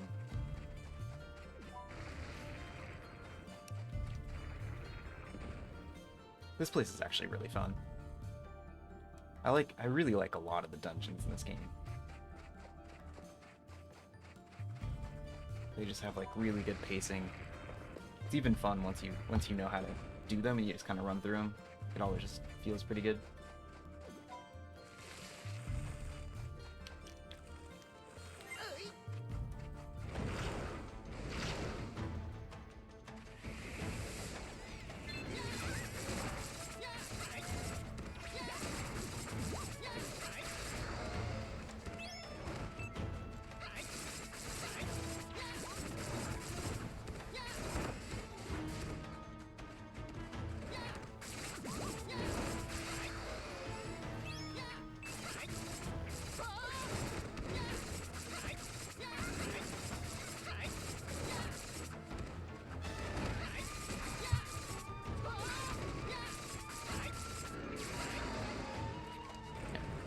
Yeah, we bring Bok Bok because he's extremely good.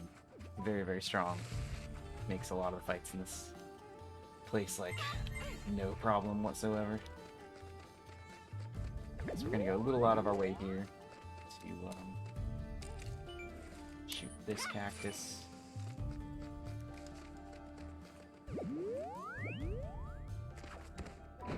That was close.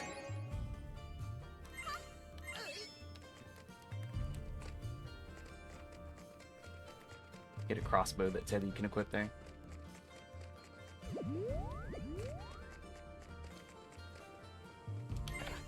No! Alright, somebody stayed up here. Thank goodness. Not everyone fell. Sometimes I get a little reckless with the balloons.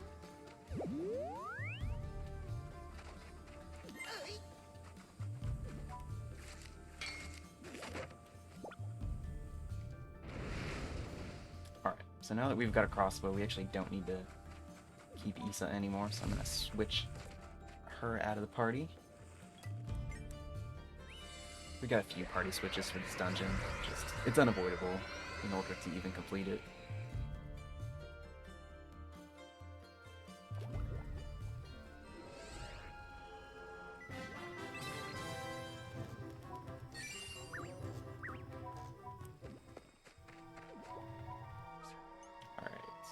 Equip the gold shot.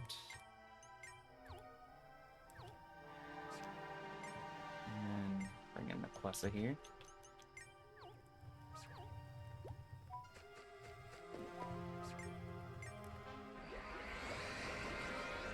So the nice thing about placing my Aqua Gate right there, as long as I did it right, is I should just be able to pretty much hold forward and then make it across here.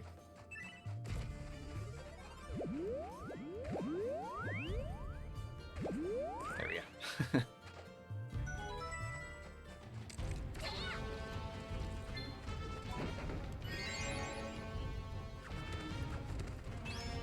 Alright, free piece of armor. It's right on the way.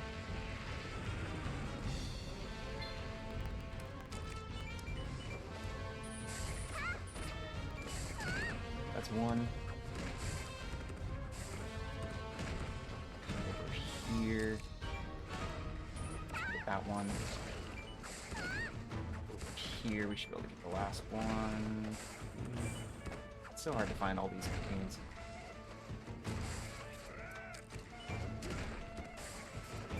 Is it? Oh, it's over there.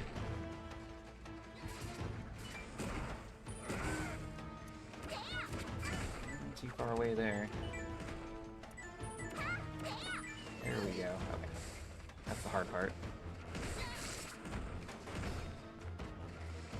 Casually, it takes you forever to get all these.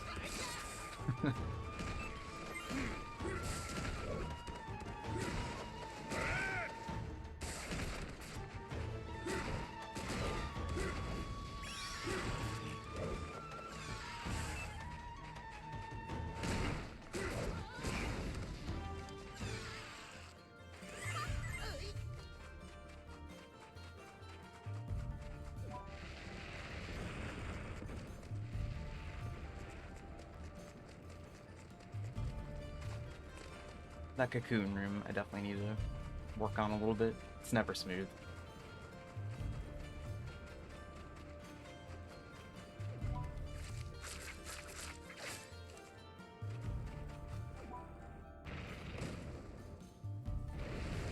Okay, and usually you can get back around without having to worry about the boulder.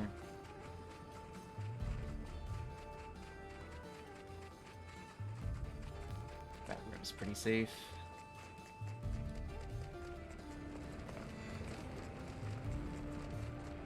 Here we ignore the monsters.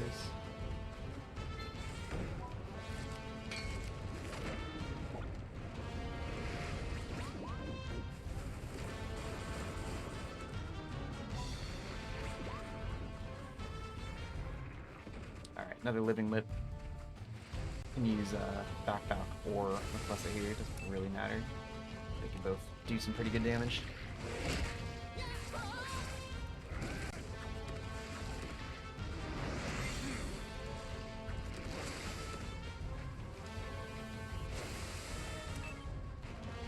Go back underground like it's gonna fool us into thinking it's not there anymore or something. Ah, got too close too fast. Okay, so it's gonna pop out and try to hurt me. Okay. Kind of want to finish the fight down by the bottom of the pit there.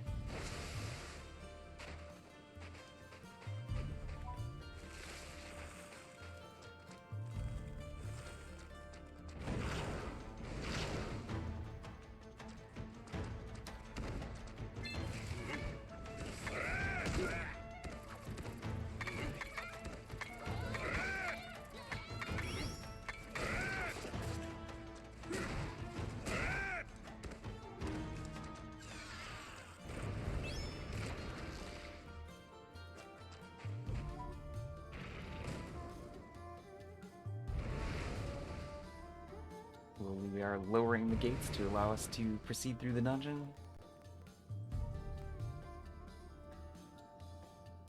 Sometimes with the speedrun, you don't always see all the stuff we're doing to progress, especially in the dungeons, because I'm just going on to whatever the next actual thing is. But casually, you'd kind of have an idea of what you were trying to do or where you needed to go eventually. Alright, and then it's kind of a good idea to use this just to get the HP refill. I don't ever actually need to use that warp point. But we've got a pretty annoying fight coming up.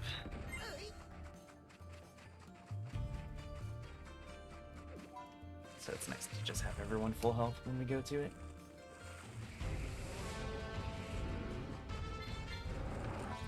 I actually want Teddy for this room.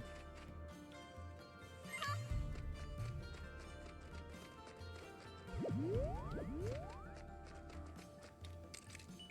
gonna crossbow that one.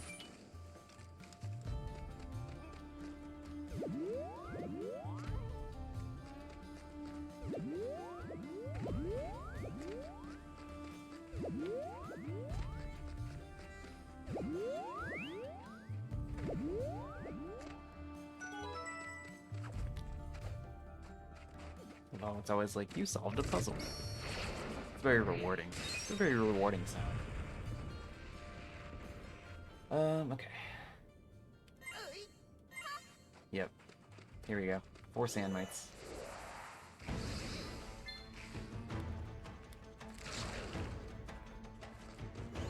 Really, really important to have the class up for this fight.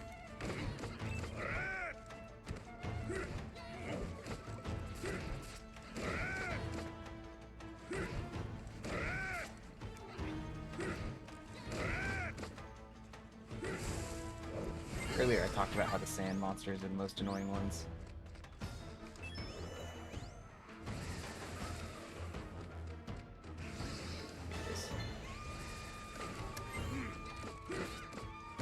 This is no exception.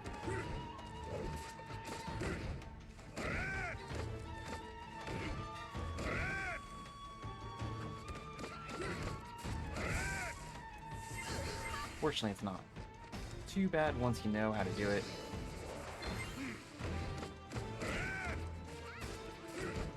I actually need to blow the sand pile away before he runs over and regenerates from it. Even though it spawns that guy, he would regenerate and spawn that last guy. Which is like really annoying.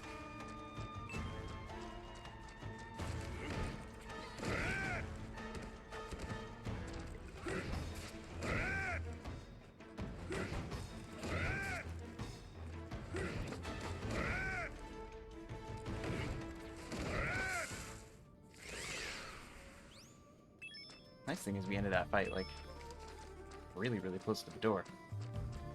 Actually went really well. Definitely the best it's ever gone. Alright, time to change party again. In order to get through this next room, we need Leaf Wall.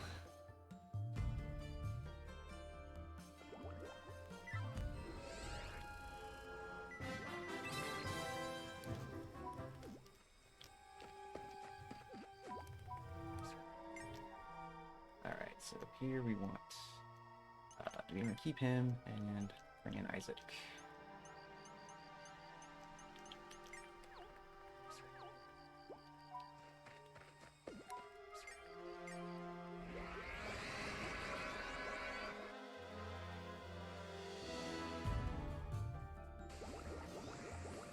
So next couple rooms actually we need Isaac for. You don't like need him for this one, but it's a lot easier with him. I tried to do it without him on my first speed run, and it was just like I literally lost like 3 minutes in this room. It was absolutely absurd. See, you bring him in, he can leaf wall up here, and Teddy didn't need to get hit by that. Hiding behind this. Oh, that didn't work.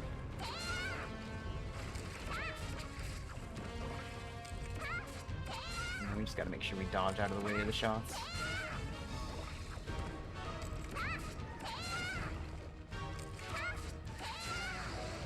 Very nice. I'm just gonna wait for this one to go by.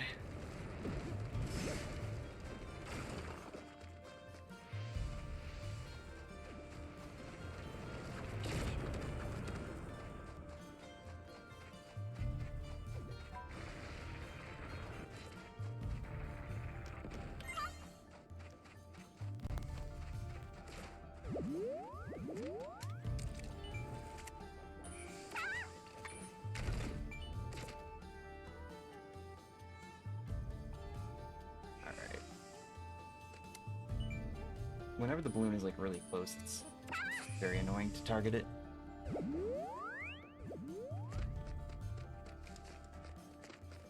Alright, don't whirl that sand pile, like I always do. Whirl this one. This is the correct one. That one's got a monster under it.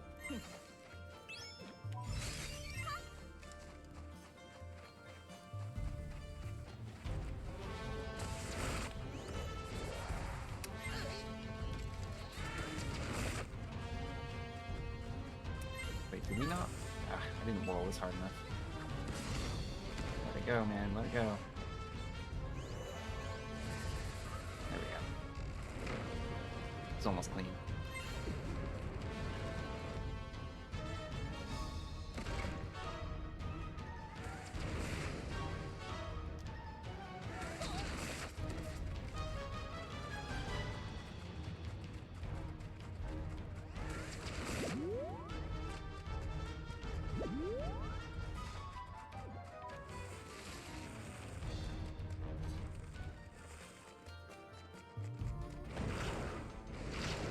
Hey, in all these hours. Good evening. You doing well?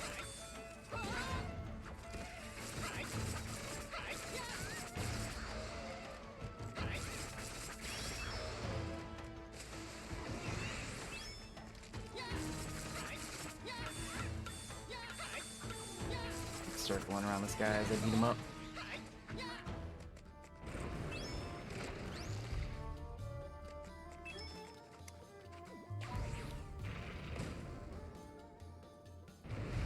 Alright, so that door is finally open.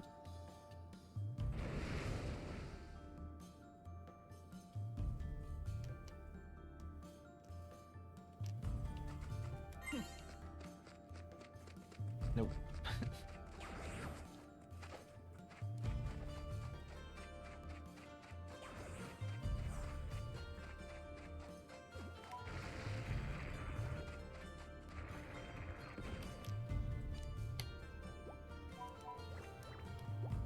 Alright, Isaac is here, so he gets to give us the lore.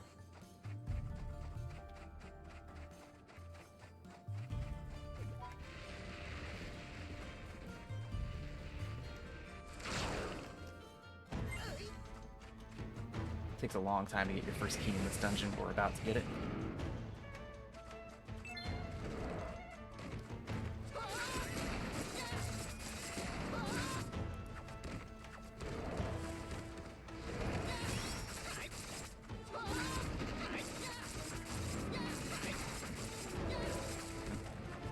Out of the way of that.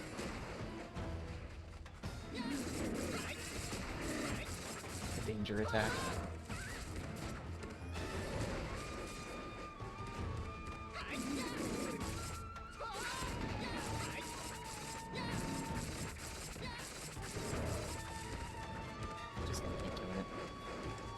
Annoying.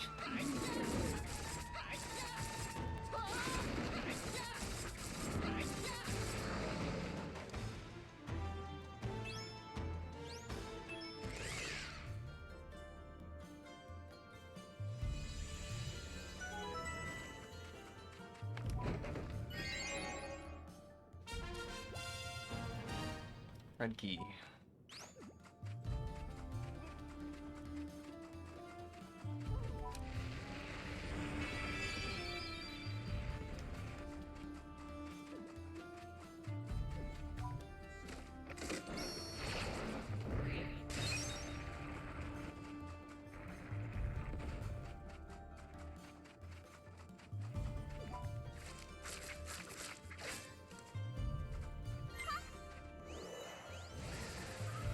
Alright, so you just whirl this device and a pit appears. There's nothing too much going on in that room.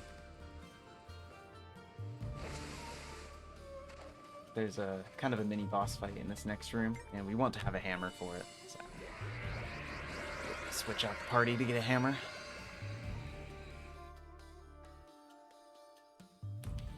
We do need to keep Leaf Wall, because there's one more Leaf Wall puzzle before we can leave. So we're just going to switch out Doc Balk for a minute.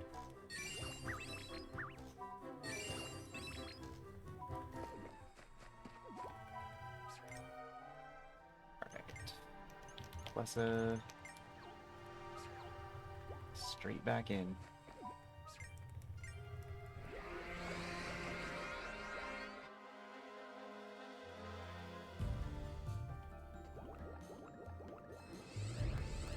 But yeah, this is kind of a cool little boss fight.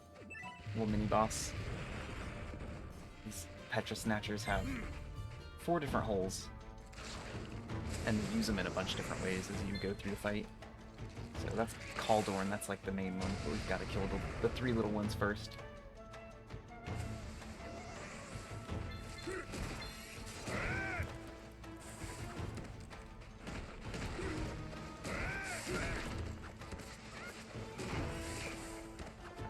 Don't want to get hit with too many boulders here. Well, I hit that guy, it's alright. One's gone. Finish this one off first. Is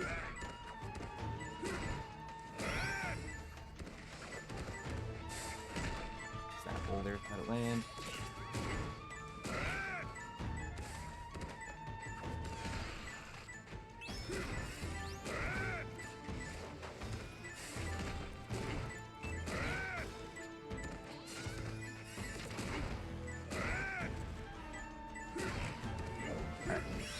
That's actually the more dangerous part of the fight. Caldorn here mostly just hides from you. Her attacks are like pretty easy to avoid.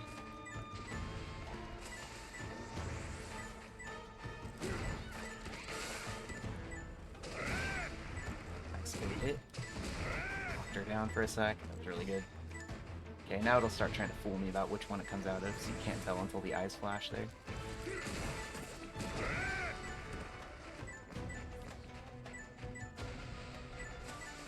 It's usually the one furthest away from you, though.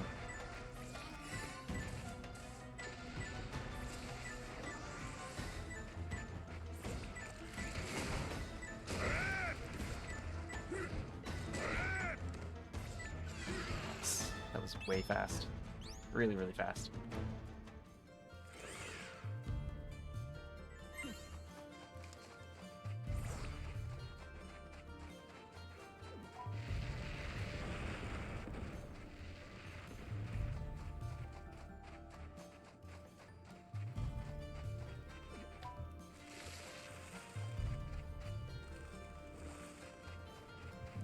This way first. Alright, leaf wall right here.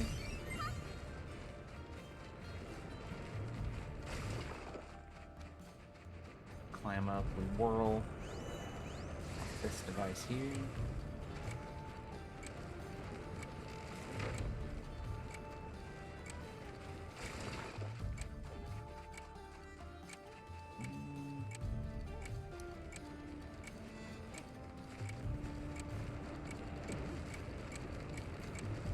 Wait for the rock. Basically.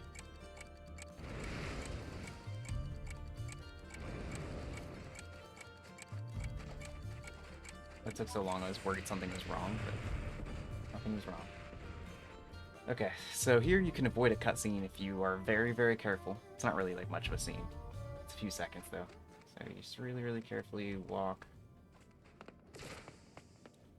here. Okay.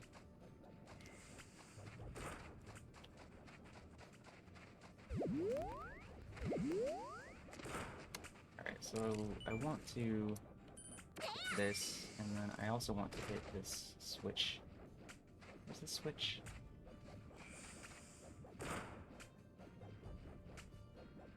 North wall. I think that's over here. I don't see it. Ah! Activated it. So you have to like not fall in the middle of the room or walk in the middle of the room. It tries to show you the puzzle, essentially. And you can avoid it showing you the puzzle if you like avoid the middle of the room. It's obviously like a really small thing. There it is.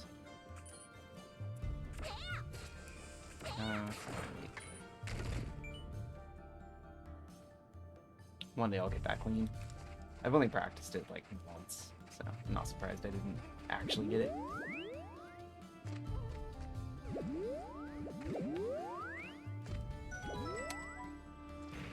It's not like a big deal, obviously. Seconds.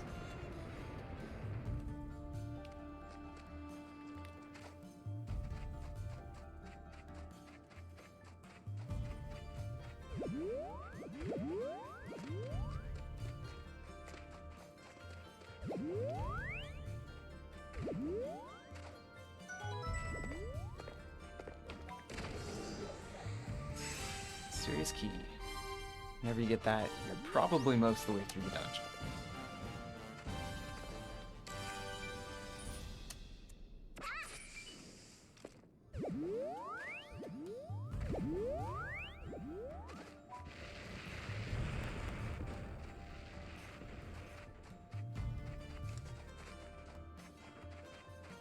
Alright, so we are at the end, where you're going to get a better party to fight the boss with.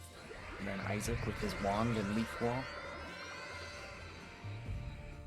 This boss is weak to blades, so we definitely want to have some Bok Bok here.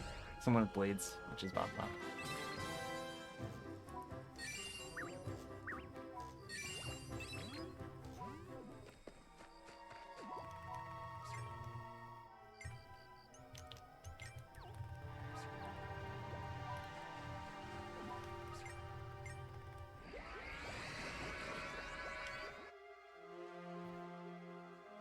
This is one of those fights where you just plan on using at least one Vulnerary and one Oasis Revive, just so you can stand in the right spot and keep hitting him. Get as much damage as you can before it moves on to the phase where you can't damage him again.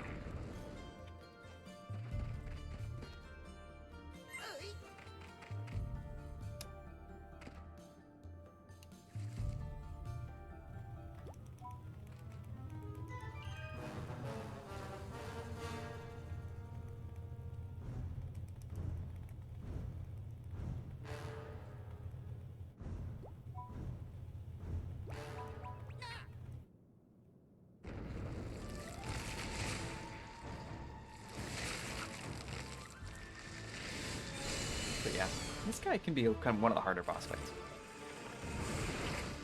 Those whips are pretty hard to get him to do what you really want him to do.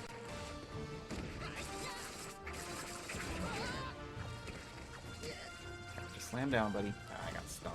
So annoying.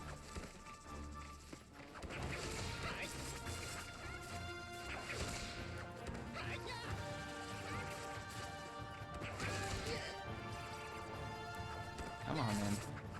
It's really stuck for a minute there.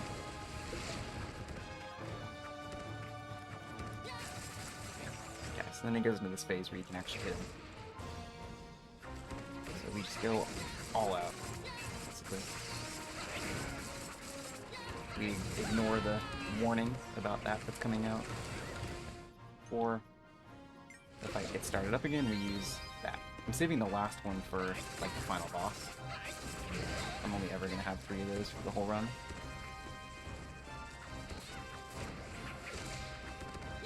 Now we're slowed as well. Getting all the status effects here. Even being slow, though, that was a lot faster.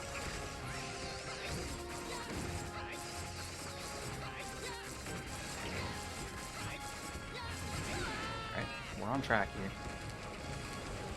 So, sometime like during this phase or I don't know, soon, we'll probably be using that free revive. It's nice if we don't, but I'm kind of planning on it.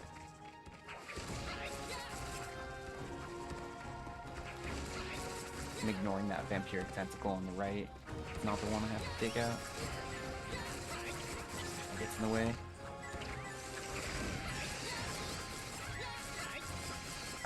Alright, come on, man. Hit him. Nice. Got him right before the end of that cycle. Alright, that's about as fast as you can really do it. You can't do too much better. Much better than the Scrimpian fight earlier, for sure.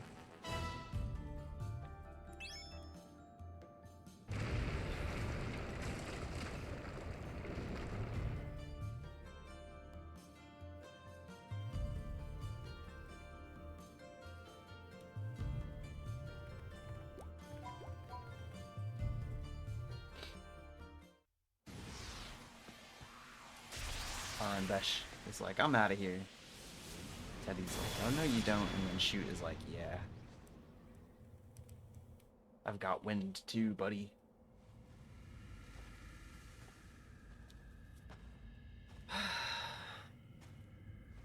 Alright, this is like the middle of the run cutscenes here. We've got this one and then another even longer one once we get back to the Oasis.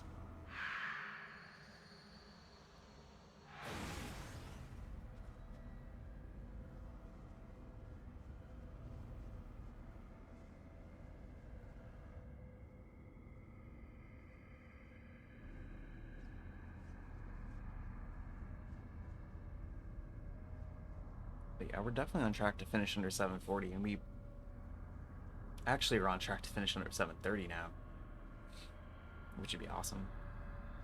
I knew I was gonna get like a good time save from all the work I did over the last week, but I was trying to be modest about how much I thought it was gonna be. But we're gonna hit this split, save another 5 or 6 minutes, and yeah, we'll see how much we can save on the Eye of Truth split for sure. The Eye of Truth split is basically finishing up all of the rest of the residents in the Oasis. We've got 7 more.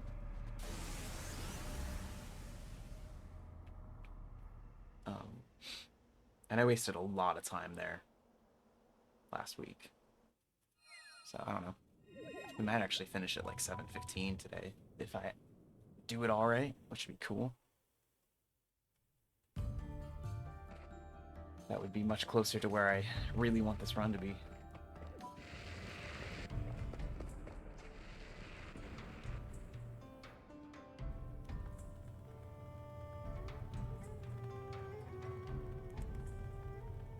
So if you bring Saul into this dungeon, he'll talk quite a bit about how the Forbidden Forest was like built by his dad, who was trying to like make a nice forest, but then it got taken over or something. So another one of those reasons why, just like with the Ocean Acropolis, how we didn't bring Levi, but we brought Reuben instead.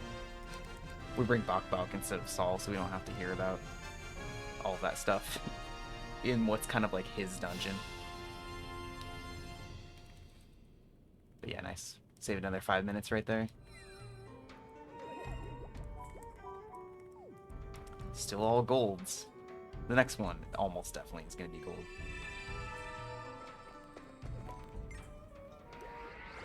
Oasis level 16 is kind of an awkward one, because you can do a lot of Oasis level 16 stuff before the Eye of Truth or after. So I don't know how I feel about that split, but whatever.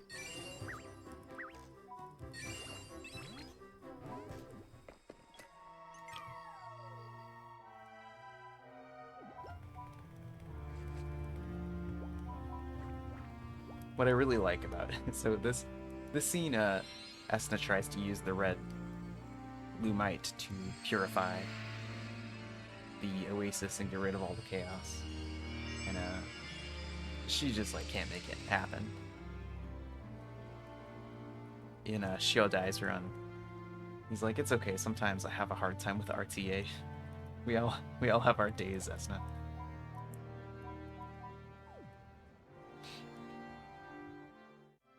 Which I thought was pretty funny. Sometimes I can't do the RTA.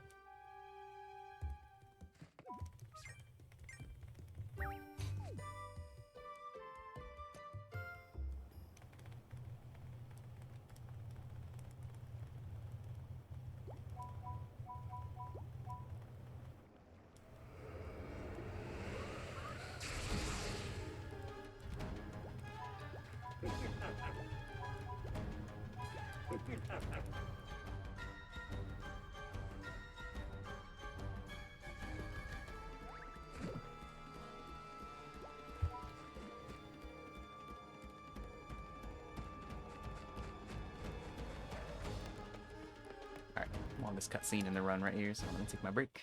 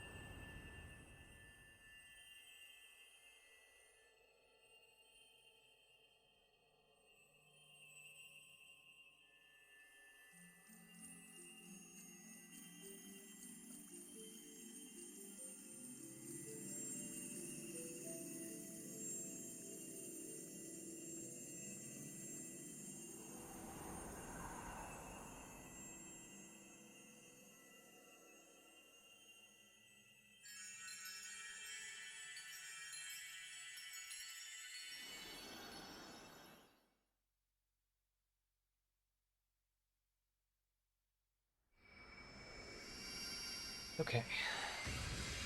Really a pace here at 4:20. I'm thinking about 10 minutes behind Shodai's time. 10, 15 minutes.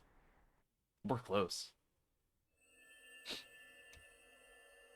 It's like almost sub 7 pace. I think it's just not quite. But 7 hours is the goal. We're going to be really pretty close to it today if everything goes okay from here. I will say there's 2 more really finicky recruits coming up. So we're going to see how they go. Some of the hardest Oasis timing to get right coming up here. If we can get the next 2, then I'm not really that worried about all the rest.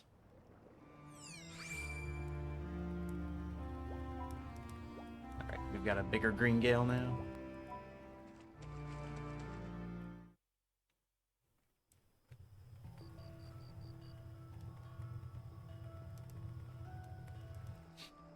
Gotta do a quick water spirit chat by the spring.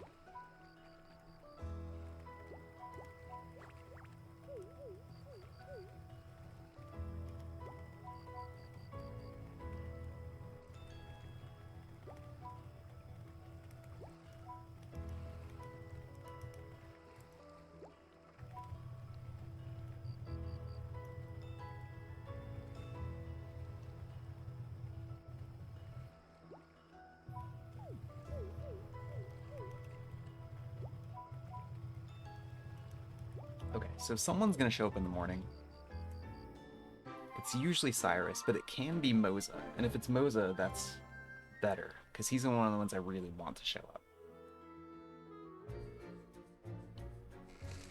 I've had it be both right here. I don't know why. Looks like we're gonna get Cyrus today. So I don't care about... Wait, is that...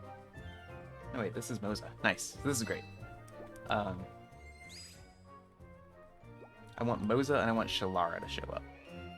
Cyrus shows up around here anyway, but I don't want him. So the fact that we've already got Moza is really, really helpful.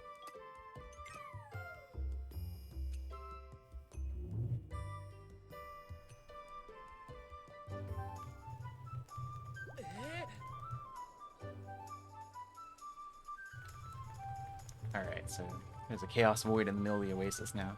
We've got to do a whole bunch of stuff before we can get in there. Face the final boss. We have several dungeons to go. But we won't be seeing Shoot again for a while.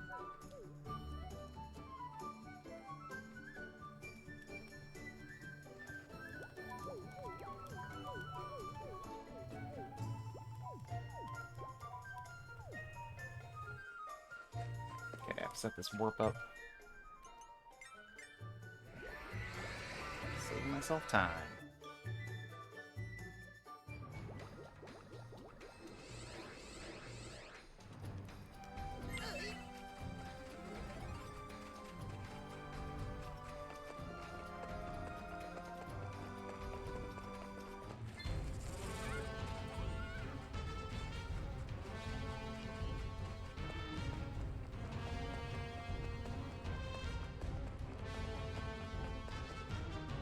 So now that we've got the level 3 wind, we can finally get to the other side of this cave that we were able to access at the very beginning of the game. And visit the last settlement.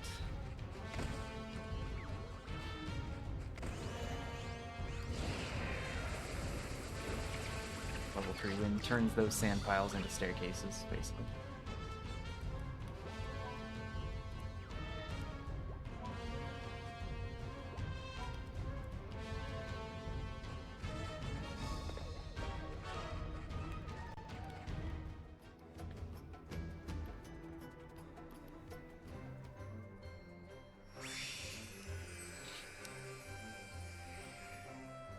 So it would be really nice if Cyrus does show up at 10, because that makes it a lot easier for Shalara to show up at 2. And if we get that one, then we're basically good. I mean, assuming I don't mess up the later ones. But they're not quite as hard as these first couple.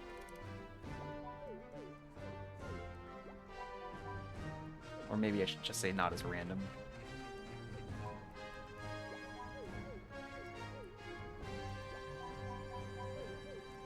Alright. Dralk Elder has a lot of attitude. But she also gives me some stuff to make a sword. That's nice.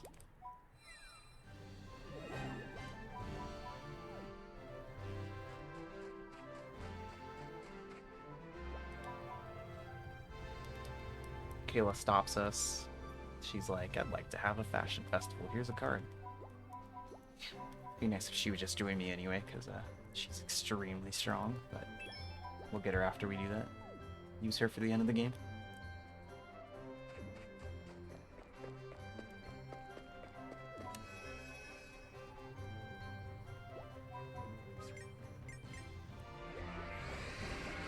Alright, so we're going to do a save here, so that if we do not get the 10 a.m. person, I can try again.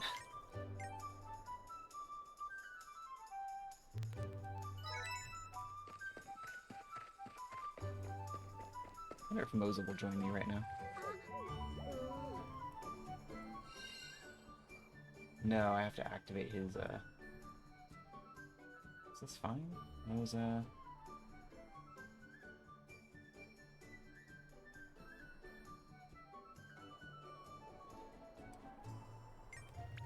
Yeah, it's fine. I can just get this activated. There's no reason not to. Had to think about that one.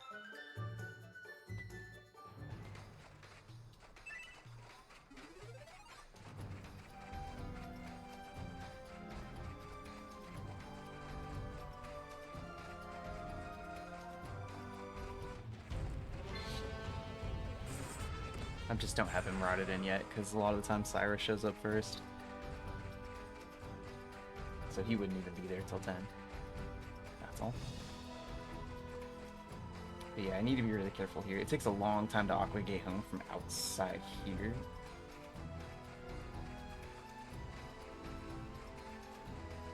Too early. So let's just get home.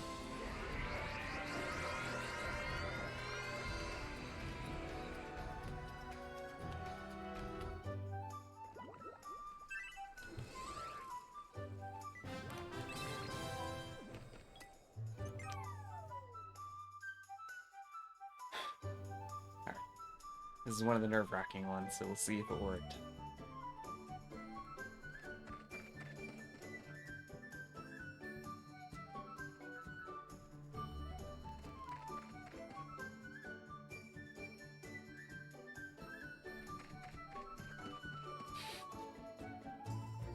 Okay, okay. Ah! Why is this game like this? Okay, Cyrus is here. We don't actually care about Cyrus. We just need him to get out of the way. So now that he's showed up, he's out of the way. And Shalara can show up at 2:10 p.m. today. So we are good.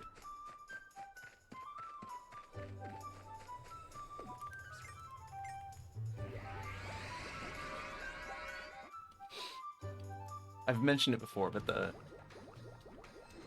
Japanese run in his marathon run, he loses like 15 minutes there. No joke. Like trying to get that guy and the next one to show up on time. Well, not that guy. The guy who actually showed up at 6, but they switch around. Anyway. It's just a relief to have it work. Sometimes it just doesn't.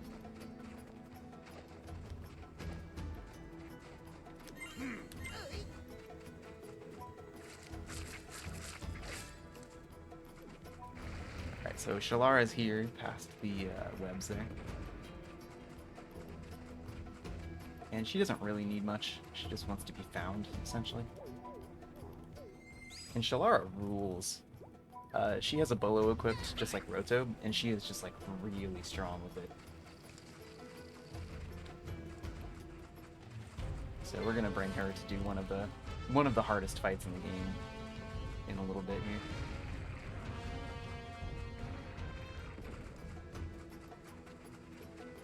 Alright, that activated. Again, I'm just gonna save in case she doesn't show up, because I really want to see her show up here.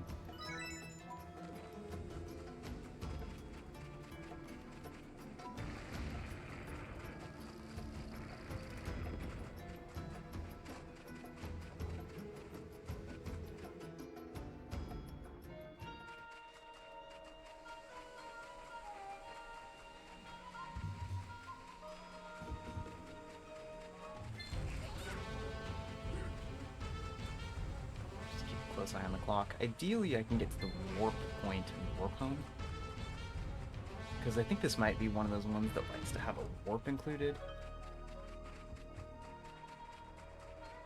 But we'll see.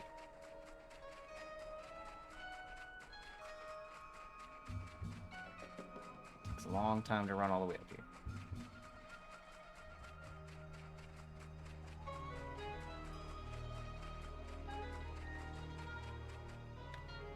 Fortunately, I know I have until 2:10 at least.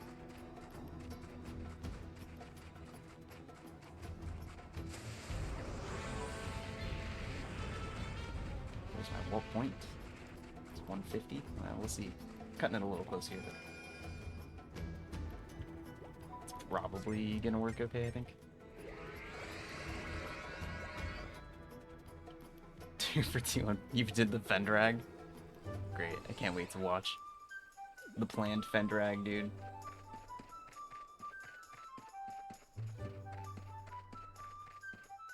GG. What was your finish time?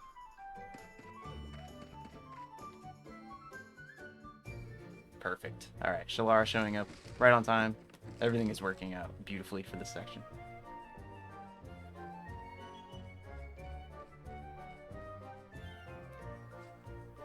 $6:48.55. Yeah, great for a race time, man. GG. It's awesome. He said he'd give you 20 subs if you won on first try with Fendrag. He just had no idea, huh? Alana, Naklessa. I can talk to Shalara right now, and she should join.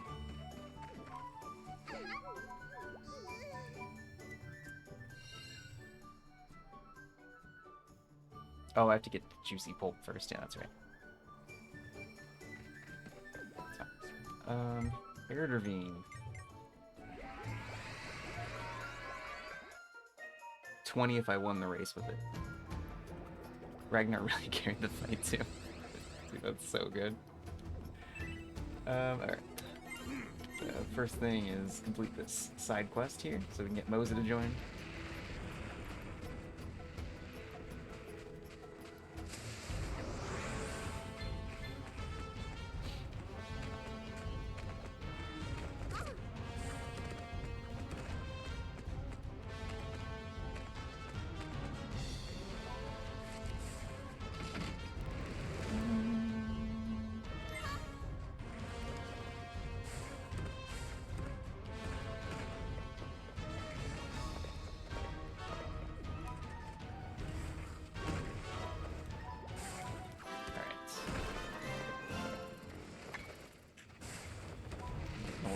Monsters in here.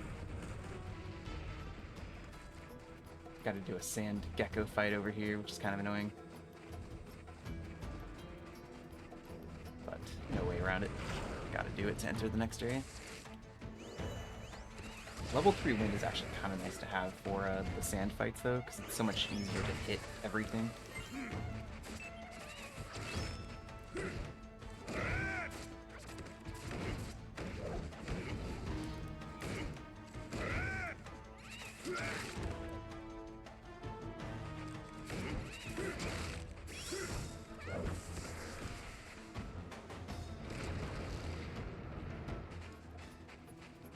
Alright, so while I'm out here,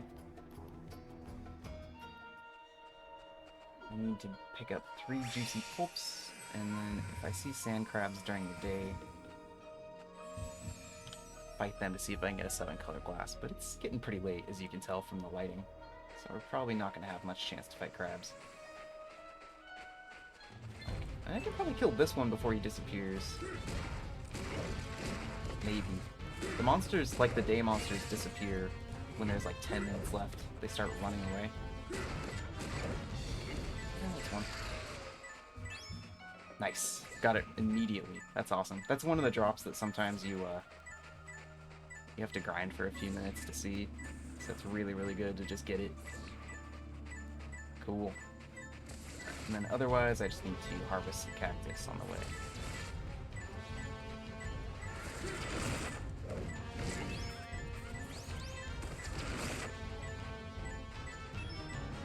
We need 3 of those juicy pulps, so that's 1. And 2, nice.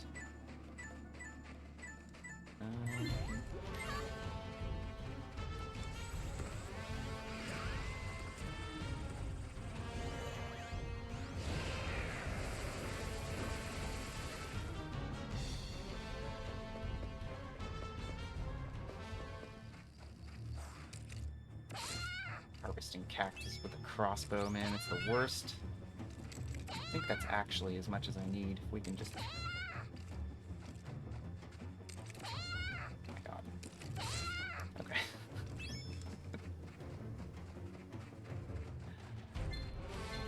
Anyway. Still was actually very efficient, but that was fun.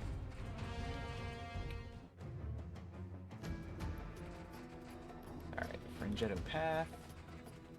So we have to fight these 2 guys right here.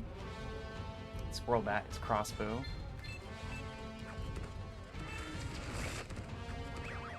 You just want to stay the heck away from that attack.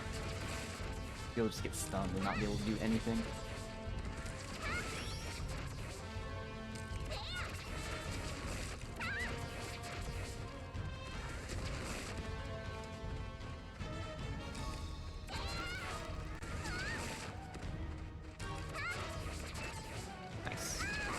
Take the death here, free revive so we can get the character who can actually fight the gator.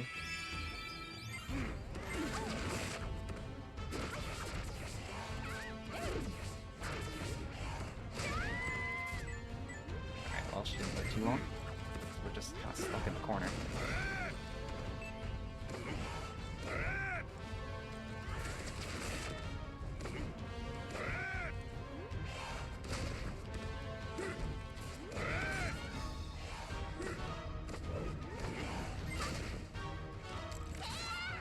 Better off using the crossbow here, actually.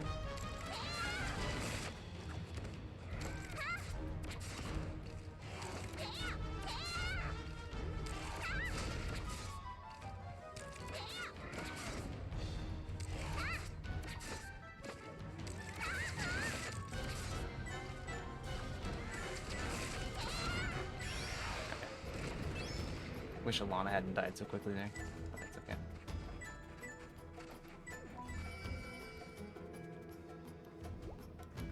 Okay, and then before we leave here, I'm just gonna get ahead of things by shooting this switch. Oh man, I did have it lined up. Thought it didn't have the right angle and I closed it. Alright, that's half of what I need to do to be able to leave here later. I need a Paraflower character to finish it, but we'll come back with her later.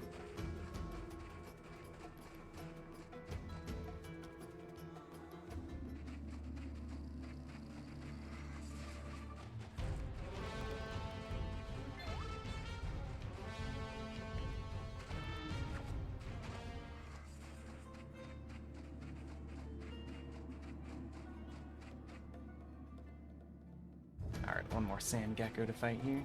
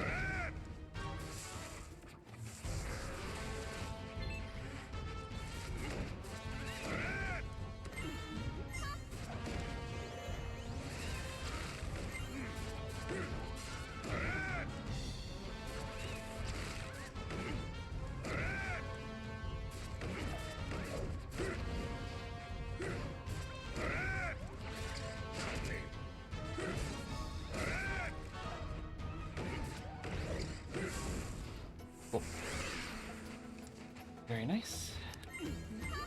Alright, we don't actually want to talk to Zach quite yet. Just because we're kind of controlling the order of people here. And I want Shalar to show up first. Let's wait the warp point. Let's go home.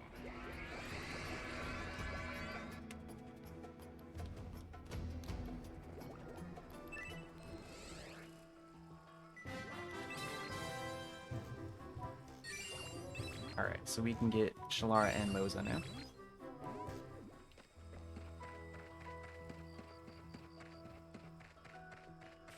Of course they're not here.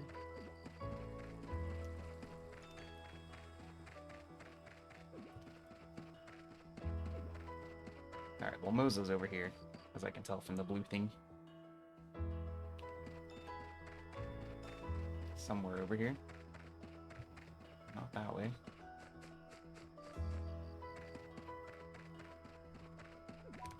Okay, well, here's Shalara too, so they were both in the same spot. That's nice.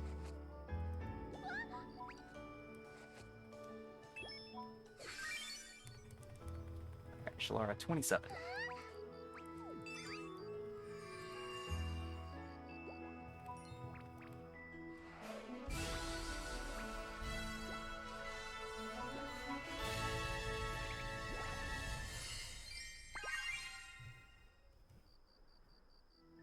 You'd actually done most of the work to get the next 3. I don't want to talk to Cyrus. I don't care about you. Cyrus and Moza look too alike.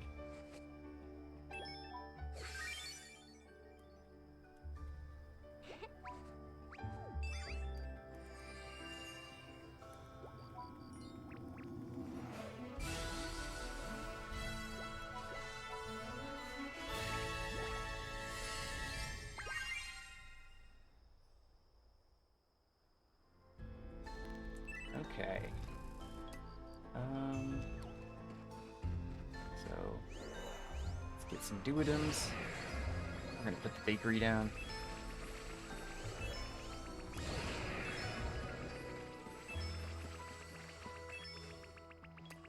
I know. No love for Cyrus. Dude, Cyrus he just gets in the way and he needs so much before he'll join the Oasis, you know?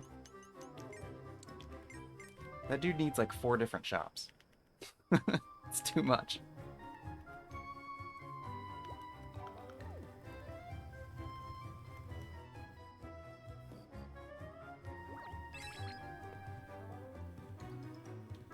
Right, now that we got a bakery, I'm just gonna sleep until 6 and Raraku should show up.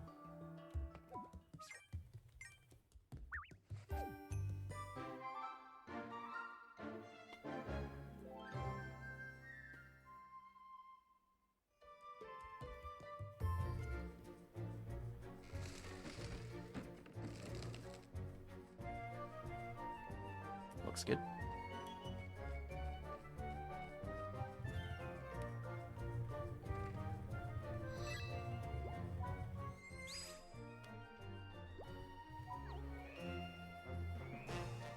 Raraku is reasonable. All she wants is a baker. Alright, I need to start filling up my fashion festival card.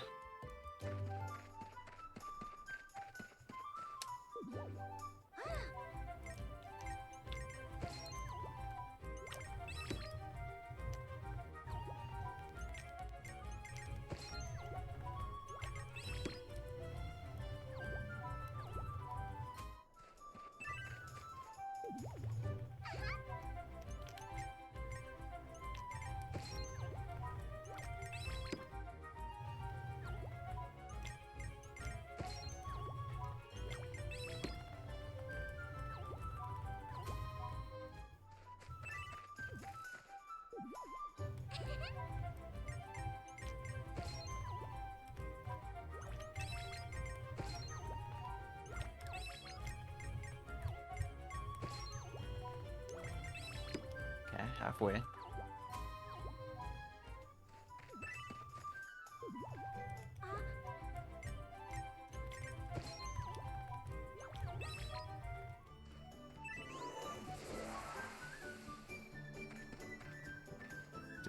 thing I wanted to get from that.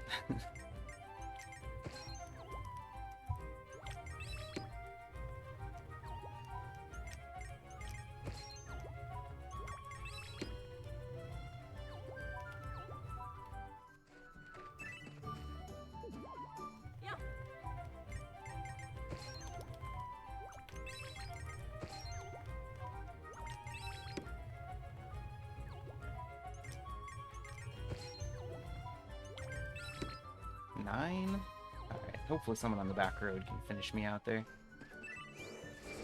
See if there's a petrified... No, just a healing fruit. Okay. If I had a petrified branch, I could finish out the last stamp from the pinwheel shop there, but it's not gonna happen. Go to the sash shop instead. All good.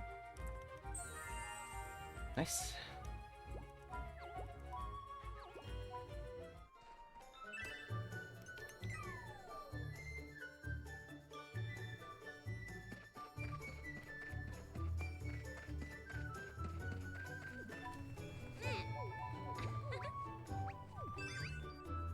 Rawarku is here.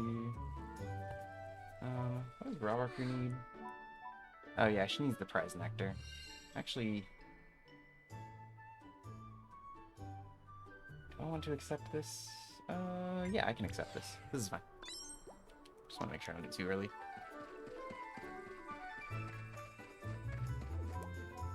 Alright, so form the party here. Make kind of a weird party. We want Isaac and Sakina for this one.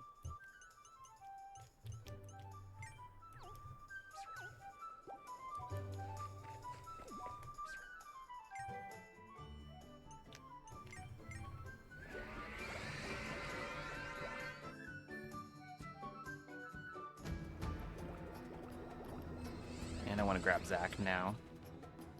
Be happy if he showed up. I need to update my routing because I actually have it pretty awkward when I talk to Zach, but this is the time to do it.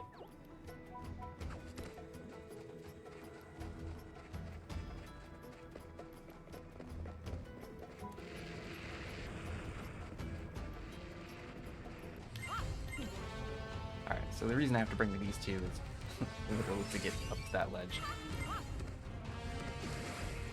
Some with leaf wall and some with pellet. So that we can do this. And then we'll bring some good characters back in.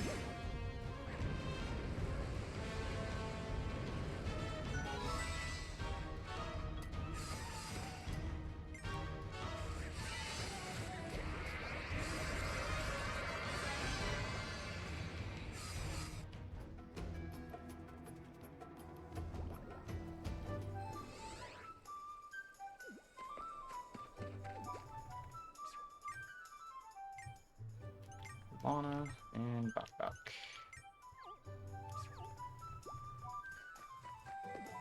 Okay, so this is a little out of order, but we're gonna go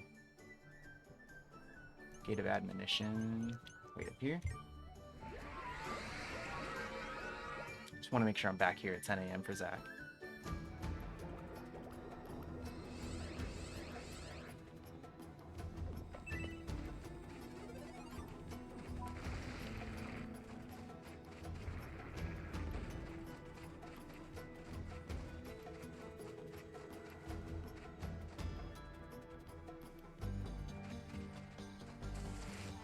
So we're just going to do some overworld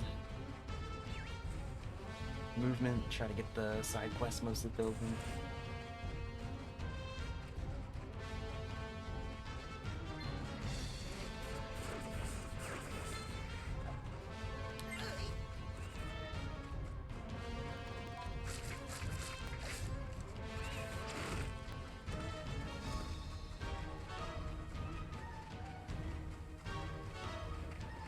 So before we actually try to fight anything here, we're just gonna head back to the Oasis so we can be there for Zach.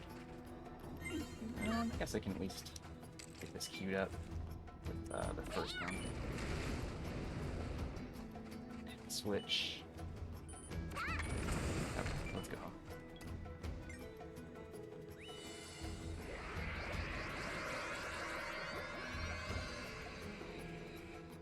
push that a little bit. Hopefully I don't miss it. No, 950. We should be okay.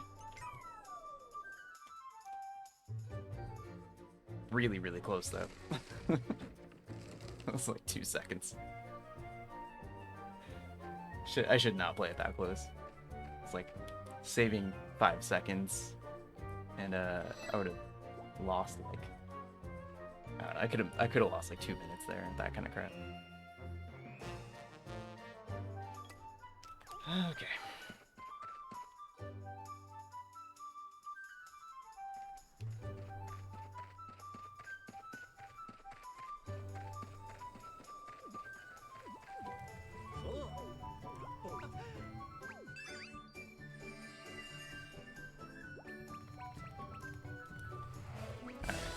Zach joins.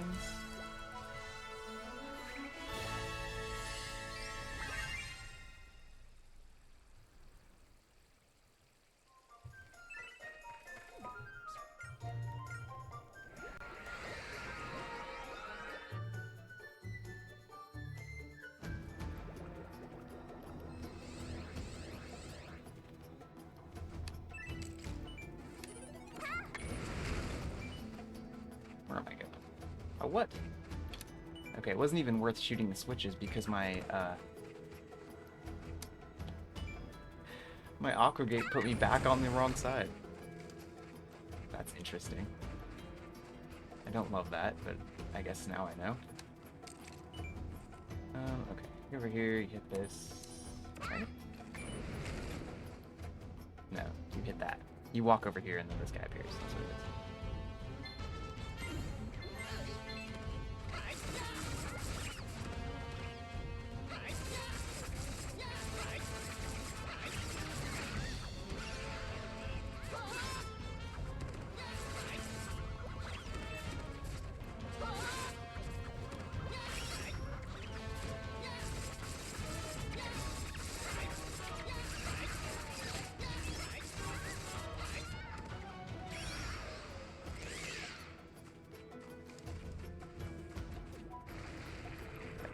This is the bat.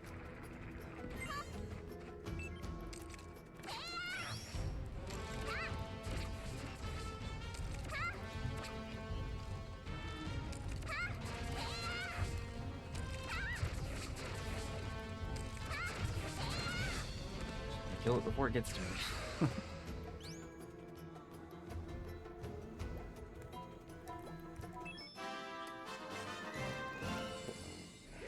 For Raraku's quest.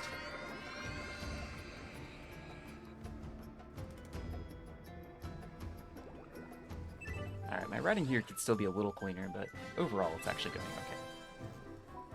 So let's talk to her. She's on the main road.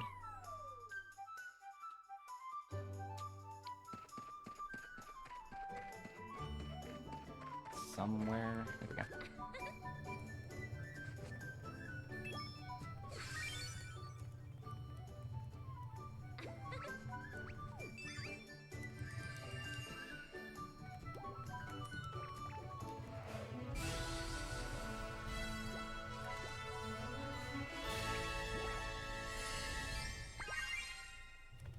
Resident number 30, only 3 to go.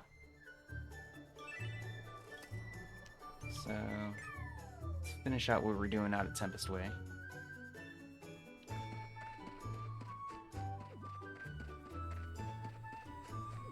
Is that a Binky? Yeah, it might be.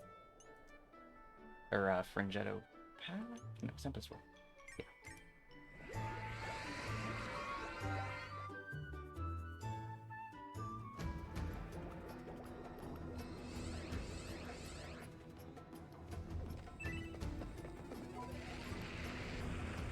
Either that or a girl with a mustache, yeah. Yeah, she's one of the weirder looking ones, who knows? It's hard to know for sure.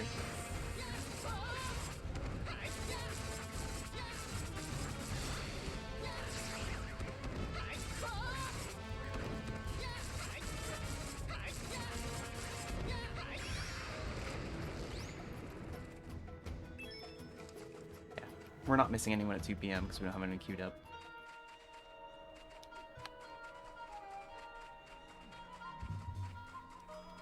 Okay, so we don't need to fight any more jewel crabs because we already got the 7-color glass.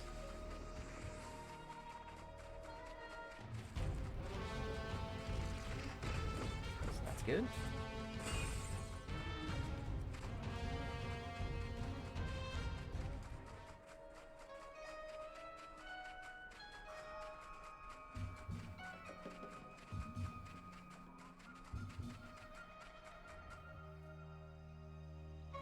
Alright, so this is kind of a weird fight. There's this one bomb that you can use to fight these guys.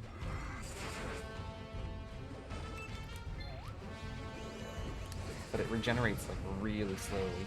Ah, didn't quite get there. So for the most part, you're just using the spear.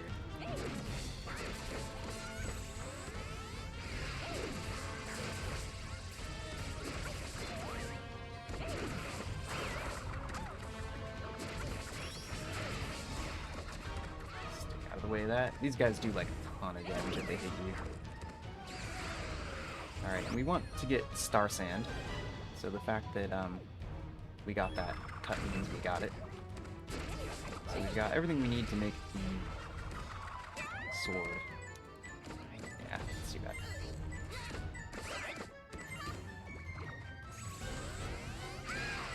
I wanted to get hit there, so I'm gonna use my revive here. Just so we can get our spear back as quickly as possible and finish the fight.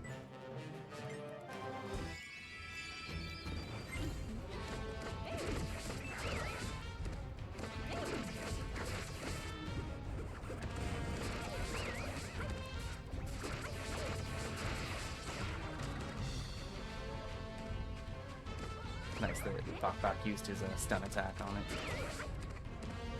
There we go. Get the warp point here.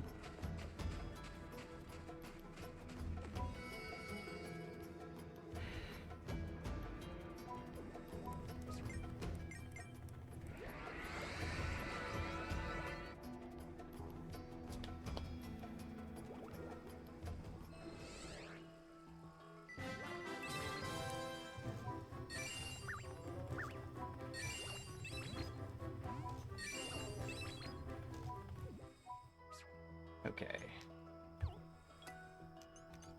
Let's make the sword.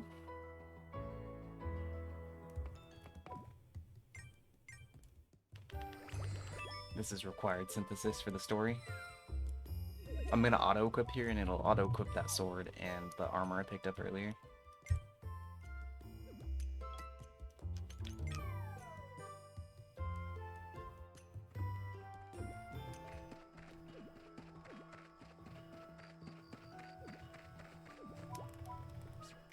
And then I need someone with Paraflower and a hammer here. So, get Zac. And Carlotta? Yeah. Loric. Oh, no, I want Shalara for this. It's not Shalara. She's way cooler than Carlotta. Where are you?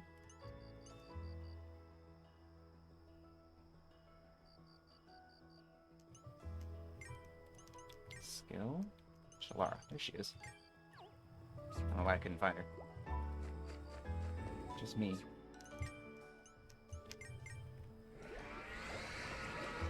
Alright, we are almost the Eye of Truth, which means we're almost an hour ahead. Whew. Yeah, she's so cool. She's gotta wear shades, exactly. She is pretty cool, though. Shalara's one of my favorites. I really, really like her.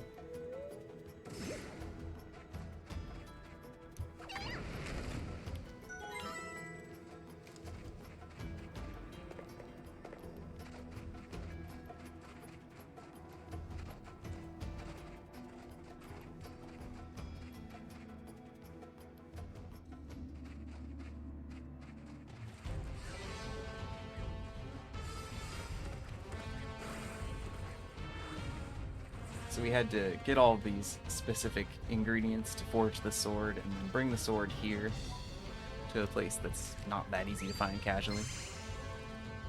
Raise the sword up in the air. Activate this thing. Get the Eye of Truth. pretty good gold split. That split was a disaster last week. Huge disaster, as you can tell. 22 minutes.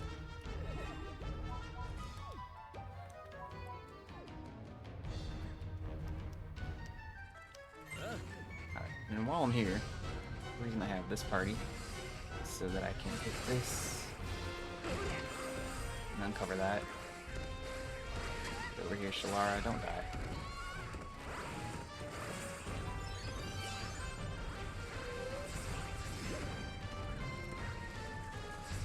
In this chest, we get the Sacred Dart Shot.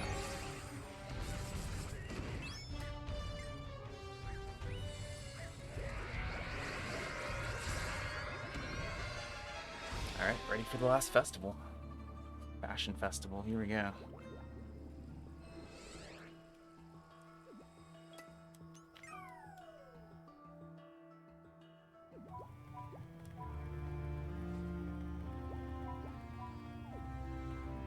Of course, we have to level up the Oasis a whole bunch of times, of course.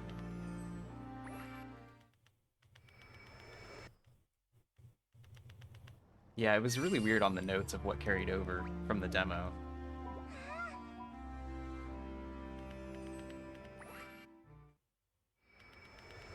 It seemed to be kind of random sort of stuff that you get. Like, you get to keep the monsters, but not any of their stuff. Yeah, exactly.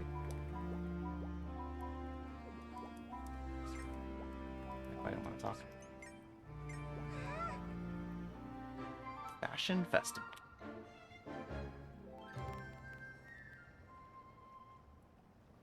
Alright, so we got 3 residents left to get. The Fashion Festival makes Kayla show up in the morning, so she's like free. And then we've got Aslar and Amshell to convince to show up at 10 a.m. and 2 p.m. Hopefully we can get it. This one's a little tight. I think it's okay. To be fair, Amshell just comes because of shop, so she's easier.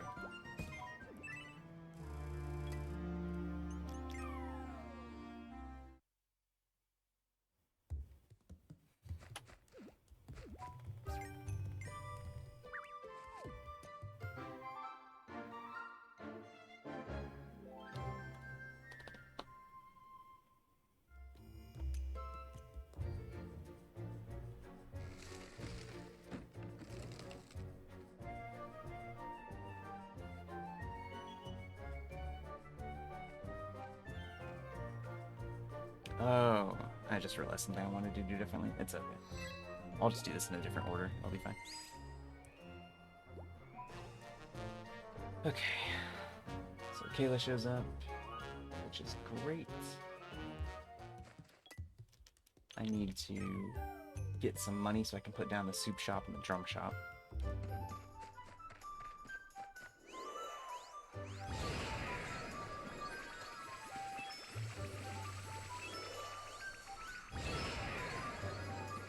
$11.40, so that's enough.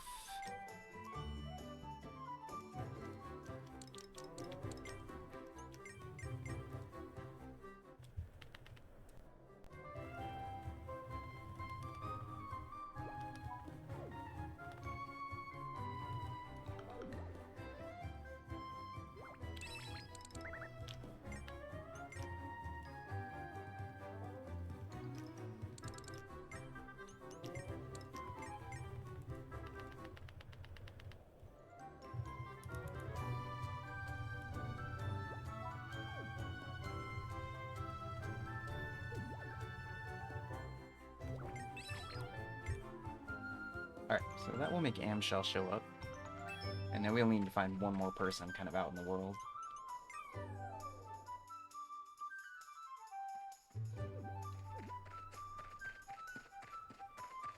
So let's just go get him queued up before I get into this really long fight that's coming up. I'm gonna go to Fringetto Path.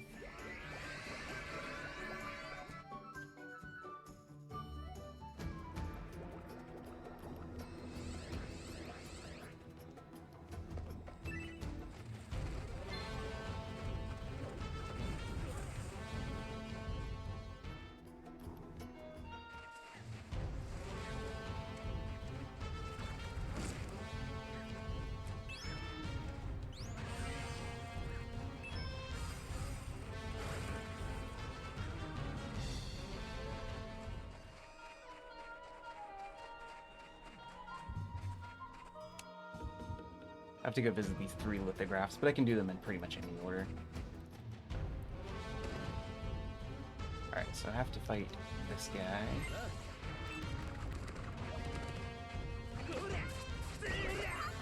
Oh, he's Shalara face, maybe? She does pretty good. She's confused.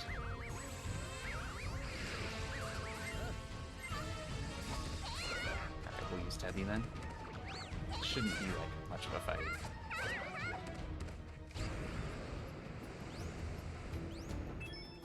Okay, 8:30, so we're still okay there.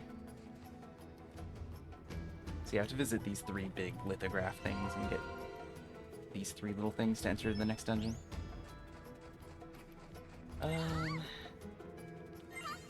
Yeah, so the next thing is do this to break that bomb, or to break that rock.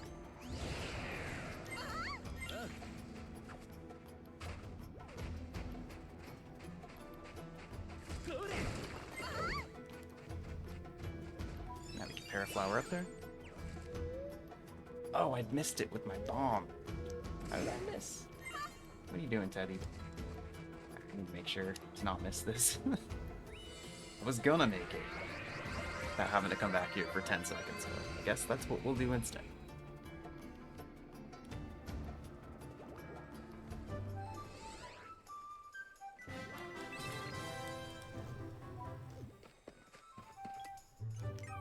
Okay, so we should see Amshell at 10 a.m. here.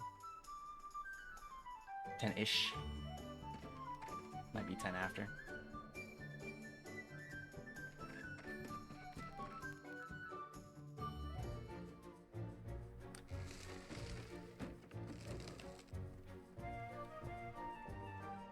Coming back with Cyrus. We don't care about you, Cyrus.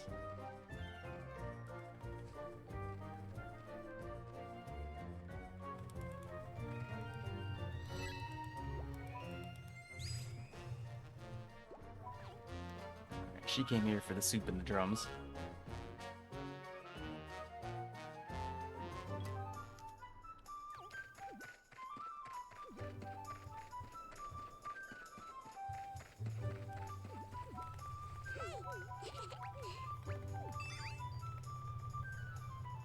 She also needs 3 transparent wings.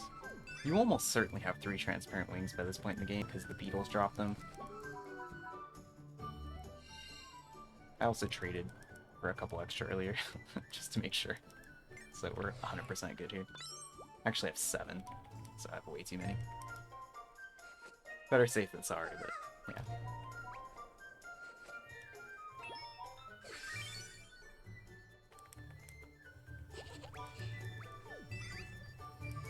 Alright, 32.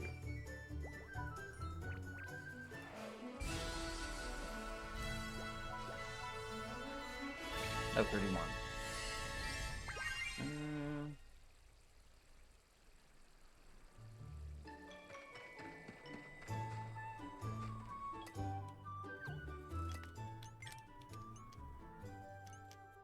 Oh, because I haven't talked to Kayla yet.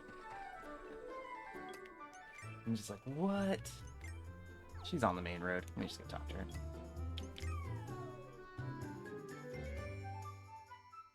I'm gonna want to put her in my party in a minute anyway. Not you.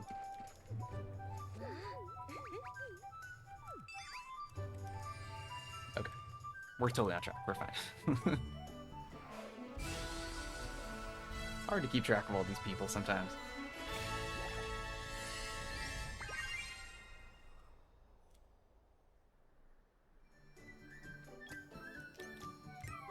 Okay, let's go save Aslar so that he can join us at 2 p.m. and then we will have all of our residents.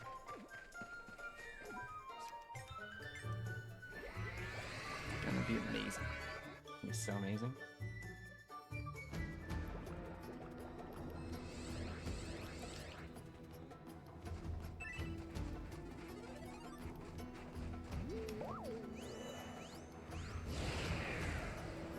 Is that what I did last time? Barely missed the rock like that? Excuse me.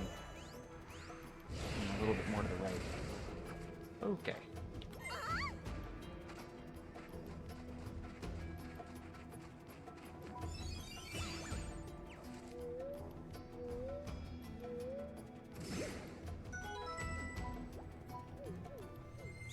not the easiest guy to find casually, I will admit.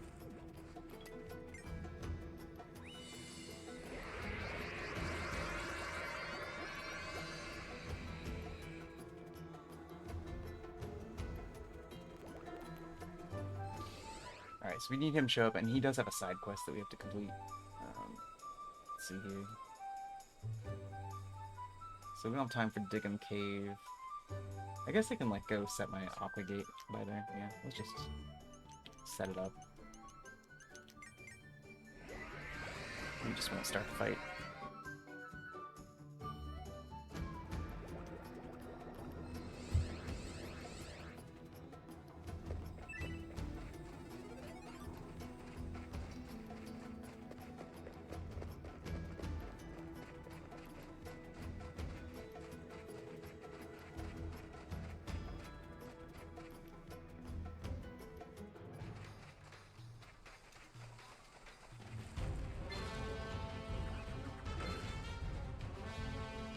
This fight in Diggum Cave is like the worst fight in the game.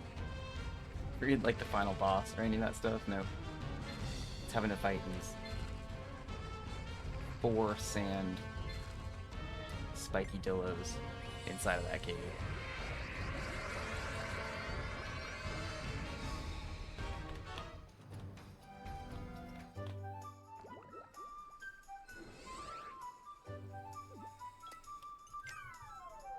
Alright, I'm just gonna hang out for a minute.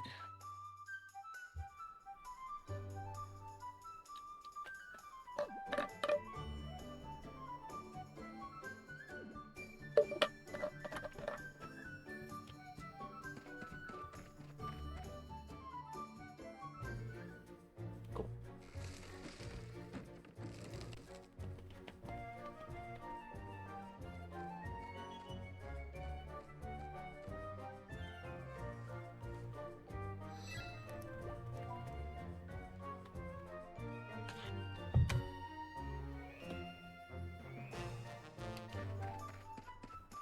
I actually don't want to talk to him yet. I just wanted him to show up. Sand moles. Yeah, we have the right party for this. Let's do it.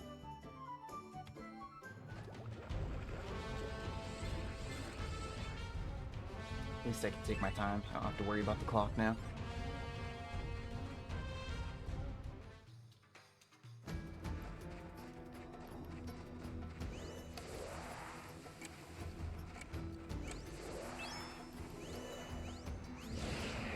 Whirling those sand piles because we're about to fight a bunch of sand monsters. And I do not want them to regen. The sand piles are going to come back partway through the fight. It's one of the things I have to monitor.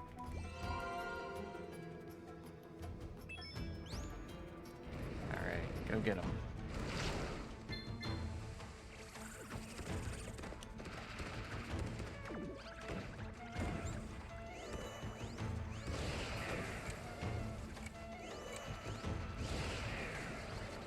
Lowering defense here.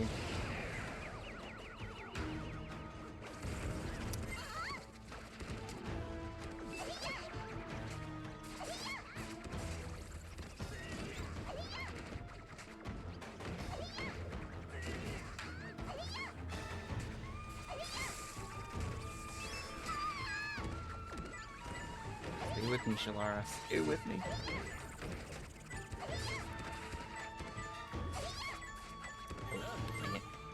See the sand pile up. Well, one of them regenerated, but we got rid of the other one in time.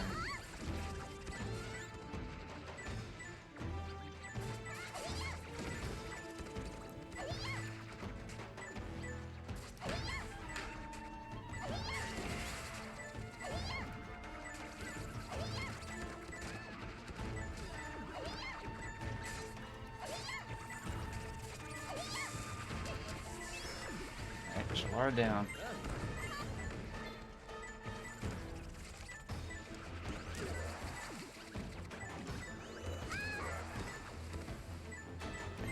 That done. These are the last 2.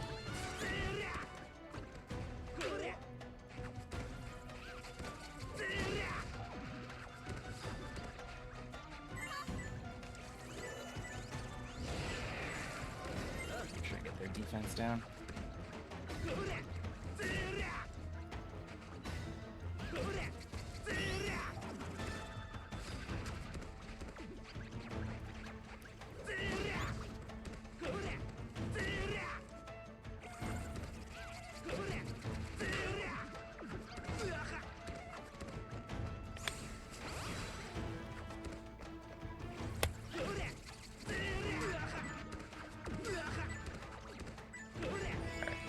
Shalara back.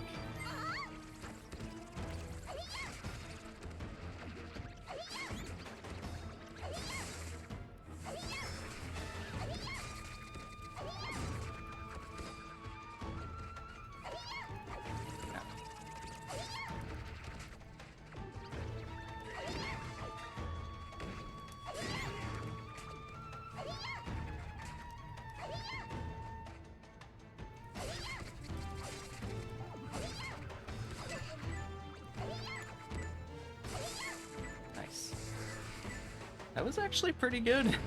That fight is terrible. So I feel fine about that. Let's get out of here.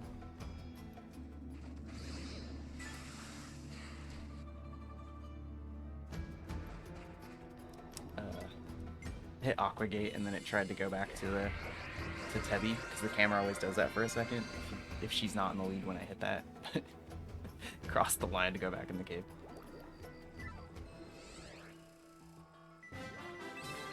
Okay, so now that that's done, I can talk to Aslar and activate his quest, wherever he is.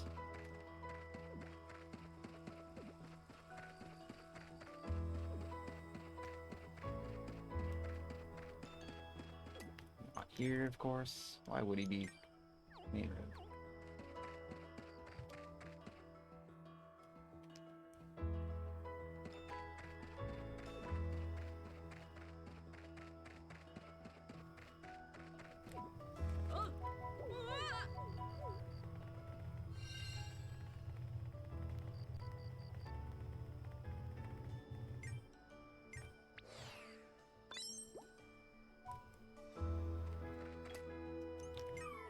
So I've got to check one more lithograph and then go complete a side quest, and we'll be Oasis level 16.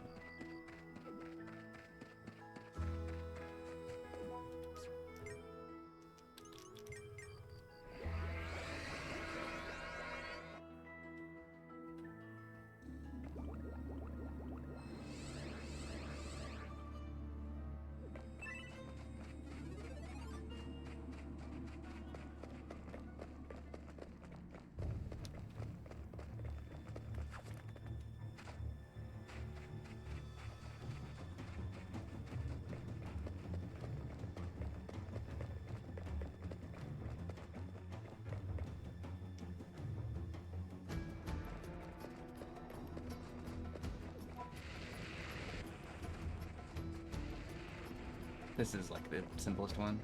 There's no fight to get through or anything, you just check it.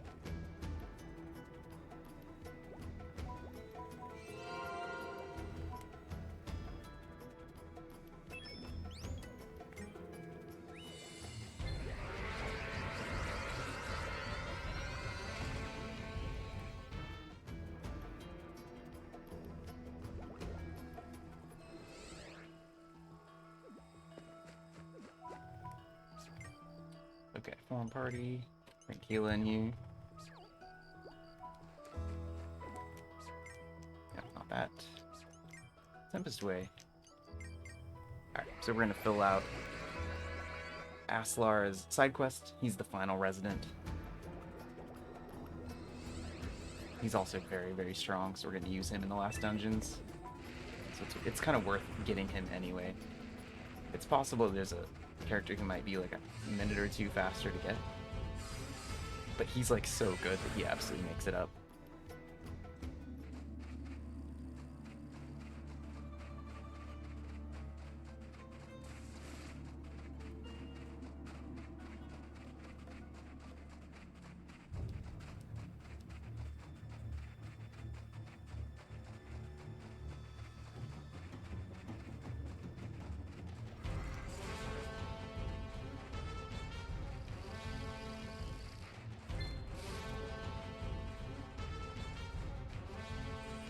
So we just gotta fight a couple gators up here.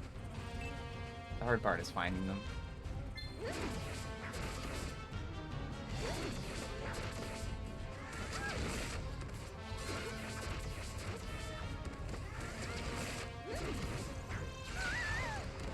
Ah, there's a sand beetle in this fight for some reason.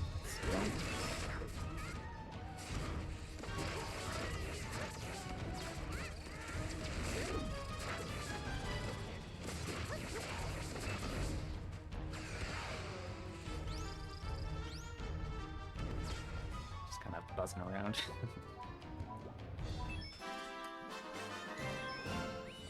Alright.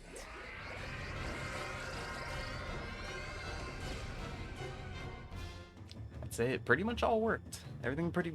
It really just kind of worked. Could have been faster in a couple spots for sure, but I don't know. Feel pretty good about the pace I'm on for finishing out the Oasis here.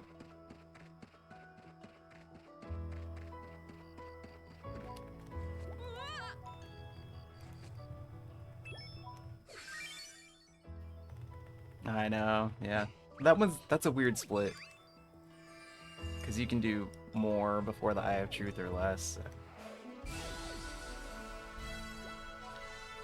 So much for all golds, yeah.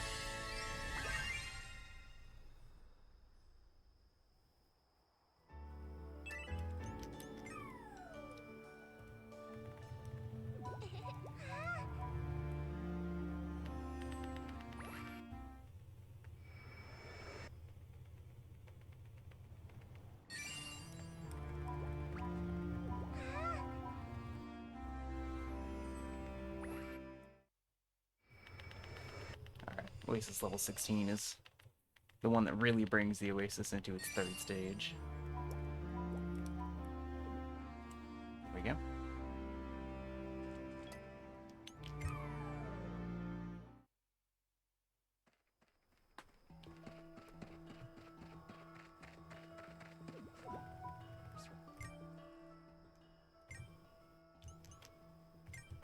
Hasslar into the party. Let's go.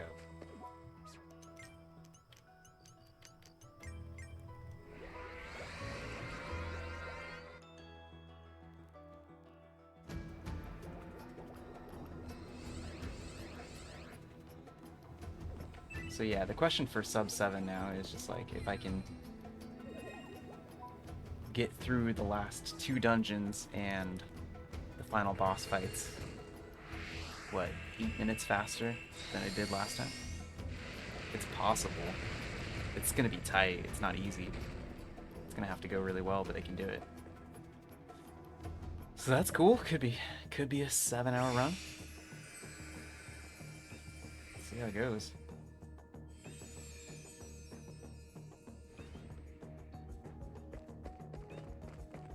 I did practice the final boss fight a bunch of times.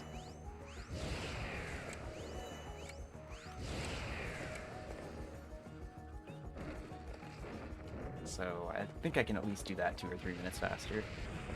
We'll see about the rest of this stuff.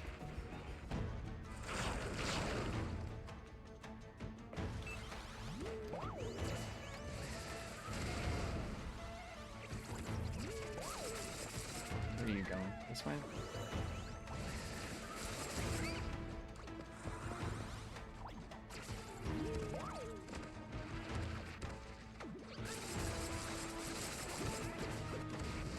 Slow to be able to get that one. Alright, where are you going? Right there. That actually worked out really nicely.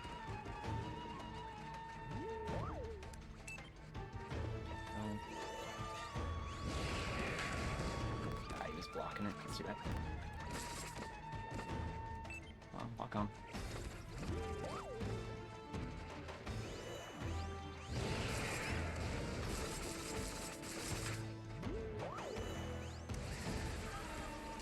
There we go, big hit.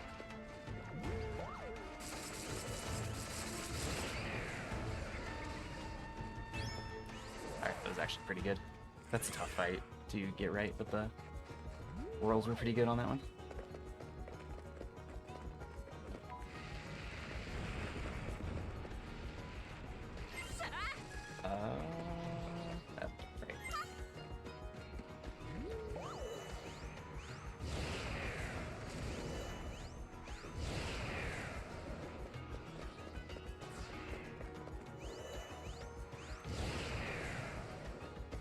Oh, I missed. Hopefully I'm not too slow. I was.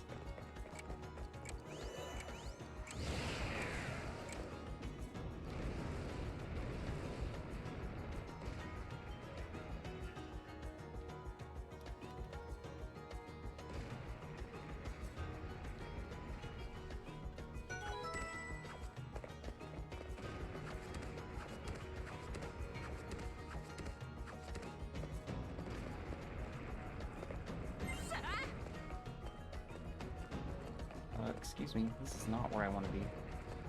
That was not great. Okay, so we use Aslar for this fight. The nice thing about him is he has a stun attack too. So even though these guys usually block like every attack from the front, he can actually use that to break through.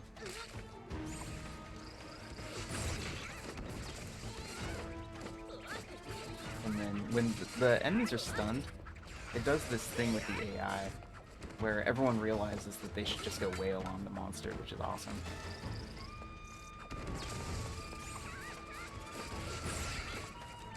So you do that, and then everyone just kind of comes in, beats it up.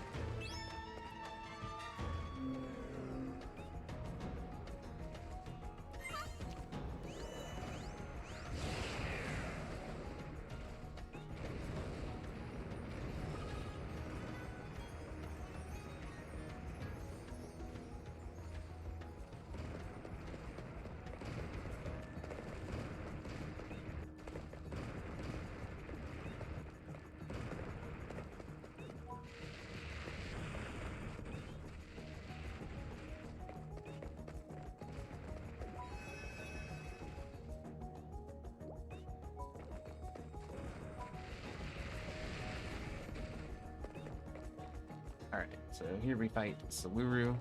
Saluru's usually pretty easy. Not too much to worry about here.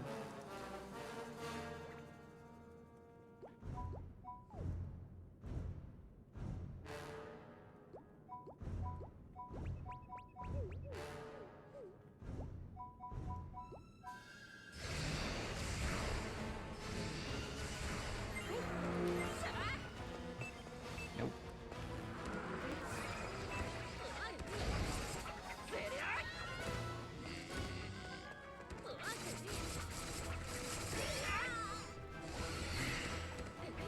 I believe that hit me.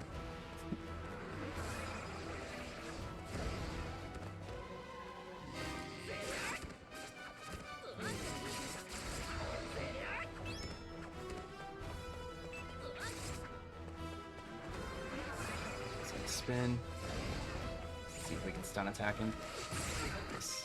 So get him, guys.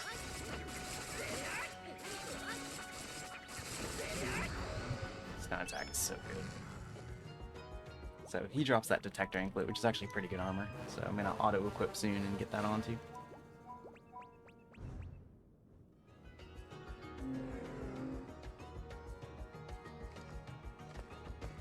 this way.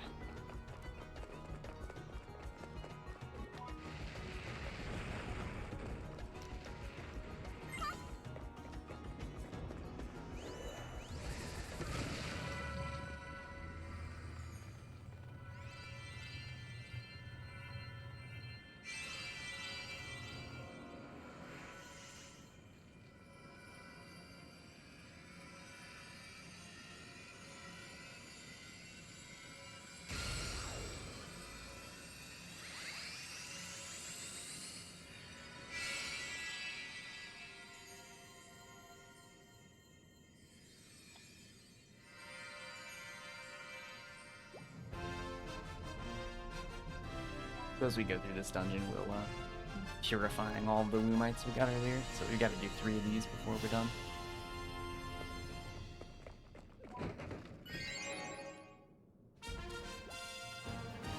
Luigi.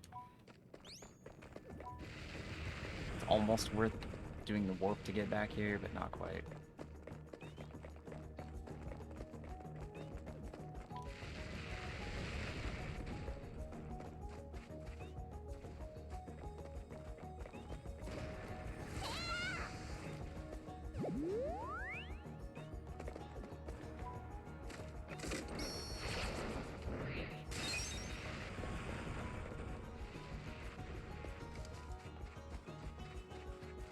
This room has a required fight in it later, but not yet.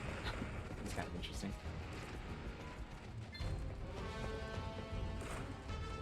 Okay, so I actually want to go up to this plant with someone who isn't Teddy. Because often Teddy just gets stunned and stuck in this corner. Because of the cutscene here. Oh, it still found me. That's so annoying. Get out of there. Sometimes they'll just keep doing it to you and you just get stuck. Okay. Whatever. I'm gonna get right here so you're on the platform when it raises.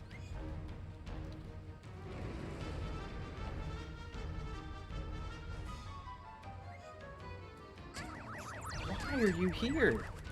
Everyone else fell off. Oh, jeez. Whatever. Like, it's going fine. It's just like, those guys are so annoying. Okay, great.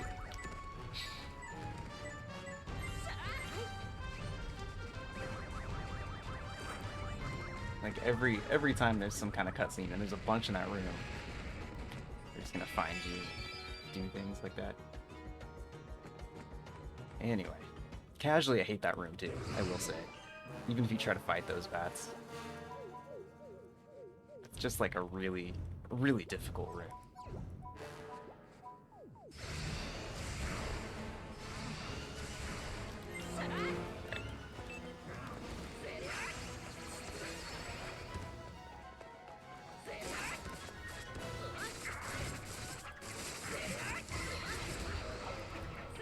Slayer went down really fast.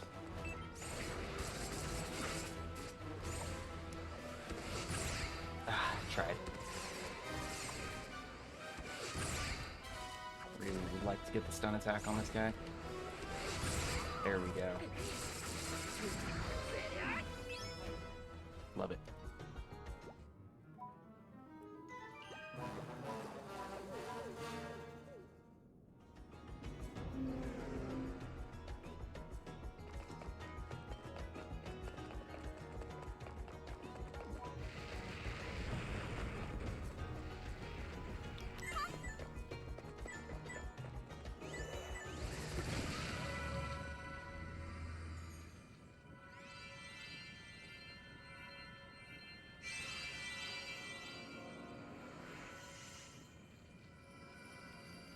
All right.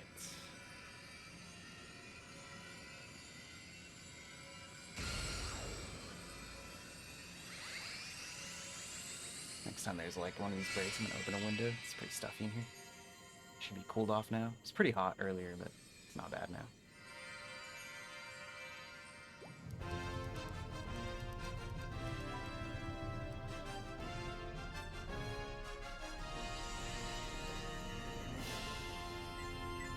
Green key.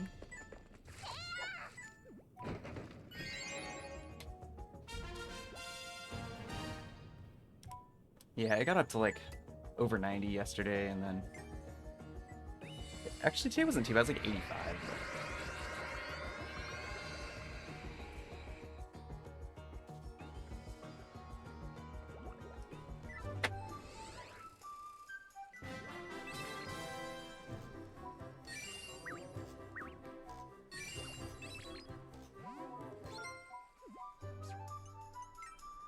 Strong and proud achieved. There's achievements for doing random things in the game, and I always get some of them.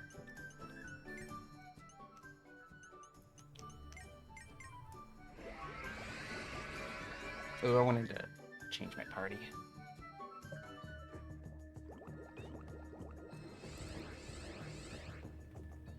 I want to have a hammer for this next one.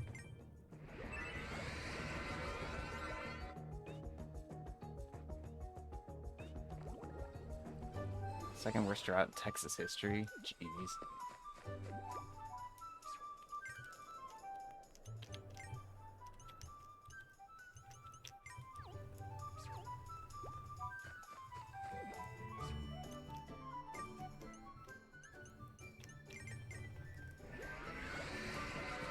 Hopefully, you get enough rain to help make up for it.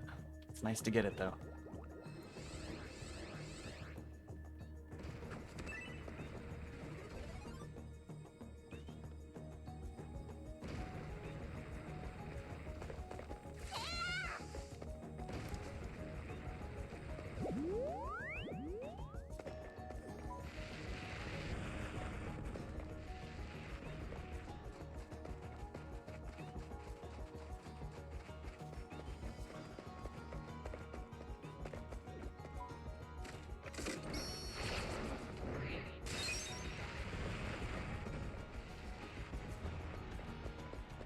Stand here. Roll from here.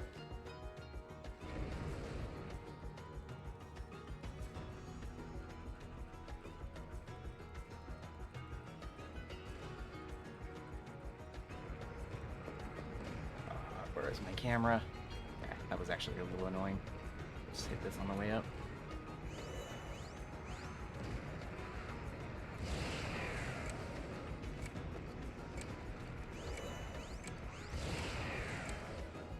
Good enough.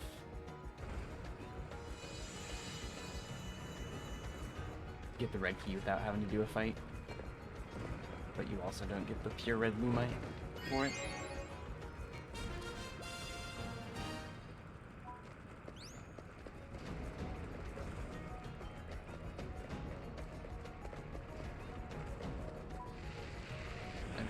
Now, the third time we pass through this room, we finally are forced to do a fight.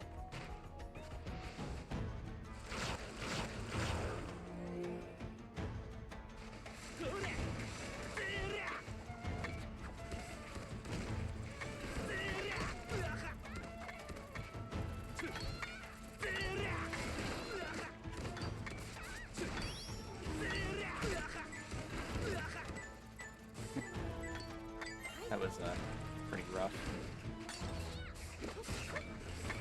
Yeah, she's no good at this. Back to me, buddy.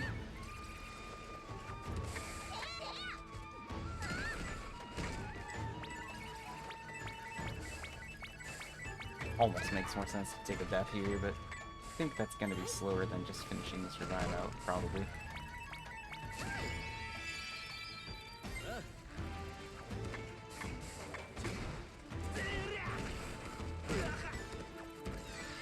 Taking one anyway, which is like not a big deal.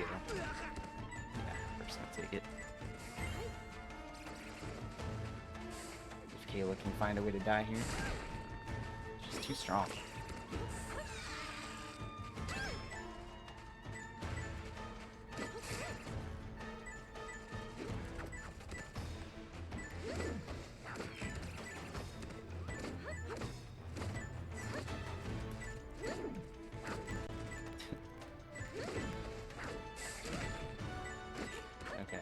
She wins. That's funny. Anyway. North door.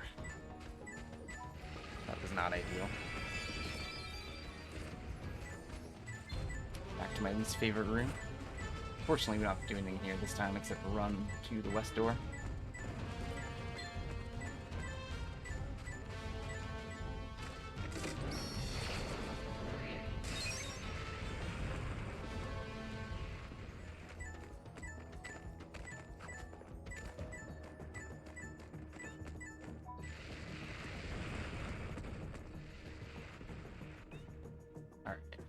Back in the central room here, which is, it turns out, where the mysterious key is all along.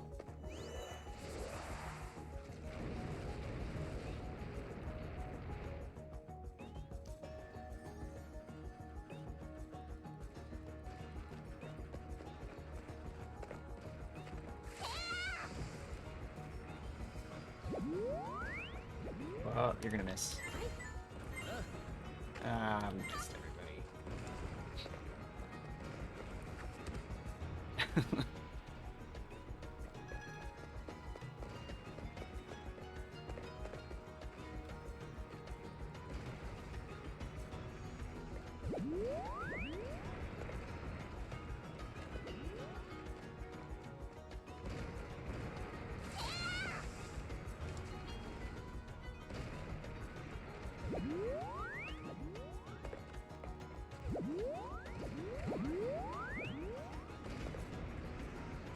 At least I didn't have to wait for that last one.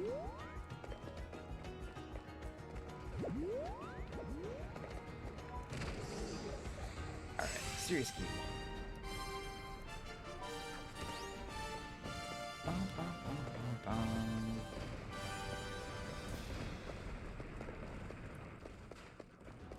Whew, that was tight.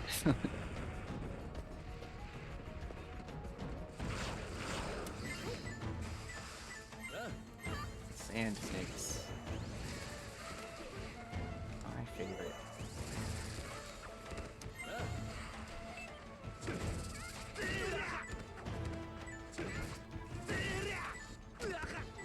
free revive earlier, so we are definitely using it here. Everyone's pretty much dead.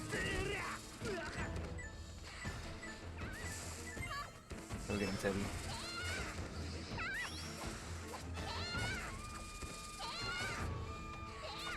Okay, I need to not dodge attacks. I need to actually get hit.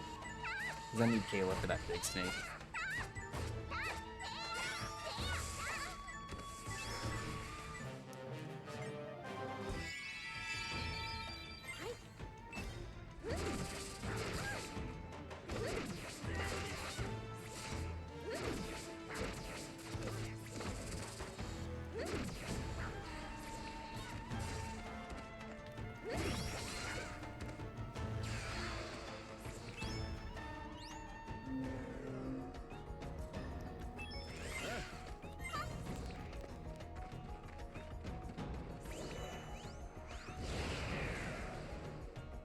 Finally remembered to do that from the middle of the room for the first time.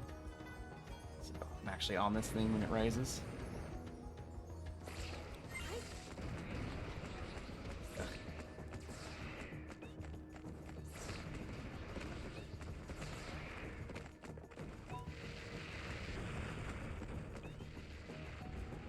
Alright. Made it to the tall room. Big climb.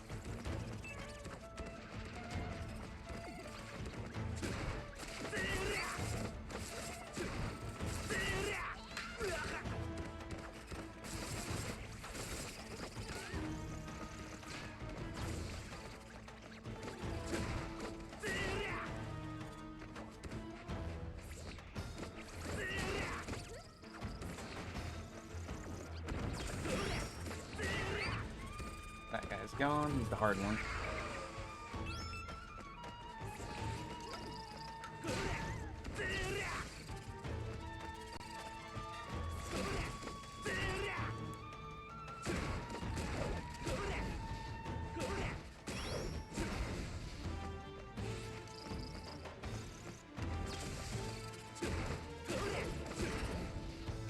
Cool.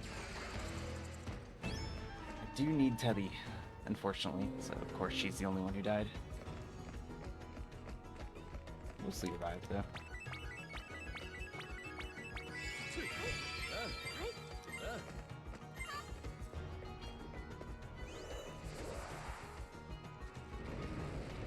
Yeah, that fight went really well. It's one of the tough ones. One of the last really tough ones.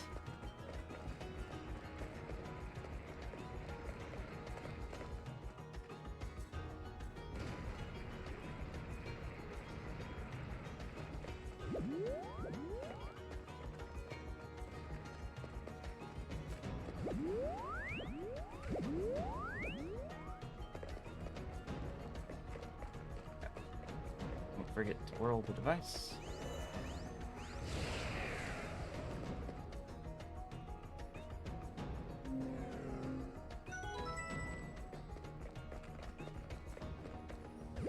This climb actually isn't, like, really very tricky. You just gotta remember to do that, mostly. The rest of it sort of just works the way you think it would. Ah, I missed it. Nope. Ah, we're all falling. Alright, well, good for Zach, not falling down all the way. Oh, actually, he fell perfect. We're at the top. My man. Right. Zach made it.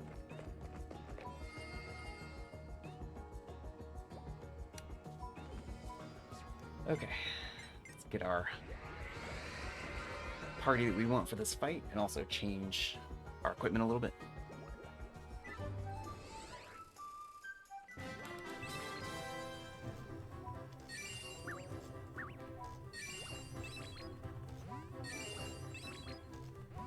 Yeah, it really is too bad because it's such a good game. It should have done much better than it did. It's just when it came out, optimize and then quit this. Form party. Kayla Aslar here.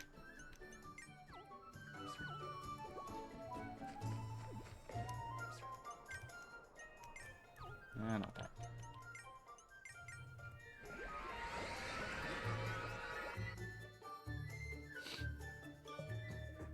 But yeah, I mean, at the time, it's true, like, you couldn't find a Switch very easily in the summer of 2017 when this came out. I think that, I don't know, it was just that no one was paying attention. Like, everyone was, like, so, just, like, trying to get a Switch and, like, paying attention to the games on Switch, and no one was excited to play a 3DS game anymore.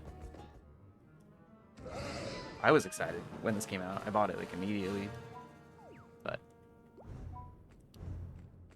not how most people were. Yeah. I was really excited because it was a Koichi Ishii game.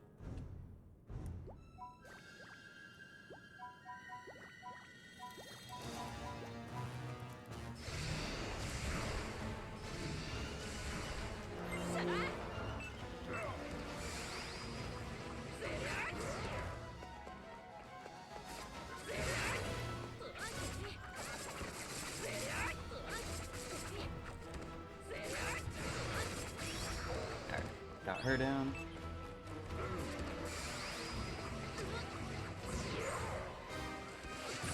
Ah, missed the stun attack.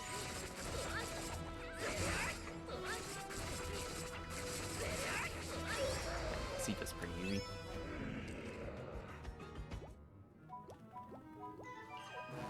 Yeah. I really enjoyed my DS. I didn't use the 3D too much, of course. Most people didn't. This game, I mean, the 3D adds very, very little. It is there, you know, and you can use it.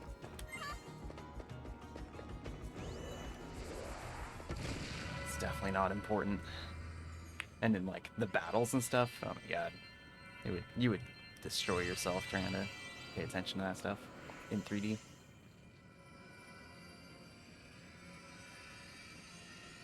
Alright, we have saved a little time.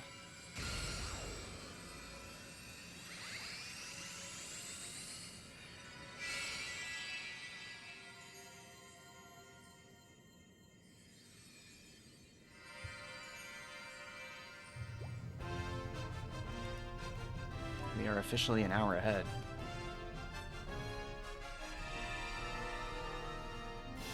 I think the Terratoad fight was, like, really good last week, though. So that one might be tricky. I do not want to return to the Oasis. It's a trick. Don't do it. If you go to the Oasis, you're going to have to watch some story stuff. And you can watch less of it if you just go to the next place. You still have to watch a little.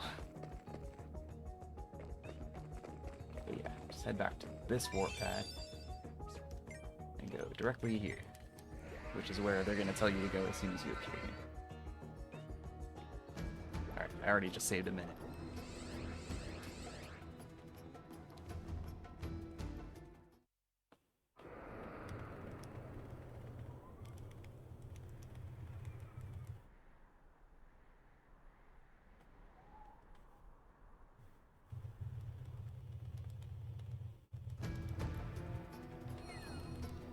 Cool, so we go straight from one big dungeon into the really big one. Once the Oasis is built, it's built. It's all dungeons and fights for the last, like, hour and a half, 2 hours of the game.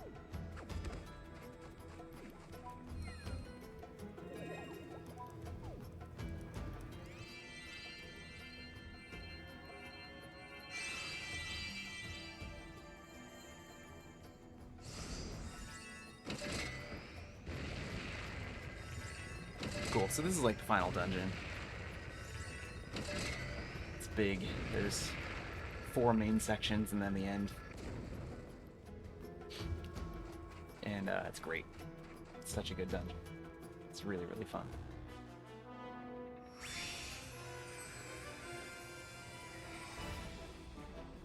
Music's good. The place just rules.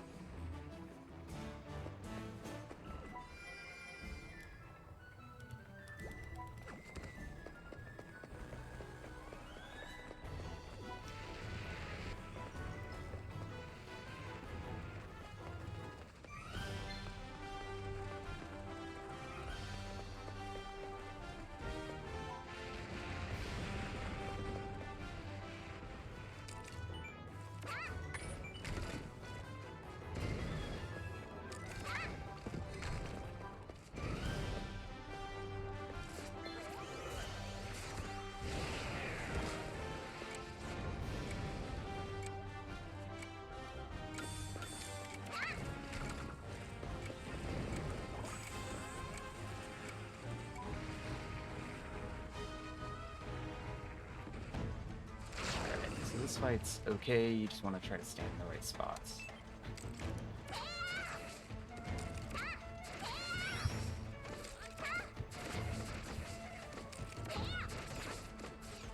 Nice. We want to stay away from the Chaos Launcher plant if we can, but this guy is not making it easy.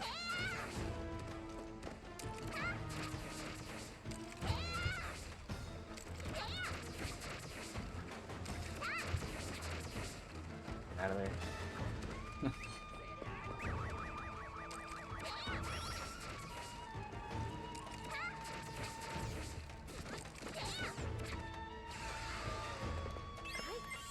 Aslar can finish this dude off.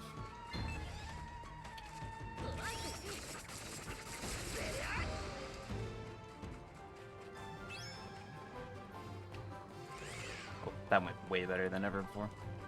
Usually those bats just like, whenever they fall, they land somewhere you can't hit them anymore. Like, all kinds of stuff happens.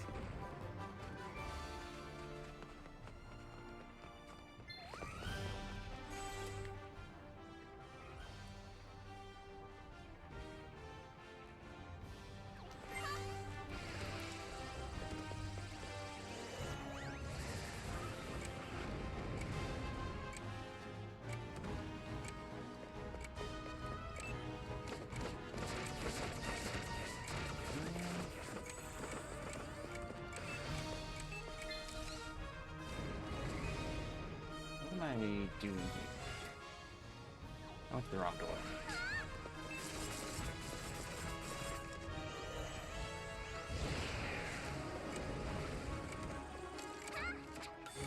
This is just totally wrong. How did I even end up here?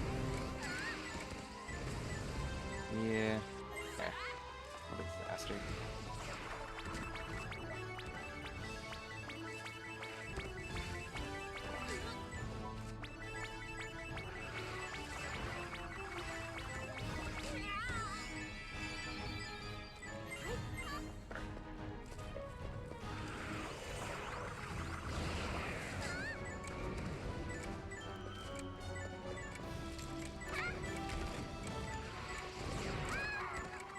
Please don't. Of course, Kayla's not in the right spot. Alright, just take the death. Really bad. 5. Okay. Let's do it again.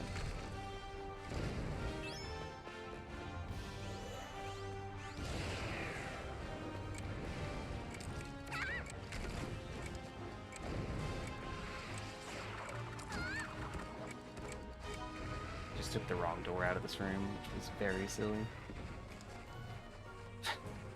And then got stuck in the wrong part of that room. Just lost, like, maybe whatever.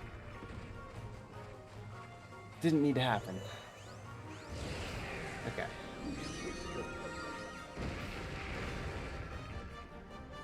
That's the blue door. Hopefully the worst one. Hey, guy. Yeah, now we're ahead right now. Sub 7 could happen if I was, like, really on top of things, but so far in this dungeon, not on top of things. Gotta do better than that for me.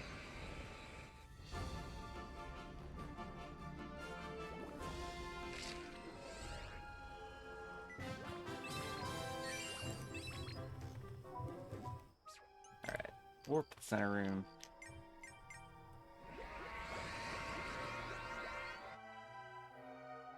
Time to go in the green door.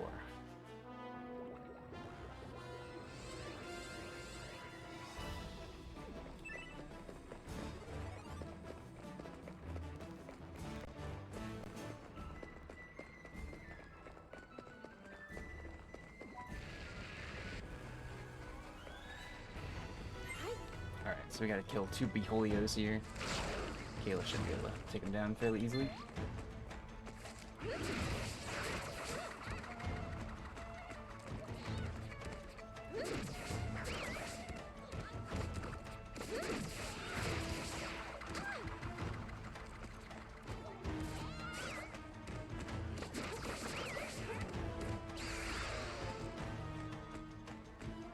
Nice of the second one to stay away the whole time, I guess.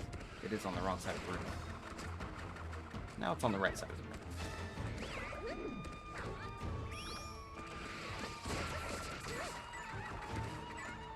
Now it's on the wrong side of the room. Ah.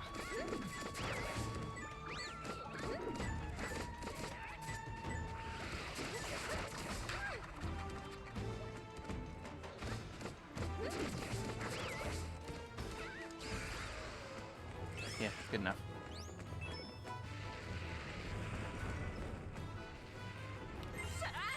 Okay, this room,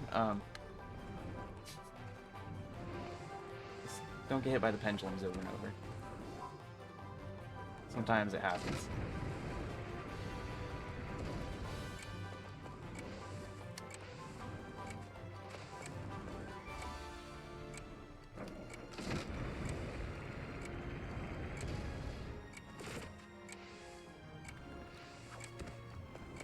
There we go. Clean.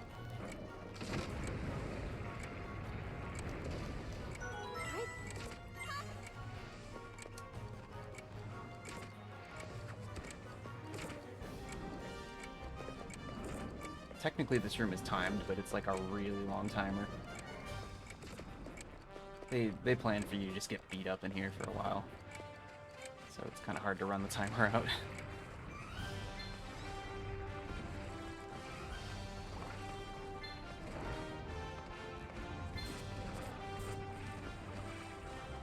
Alright, south door. West door.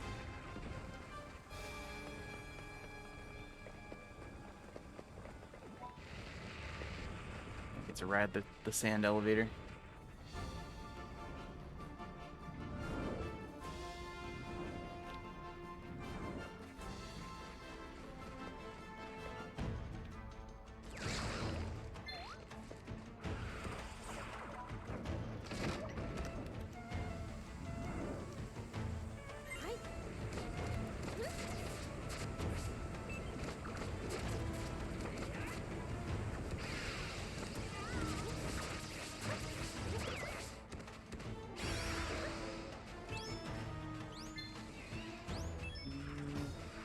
Other one. It's over here.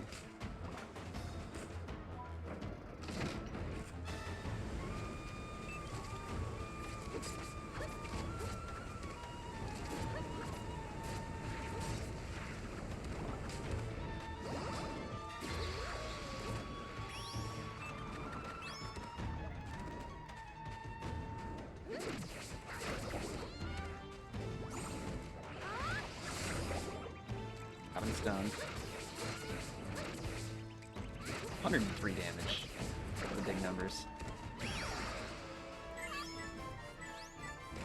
That room was great. That makes up somewhat for the first one.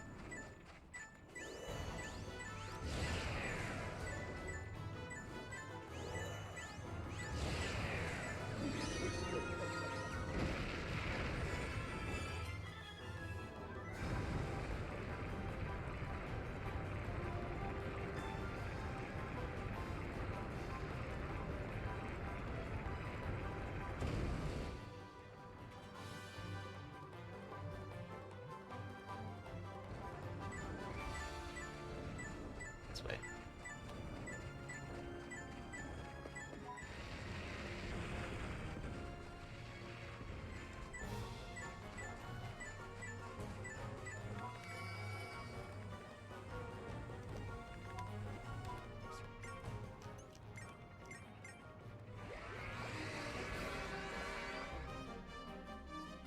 Alright, yellow door is next.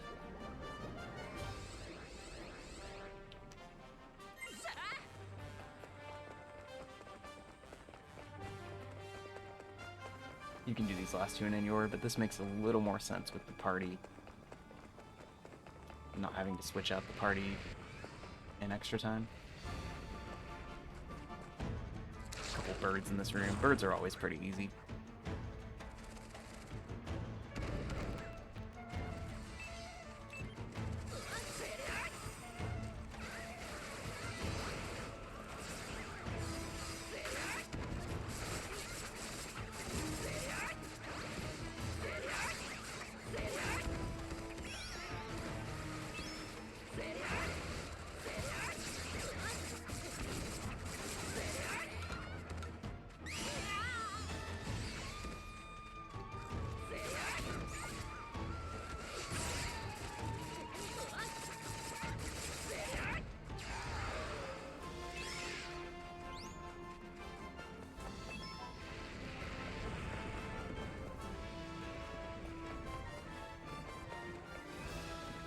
skip that door. Just go straight to this one.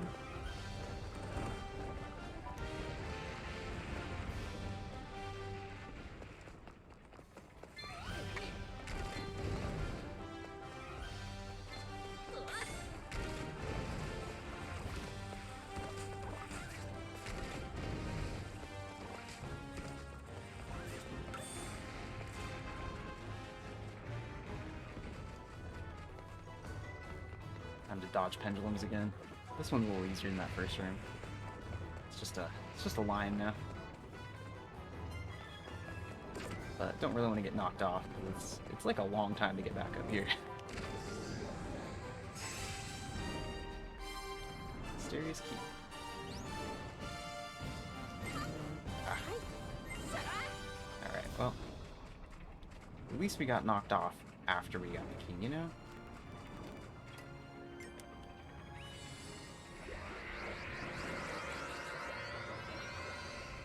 I'm just gonna change my party. We'll come back. It's not nearly as bad of a time loss since I got the key.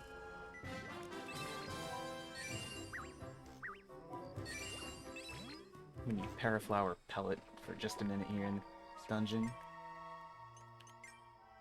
Which means Shalara. There she is. And who's strong with Pellet right now? Nubit? Nubit it is.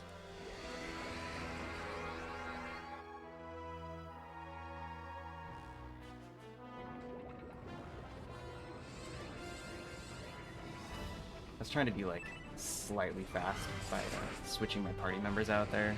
I shouldn't have done it though. Every time you switch your party members and there's a pendulum in the room, as soon as you switch to somebody, the pendulum is swinging directly at them. It's just like the law in this game. Alright, Nubit, you have a sword. Alright, you can do it then. Oh, it was already all set up. Never mind. You're dead anyway.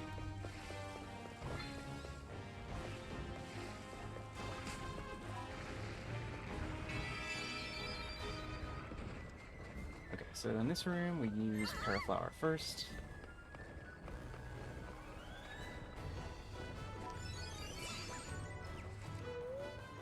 Come up here at the switch.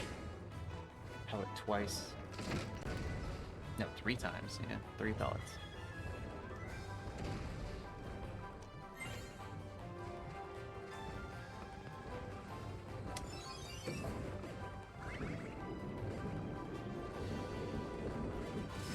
Ignore that one, use this one. And then the third one you have to time.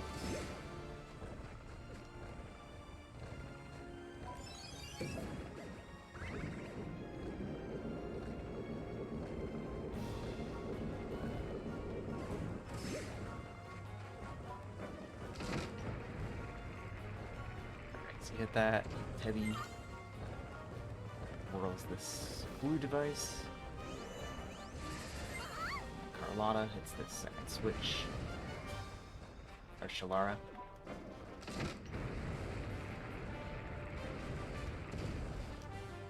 Cool.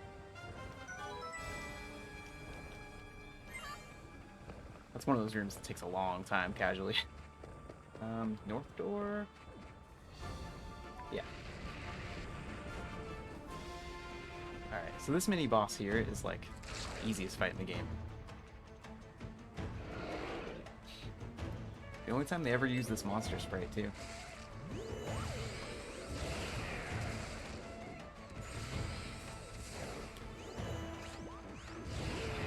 Didn't raise it. It's fine, still got him.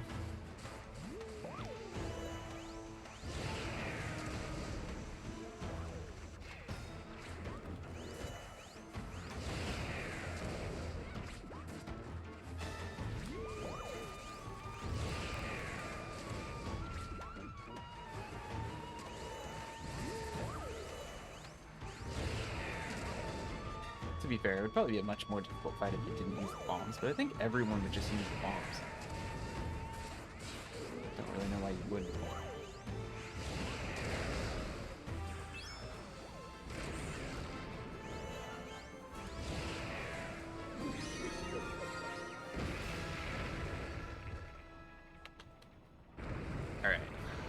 4 rooms. It's time for hammers. It's time for double hammers.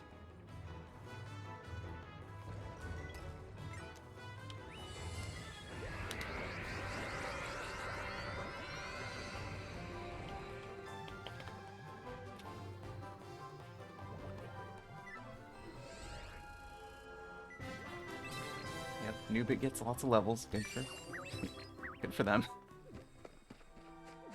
Never gonna use them again, but... Oh.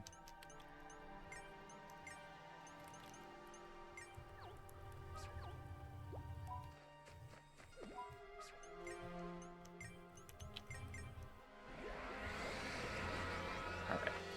1 quadrant left, and then we can fight the boss. We are actually making up time so far in this dungeon. That second and third section both went better. If I hadn't fallen off the pendulums, then would have been like pretty much perfect then. Oh well.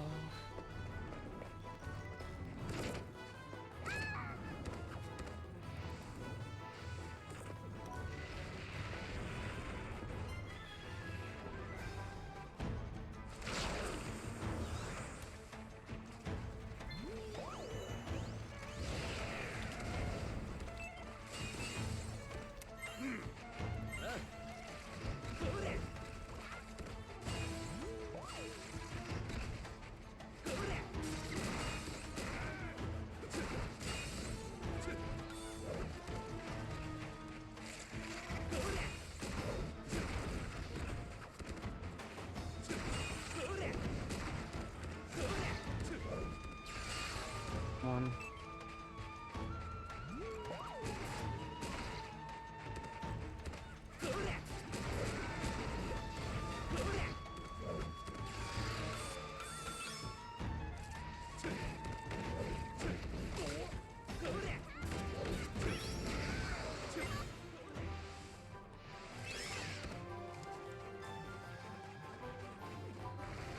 That fight's like never hard. It's just kind of weird because of those monsters that don't take too much damage.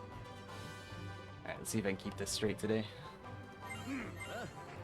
Zack on the right, Nicholas on the left. Blue on the right. Teddy in the middle.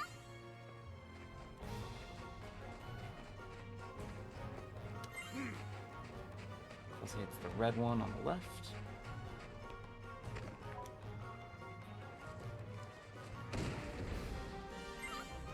Whirls. Back to the left side.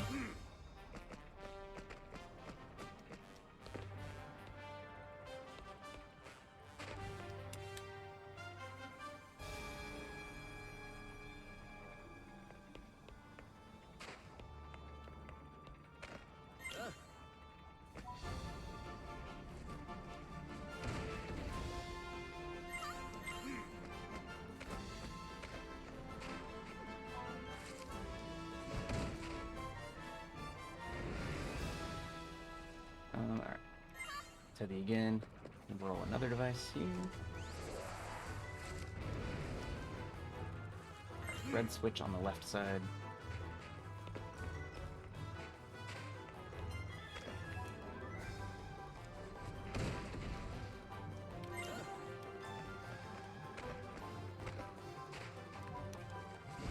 Switch on the right. That was almost good. I feel like I'm missing a step from my notes. Need to check that later.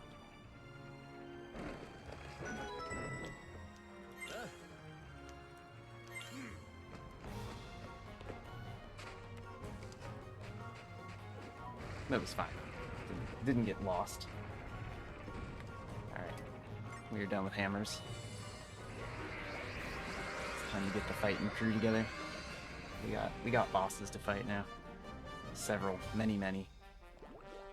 This is the final party swap.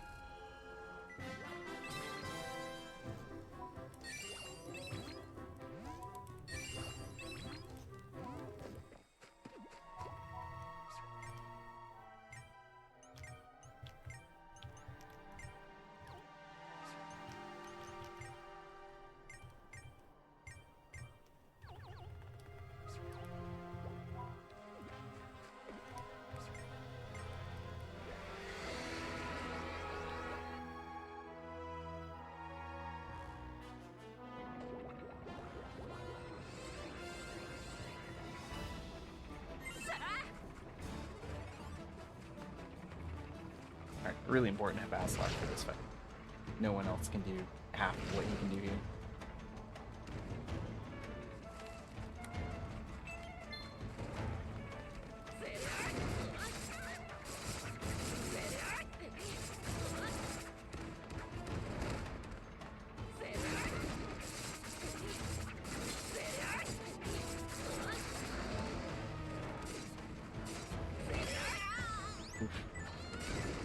Can't get hit like that, man.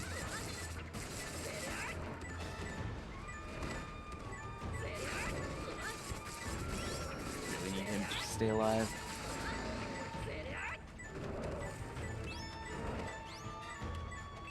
There you are. I was looking for you. Ah, shoot. That's annoying. Said that you can actually do some pretty okay damage to this guy, but it's just not quite the same.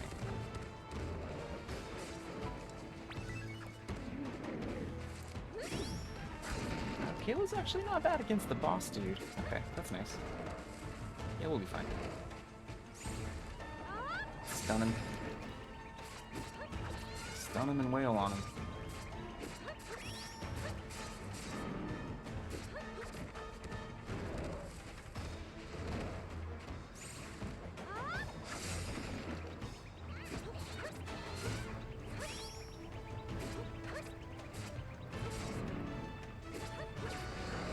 Alright. Yeah, Kayla rules. Should never doubt.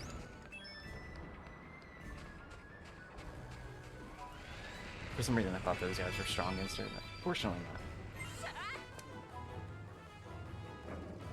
This is like one of the last puzzle rooms in the game, but it's also like the easiest one. It's very strange.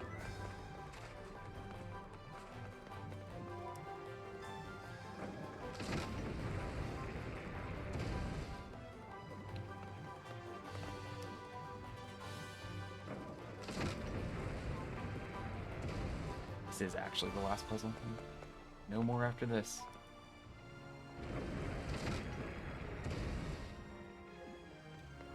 What are we gonna do with ourselves? We don't have puzzles anymore.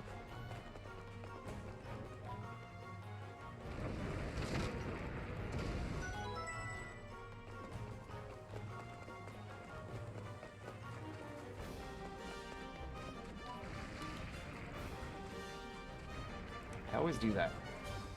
Wrong door. Go around to the north.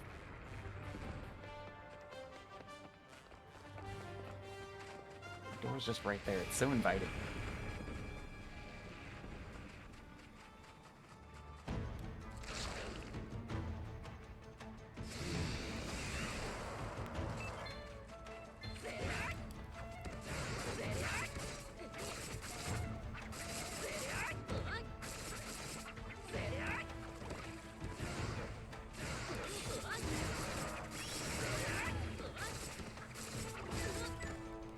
She's got like one hit left. Alright, Kayla took her out.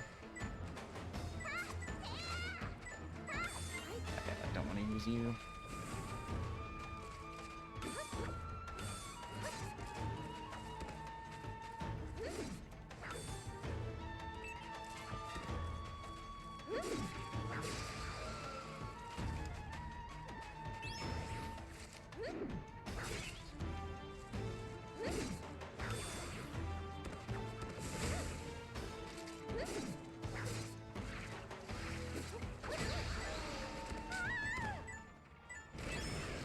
Heavy's still alive, which is fine.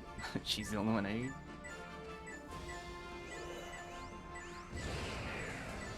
Nice. Alright. Well, we're not gaining a ton of time here, unfortunately. We still gotta fight Terratoad.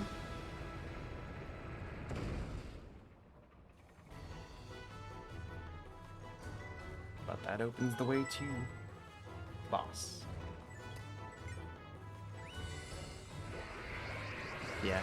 Could have done this dungeon better. But it's, I mean, it's tough. It's tough to do it really well. Keep practicing it.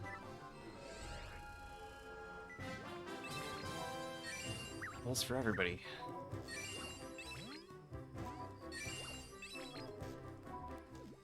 Okay. Everyone got their AAAX combo there, which is important information.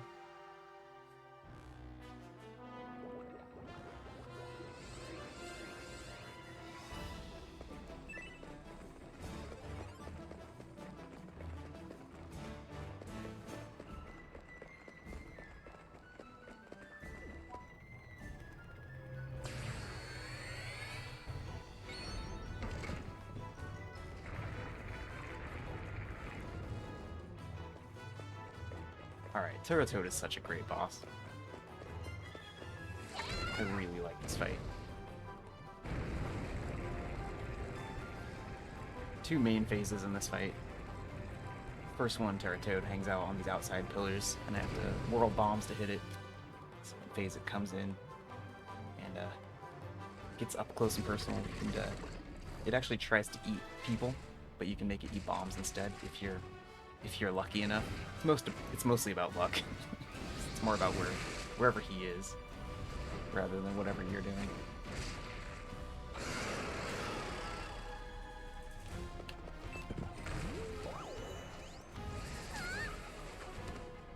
Yeah, barely missed that.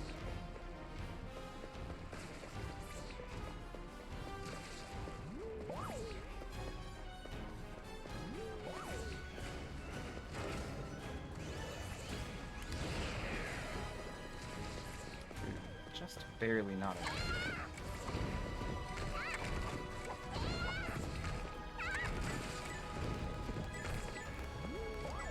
So you kind of want to aim for the pillar, not for Toad. There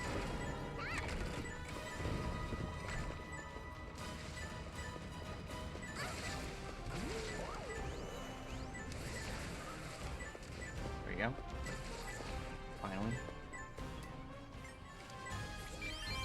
Don't really want to die here.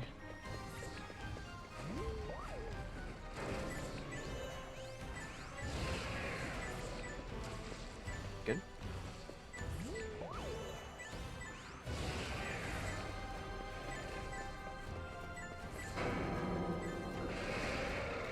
Alright. Now the good part of the fight.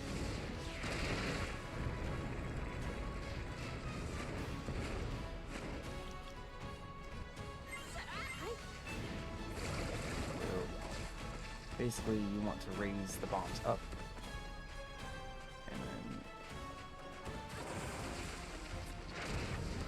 so that you can either blow up next to him, and that's okay, but they do double damage if he actually eats it. Ah, dang it, Tebby, why were you in the way? Totally would have eaten that bomb if Tebby wasn't standing there.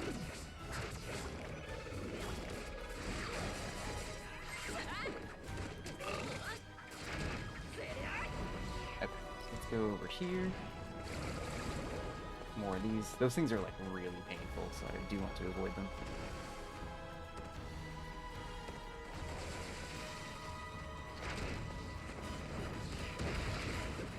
Alright.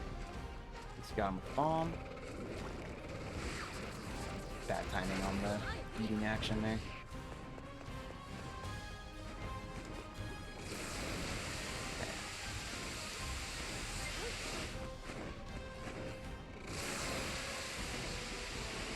Come on, dude, come down. Failing. Just hanging out in the sky.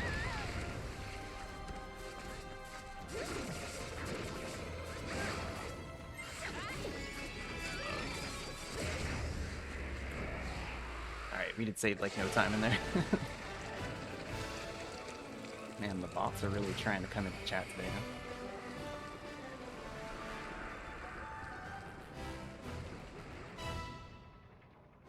It's almost more annoying that auto mod catches that stuff now, because my bot would just ban them before.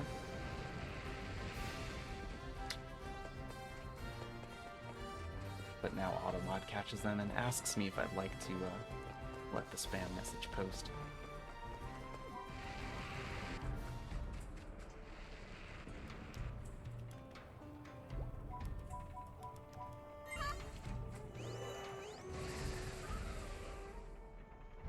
Okay, well, it wasn't a total disaster, but disappointed I didn't save more than 8 seconds in that whole section, for sure.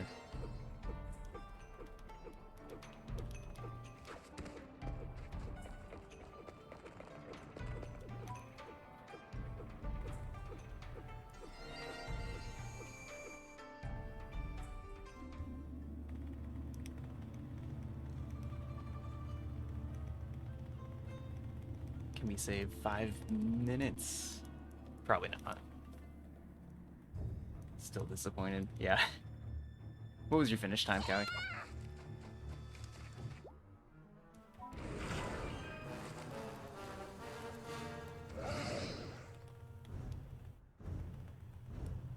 7:36, yeah. It's fine for a race, but yeah. I get you.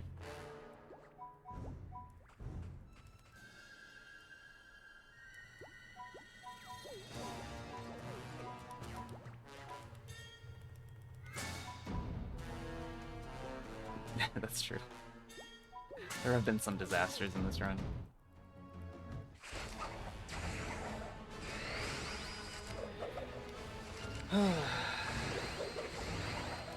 Yeah, very good considering all that. Okay, so we want to get away from the launcher, so it's really nice that she's walking all the way over here.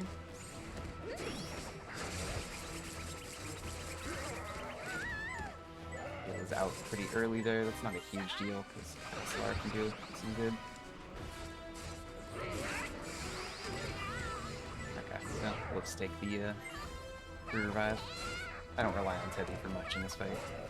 So I'm just gonna stand in the way for her next attack here.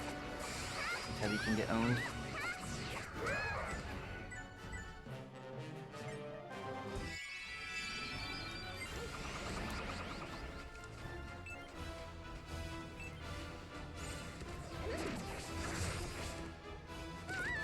Ugh, so dumb.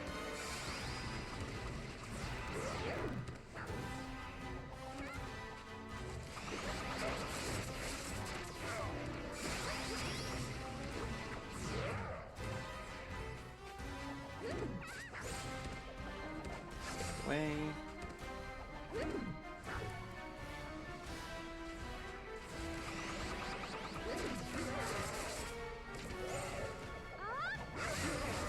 Got him stunned. Slar, what are you doing, man? Just standing there. Totally could have taken her out, but he was decided to do nothing instead.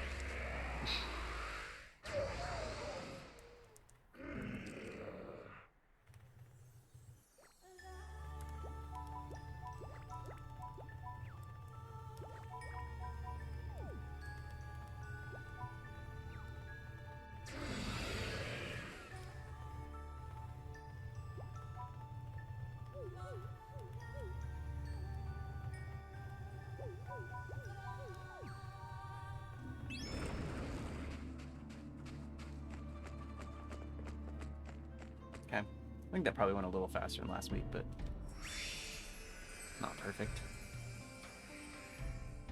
It's just never that long of a fight.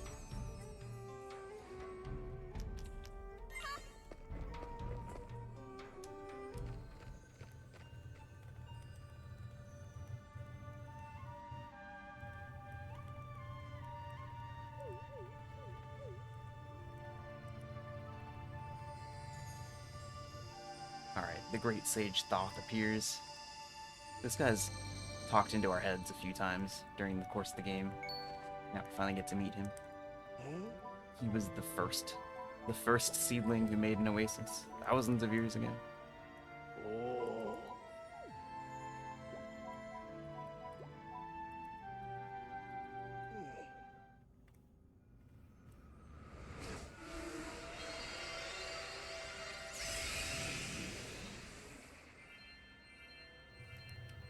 He gives us the white lumite.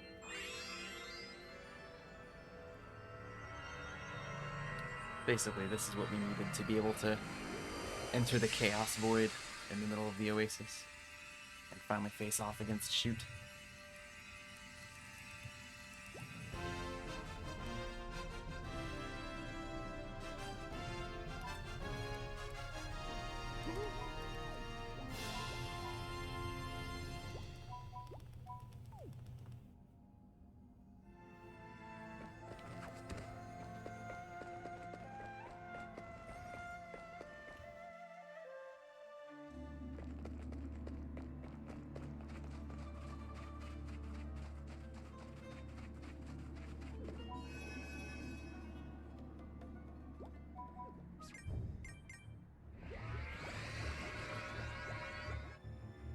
One more cutscene.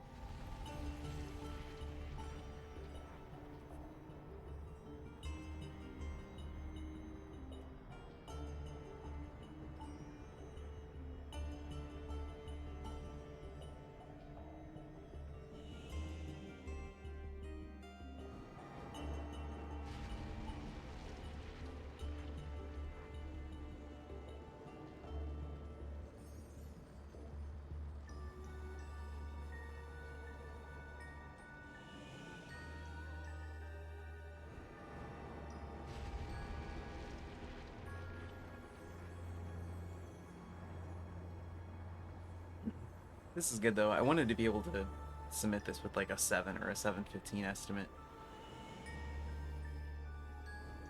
And this is making me feel like I can probably do that.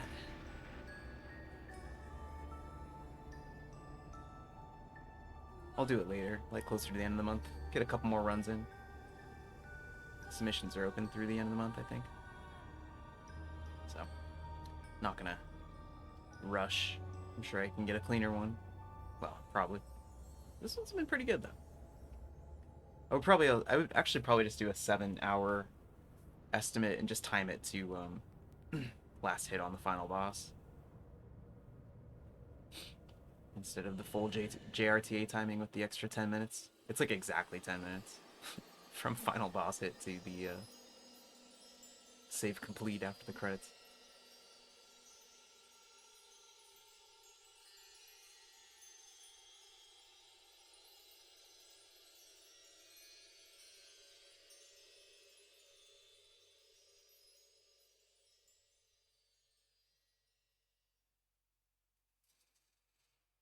Alright. Let's get prepared for the final boss.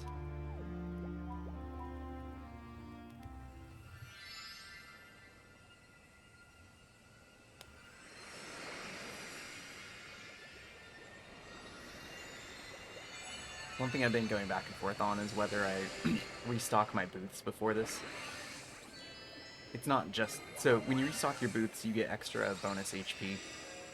Which is not... It's not really so much about safety. Because I think I can get through the end fights pretty safely now. But it's like... If your characters die less often, then you can go faster. But it does take probably an extra 30 seconds to get it all restocked. Because Jamila has to say a couple things to you because you haven't talked to her all run. I think it probably saves that much time, though. I think it probably saves a whole minute. So I'm going to do it. Just to try to make the end go smoother. Be able to use my high damage characters a little bit more.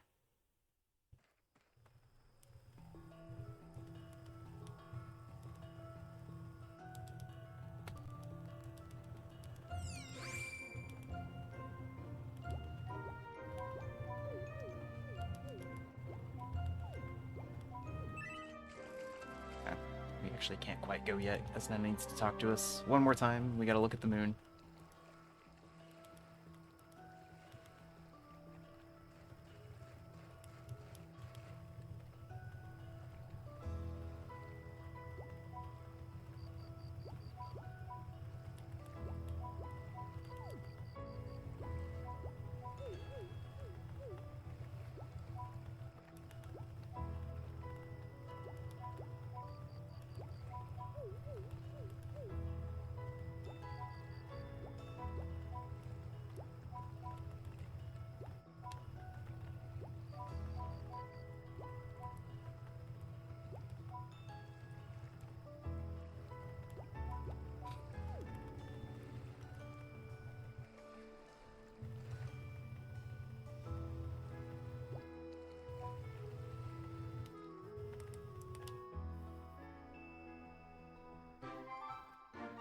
Alright.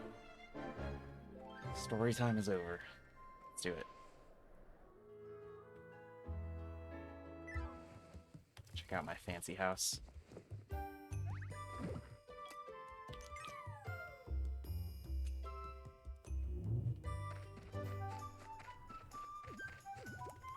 yeah, Jamila's got a lot to say to me. I'm gonna see how long this takes. So we started this at 07.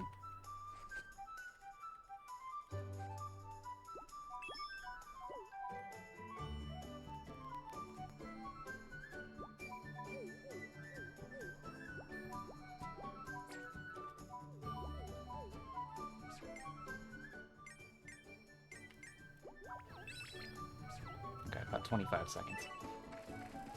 That seems worth it.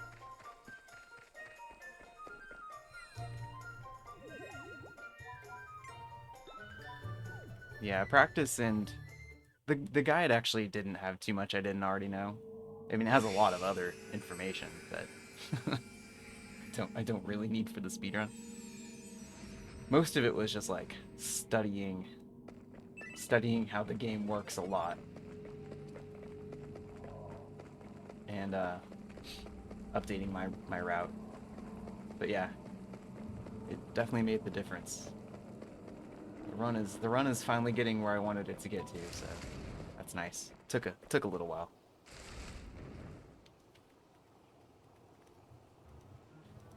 Hope you enjoyed your race earlier.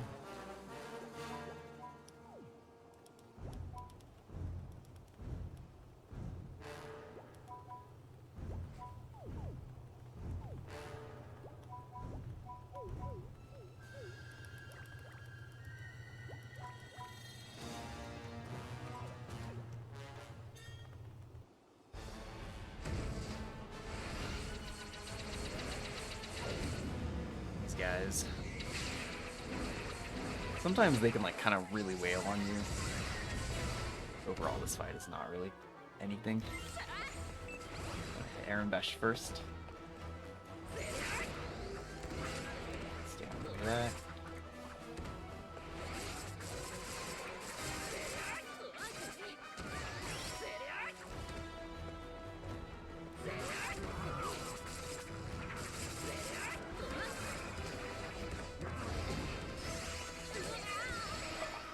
Try to stay away from all of it. Yeah, we'll take the revive here.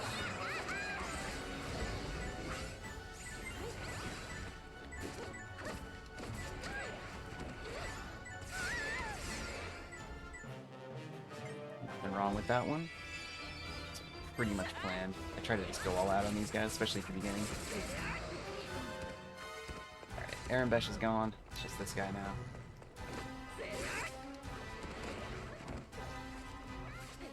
Not the stun attack yet. Okay. There.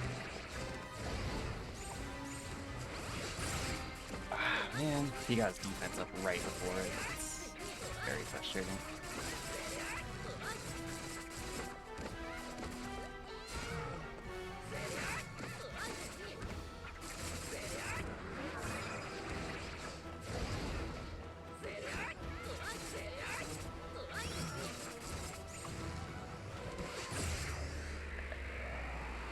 That was fine. Got flustered. Estric to Nekasara, yeah, that'll happen. Pressure can really get on for that last hour.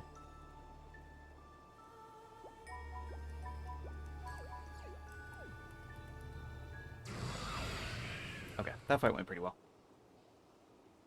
Saliru only got his high defense up once, which is actually pretty good. Sometimes he does it over and over. Can really slow you down.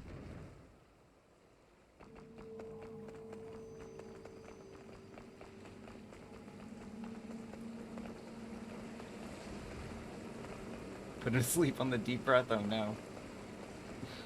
It's the meme. It's the Estric destruction meme.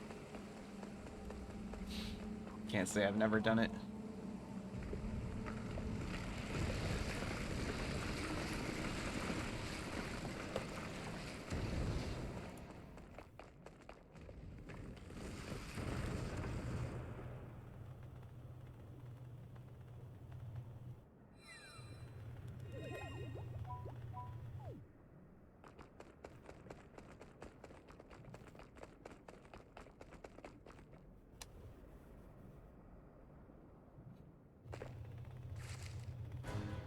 Alright. Two main phases for this fight. Second one actually has multiple phases within it though. 7 total if you count the whole thing. Just like somebody else I know.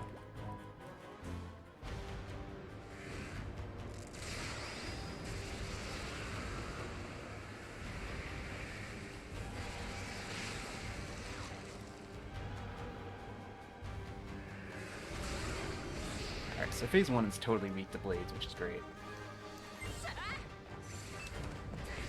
So I just mostly need to not get hit.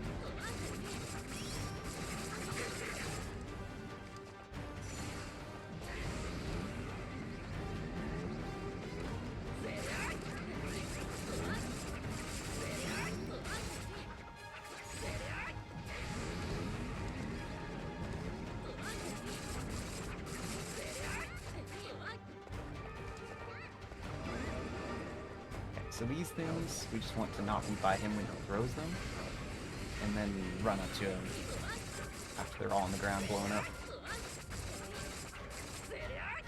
Gonna do it again. Oh no, just those. Those attacks are kind of like a... There's not much you do there.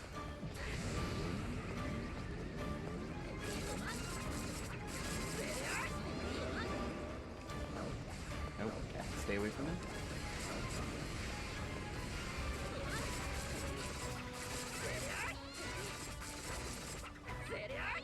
Just about got him. Really good phase 1.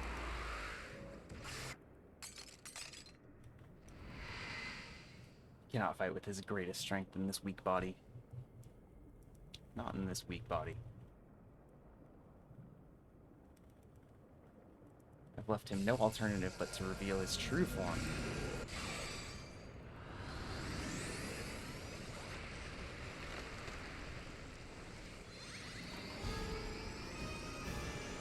Power before me, pitiful creatures, your end is nigh. That's what he has to say to me. Enjoy the final boss music.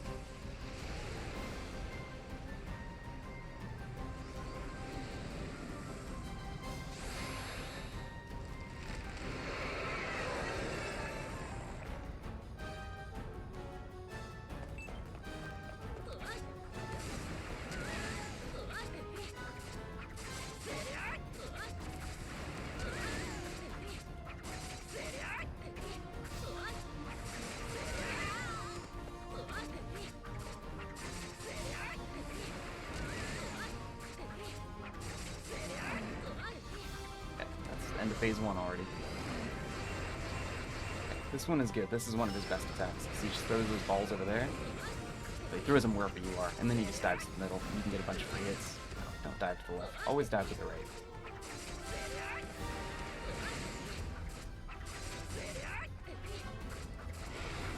Nice. And phase 2 into phase 3.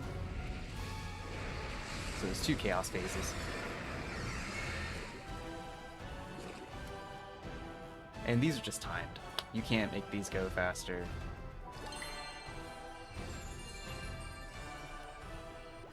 You just kind of send some whirlwinds for a minute, and then it ends.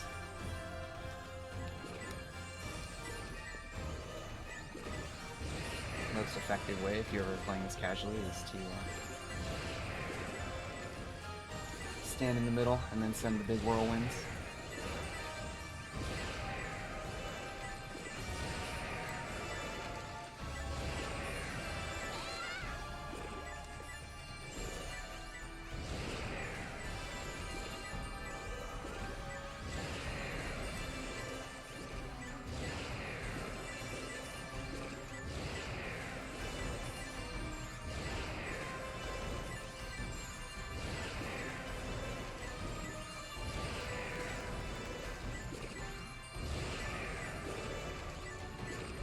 So after you do this though, he drops on the ground and he's vulnerable to all the attacks. So that's when you really do the big damage. It's really important to switch over to the Blades character so you can get the most hits you can while he's vulnerable on the ground here.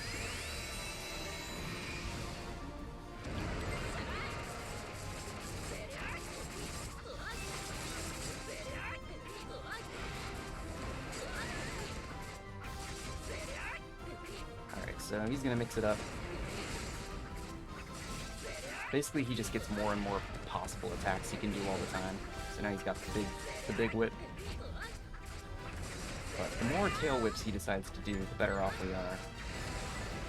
Because a lot of the other ones, he'll do stuff like this, and I can't hit him while he's off flying around like this. I'll take the opportunity to get healed up with my last healing item.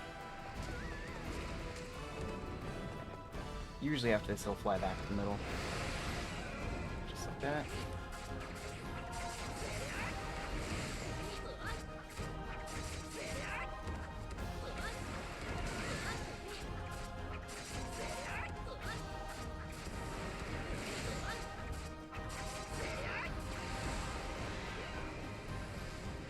Doing this again.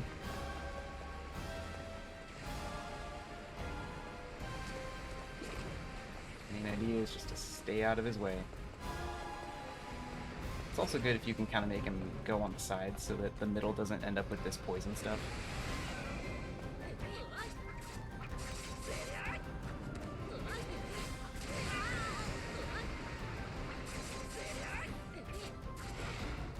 Alright, into the second chaos phase here.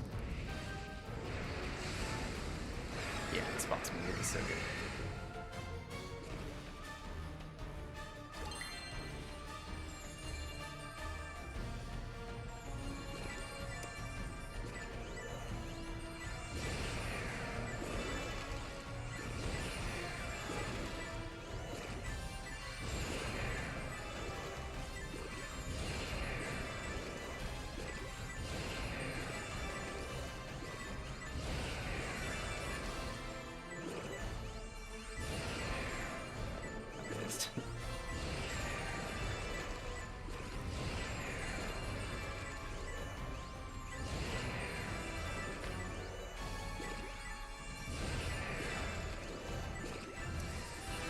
So what happens if they get too close is they'll just start doing damage to you.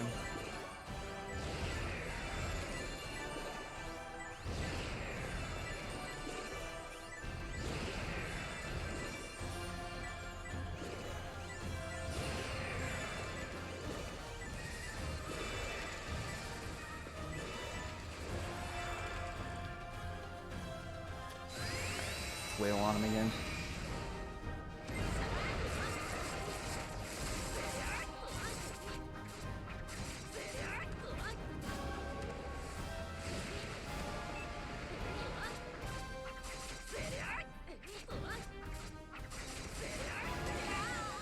Wasn't getting out of the way, that one.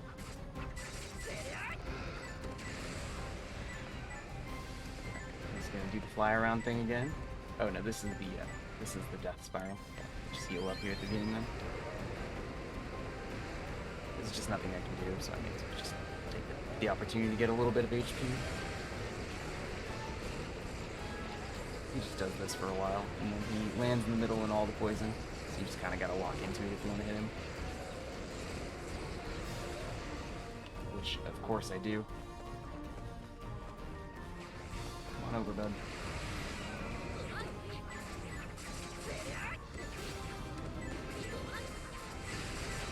Yes, we love that attack. Fan. Good.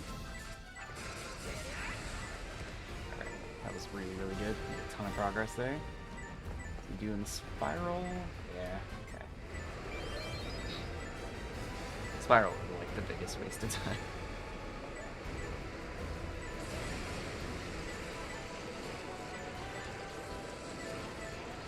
The way this fight works is I know I've done it fast if I finish before 2 a.m. So we'll see if we finish before 2 a.m. Alright, come to the middle. Good boy.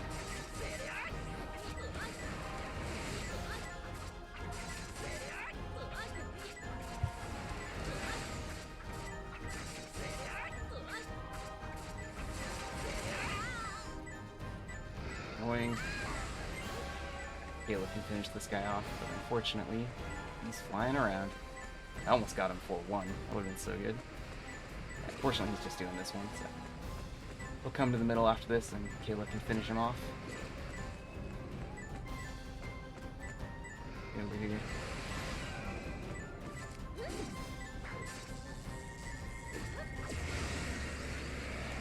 Nice.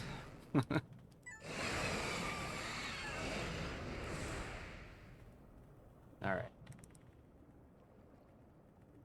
Almost sub 7. 2 minutes. Whew. Can't complain though.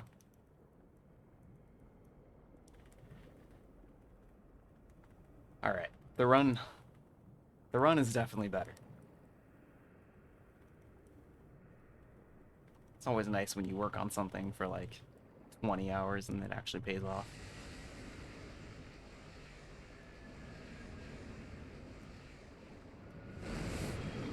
That boss fight's really fun. It's really fun. I think it did save me time to restock the booths. Like take 25 seconds, but Aslar would have he would have died at least once, and then it would have had to go to somebody else who wasn't doing as much damage. So I think you've saved 25 seconds easily by doing that. Probably actually saves you a minute, like net plus 1 minute. But yeah, thanks to GG's guys. Zytoriak, Error, Sindrina, Tactical. Thanks for sticking around.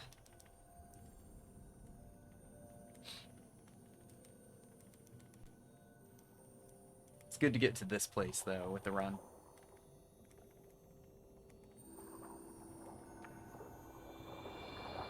We're about 2 hours faster than we were on the first speed run.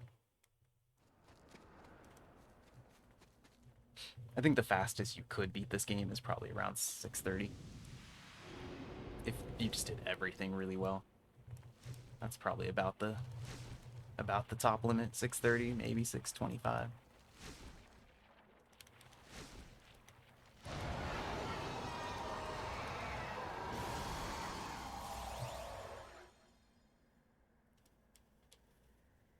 Just mashing out of habit. There's nothing to mash through here.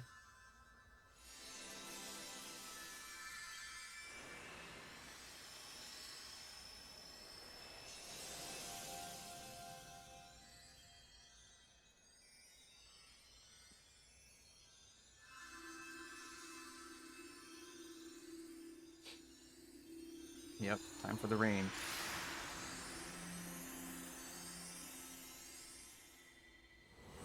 I'm glad this is JRTA timing. I mean, I could try to do like a different one for English that doesn't. I don't see why I would though.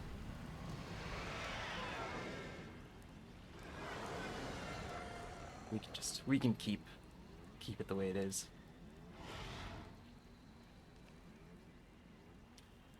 But yeah, cool. 6:52 shoot. It's awesome. Could have lost another 8 minutes and still beaten him at under 7 hours. Saved just like a ton of time. Several small things that could definitely be better, but all the big things worked. Oh, I know, the rainbow is... You get the big rainbows. This game's all about friendship, right? Couldn't do without your friends.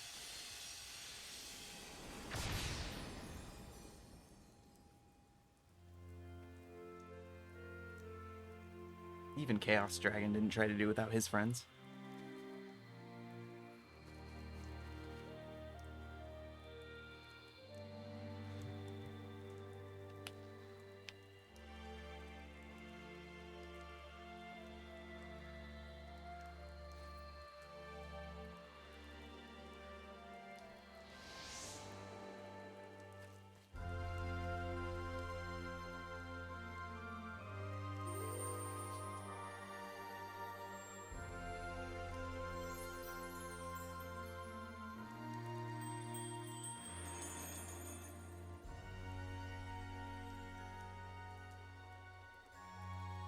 Hmm.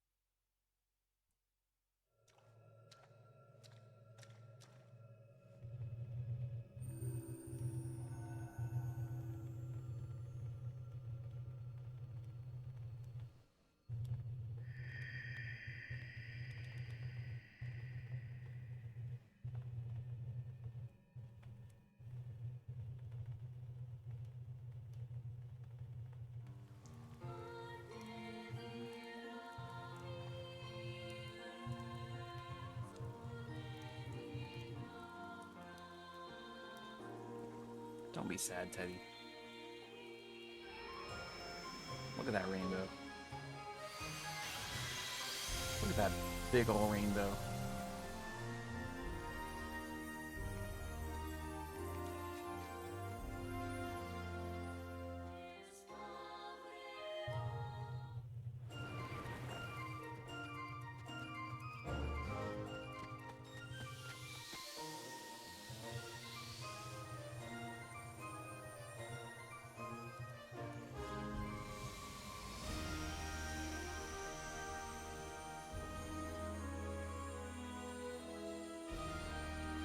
I gotta say though, like that chaos plant part of the last fight is pretty hard to do on the DS after 7 hours of like really using your hands, because you have to use the thumbstick to rotate the camera, and you like have to. There's just no way around it, and that thing feels bad.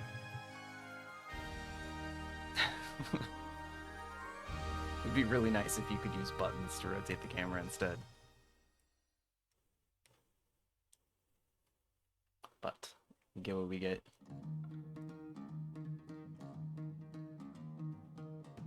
15. Oh, that's not what I wanted to do.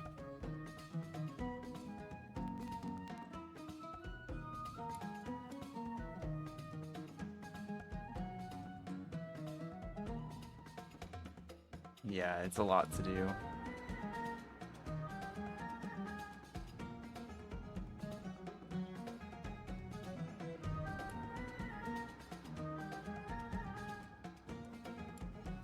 Alright. Nice run. Almost all golds. This one spoils it. Man, those Rogue Whispers are just always expiring from exhaustion. I swear that's not a common thing. That's just what they pick. I don't know.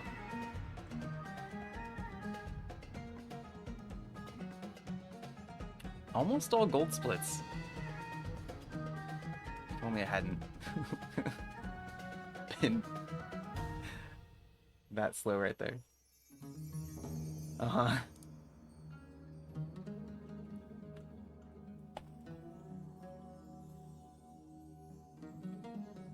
Alright, well I just get hit by the Rogue Whisper, so...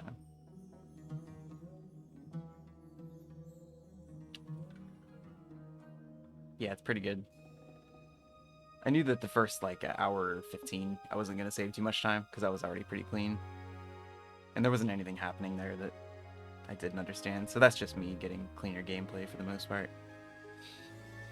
But then, yeah, saving 5+ minutes before the Gourmet Festival, that's 16 residents. There's a couple tricky ones in there, so that went better. Green Lumite is actually just a dungeon, so that's just doing the Forgotten Forest a lot faster. No, that's Red Lumite. It's doing the Ocean Acropolis faster. So that's cool. To get 2.5 minutes on a dungeon, it's nice. And then yeah, the middle of the run is where I knew I was going to save a bunch of time, and sure did. I still lost a little bit of time on the Sol joins compared with what I should, because I wasn't quite fast enough on Isaac. So I did have to wait around for a couple minutes. So there's an easy couple minutes to save right there. Almost all gold. So close. Let's see if I can gold split the end. Just gotta mash really fast. Don't mash slow, mash fast. Oh, I already missed it. I think it did a late shoot split once.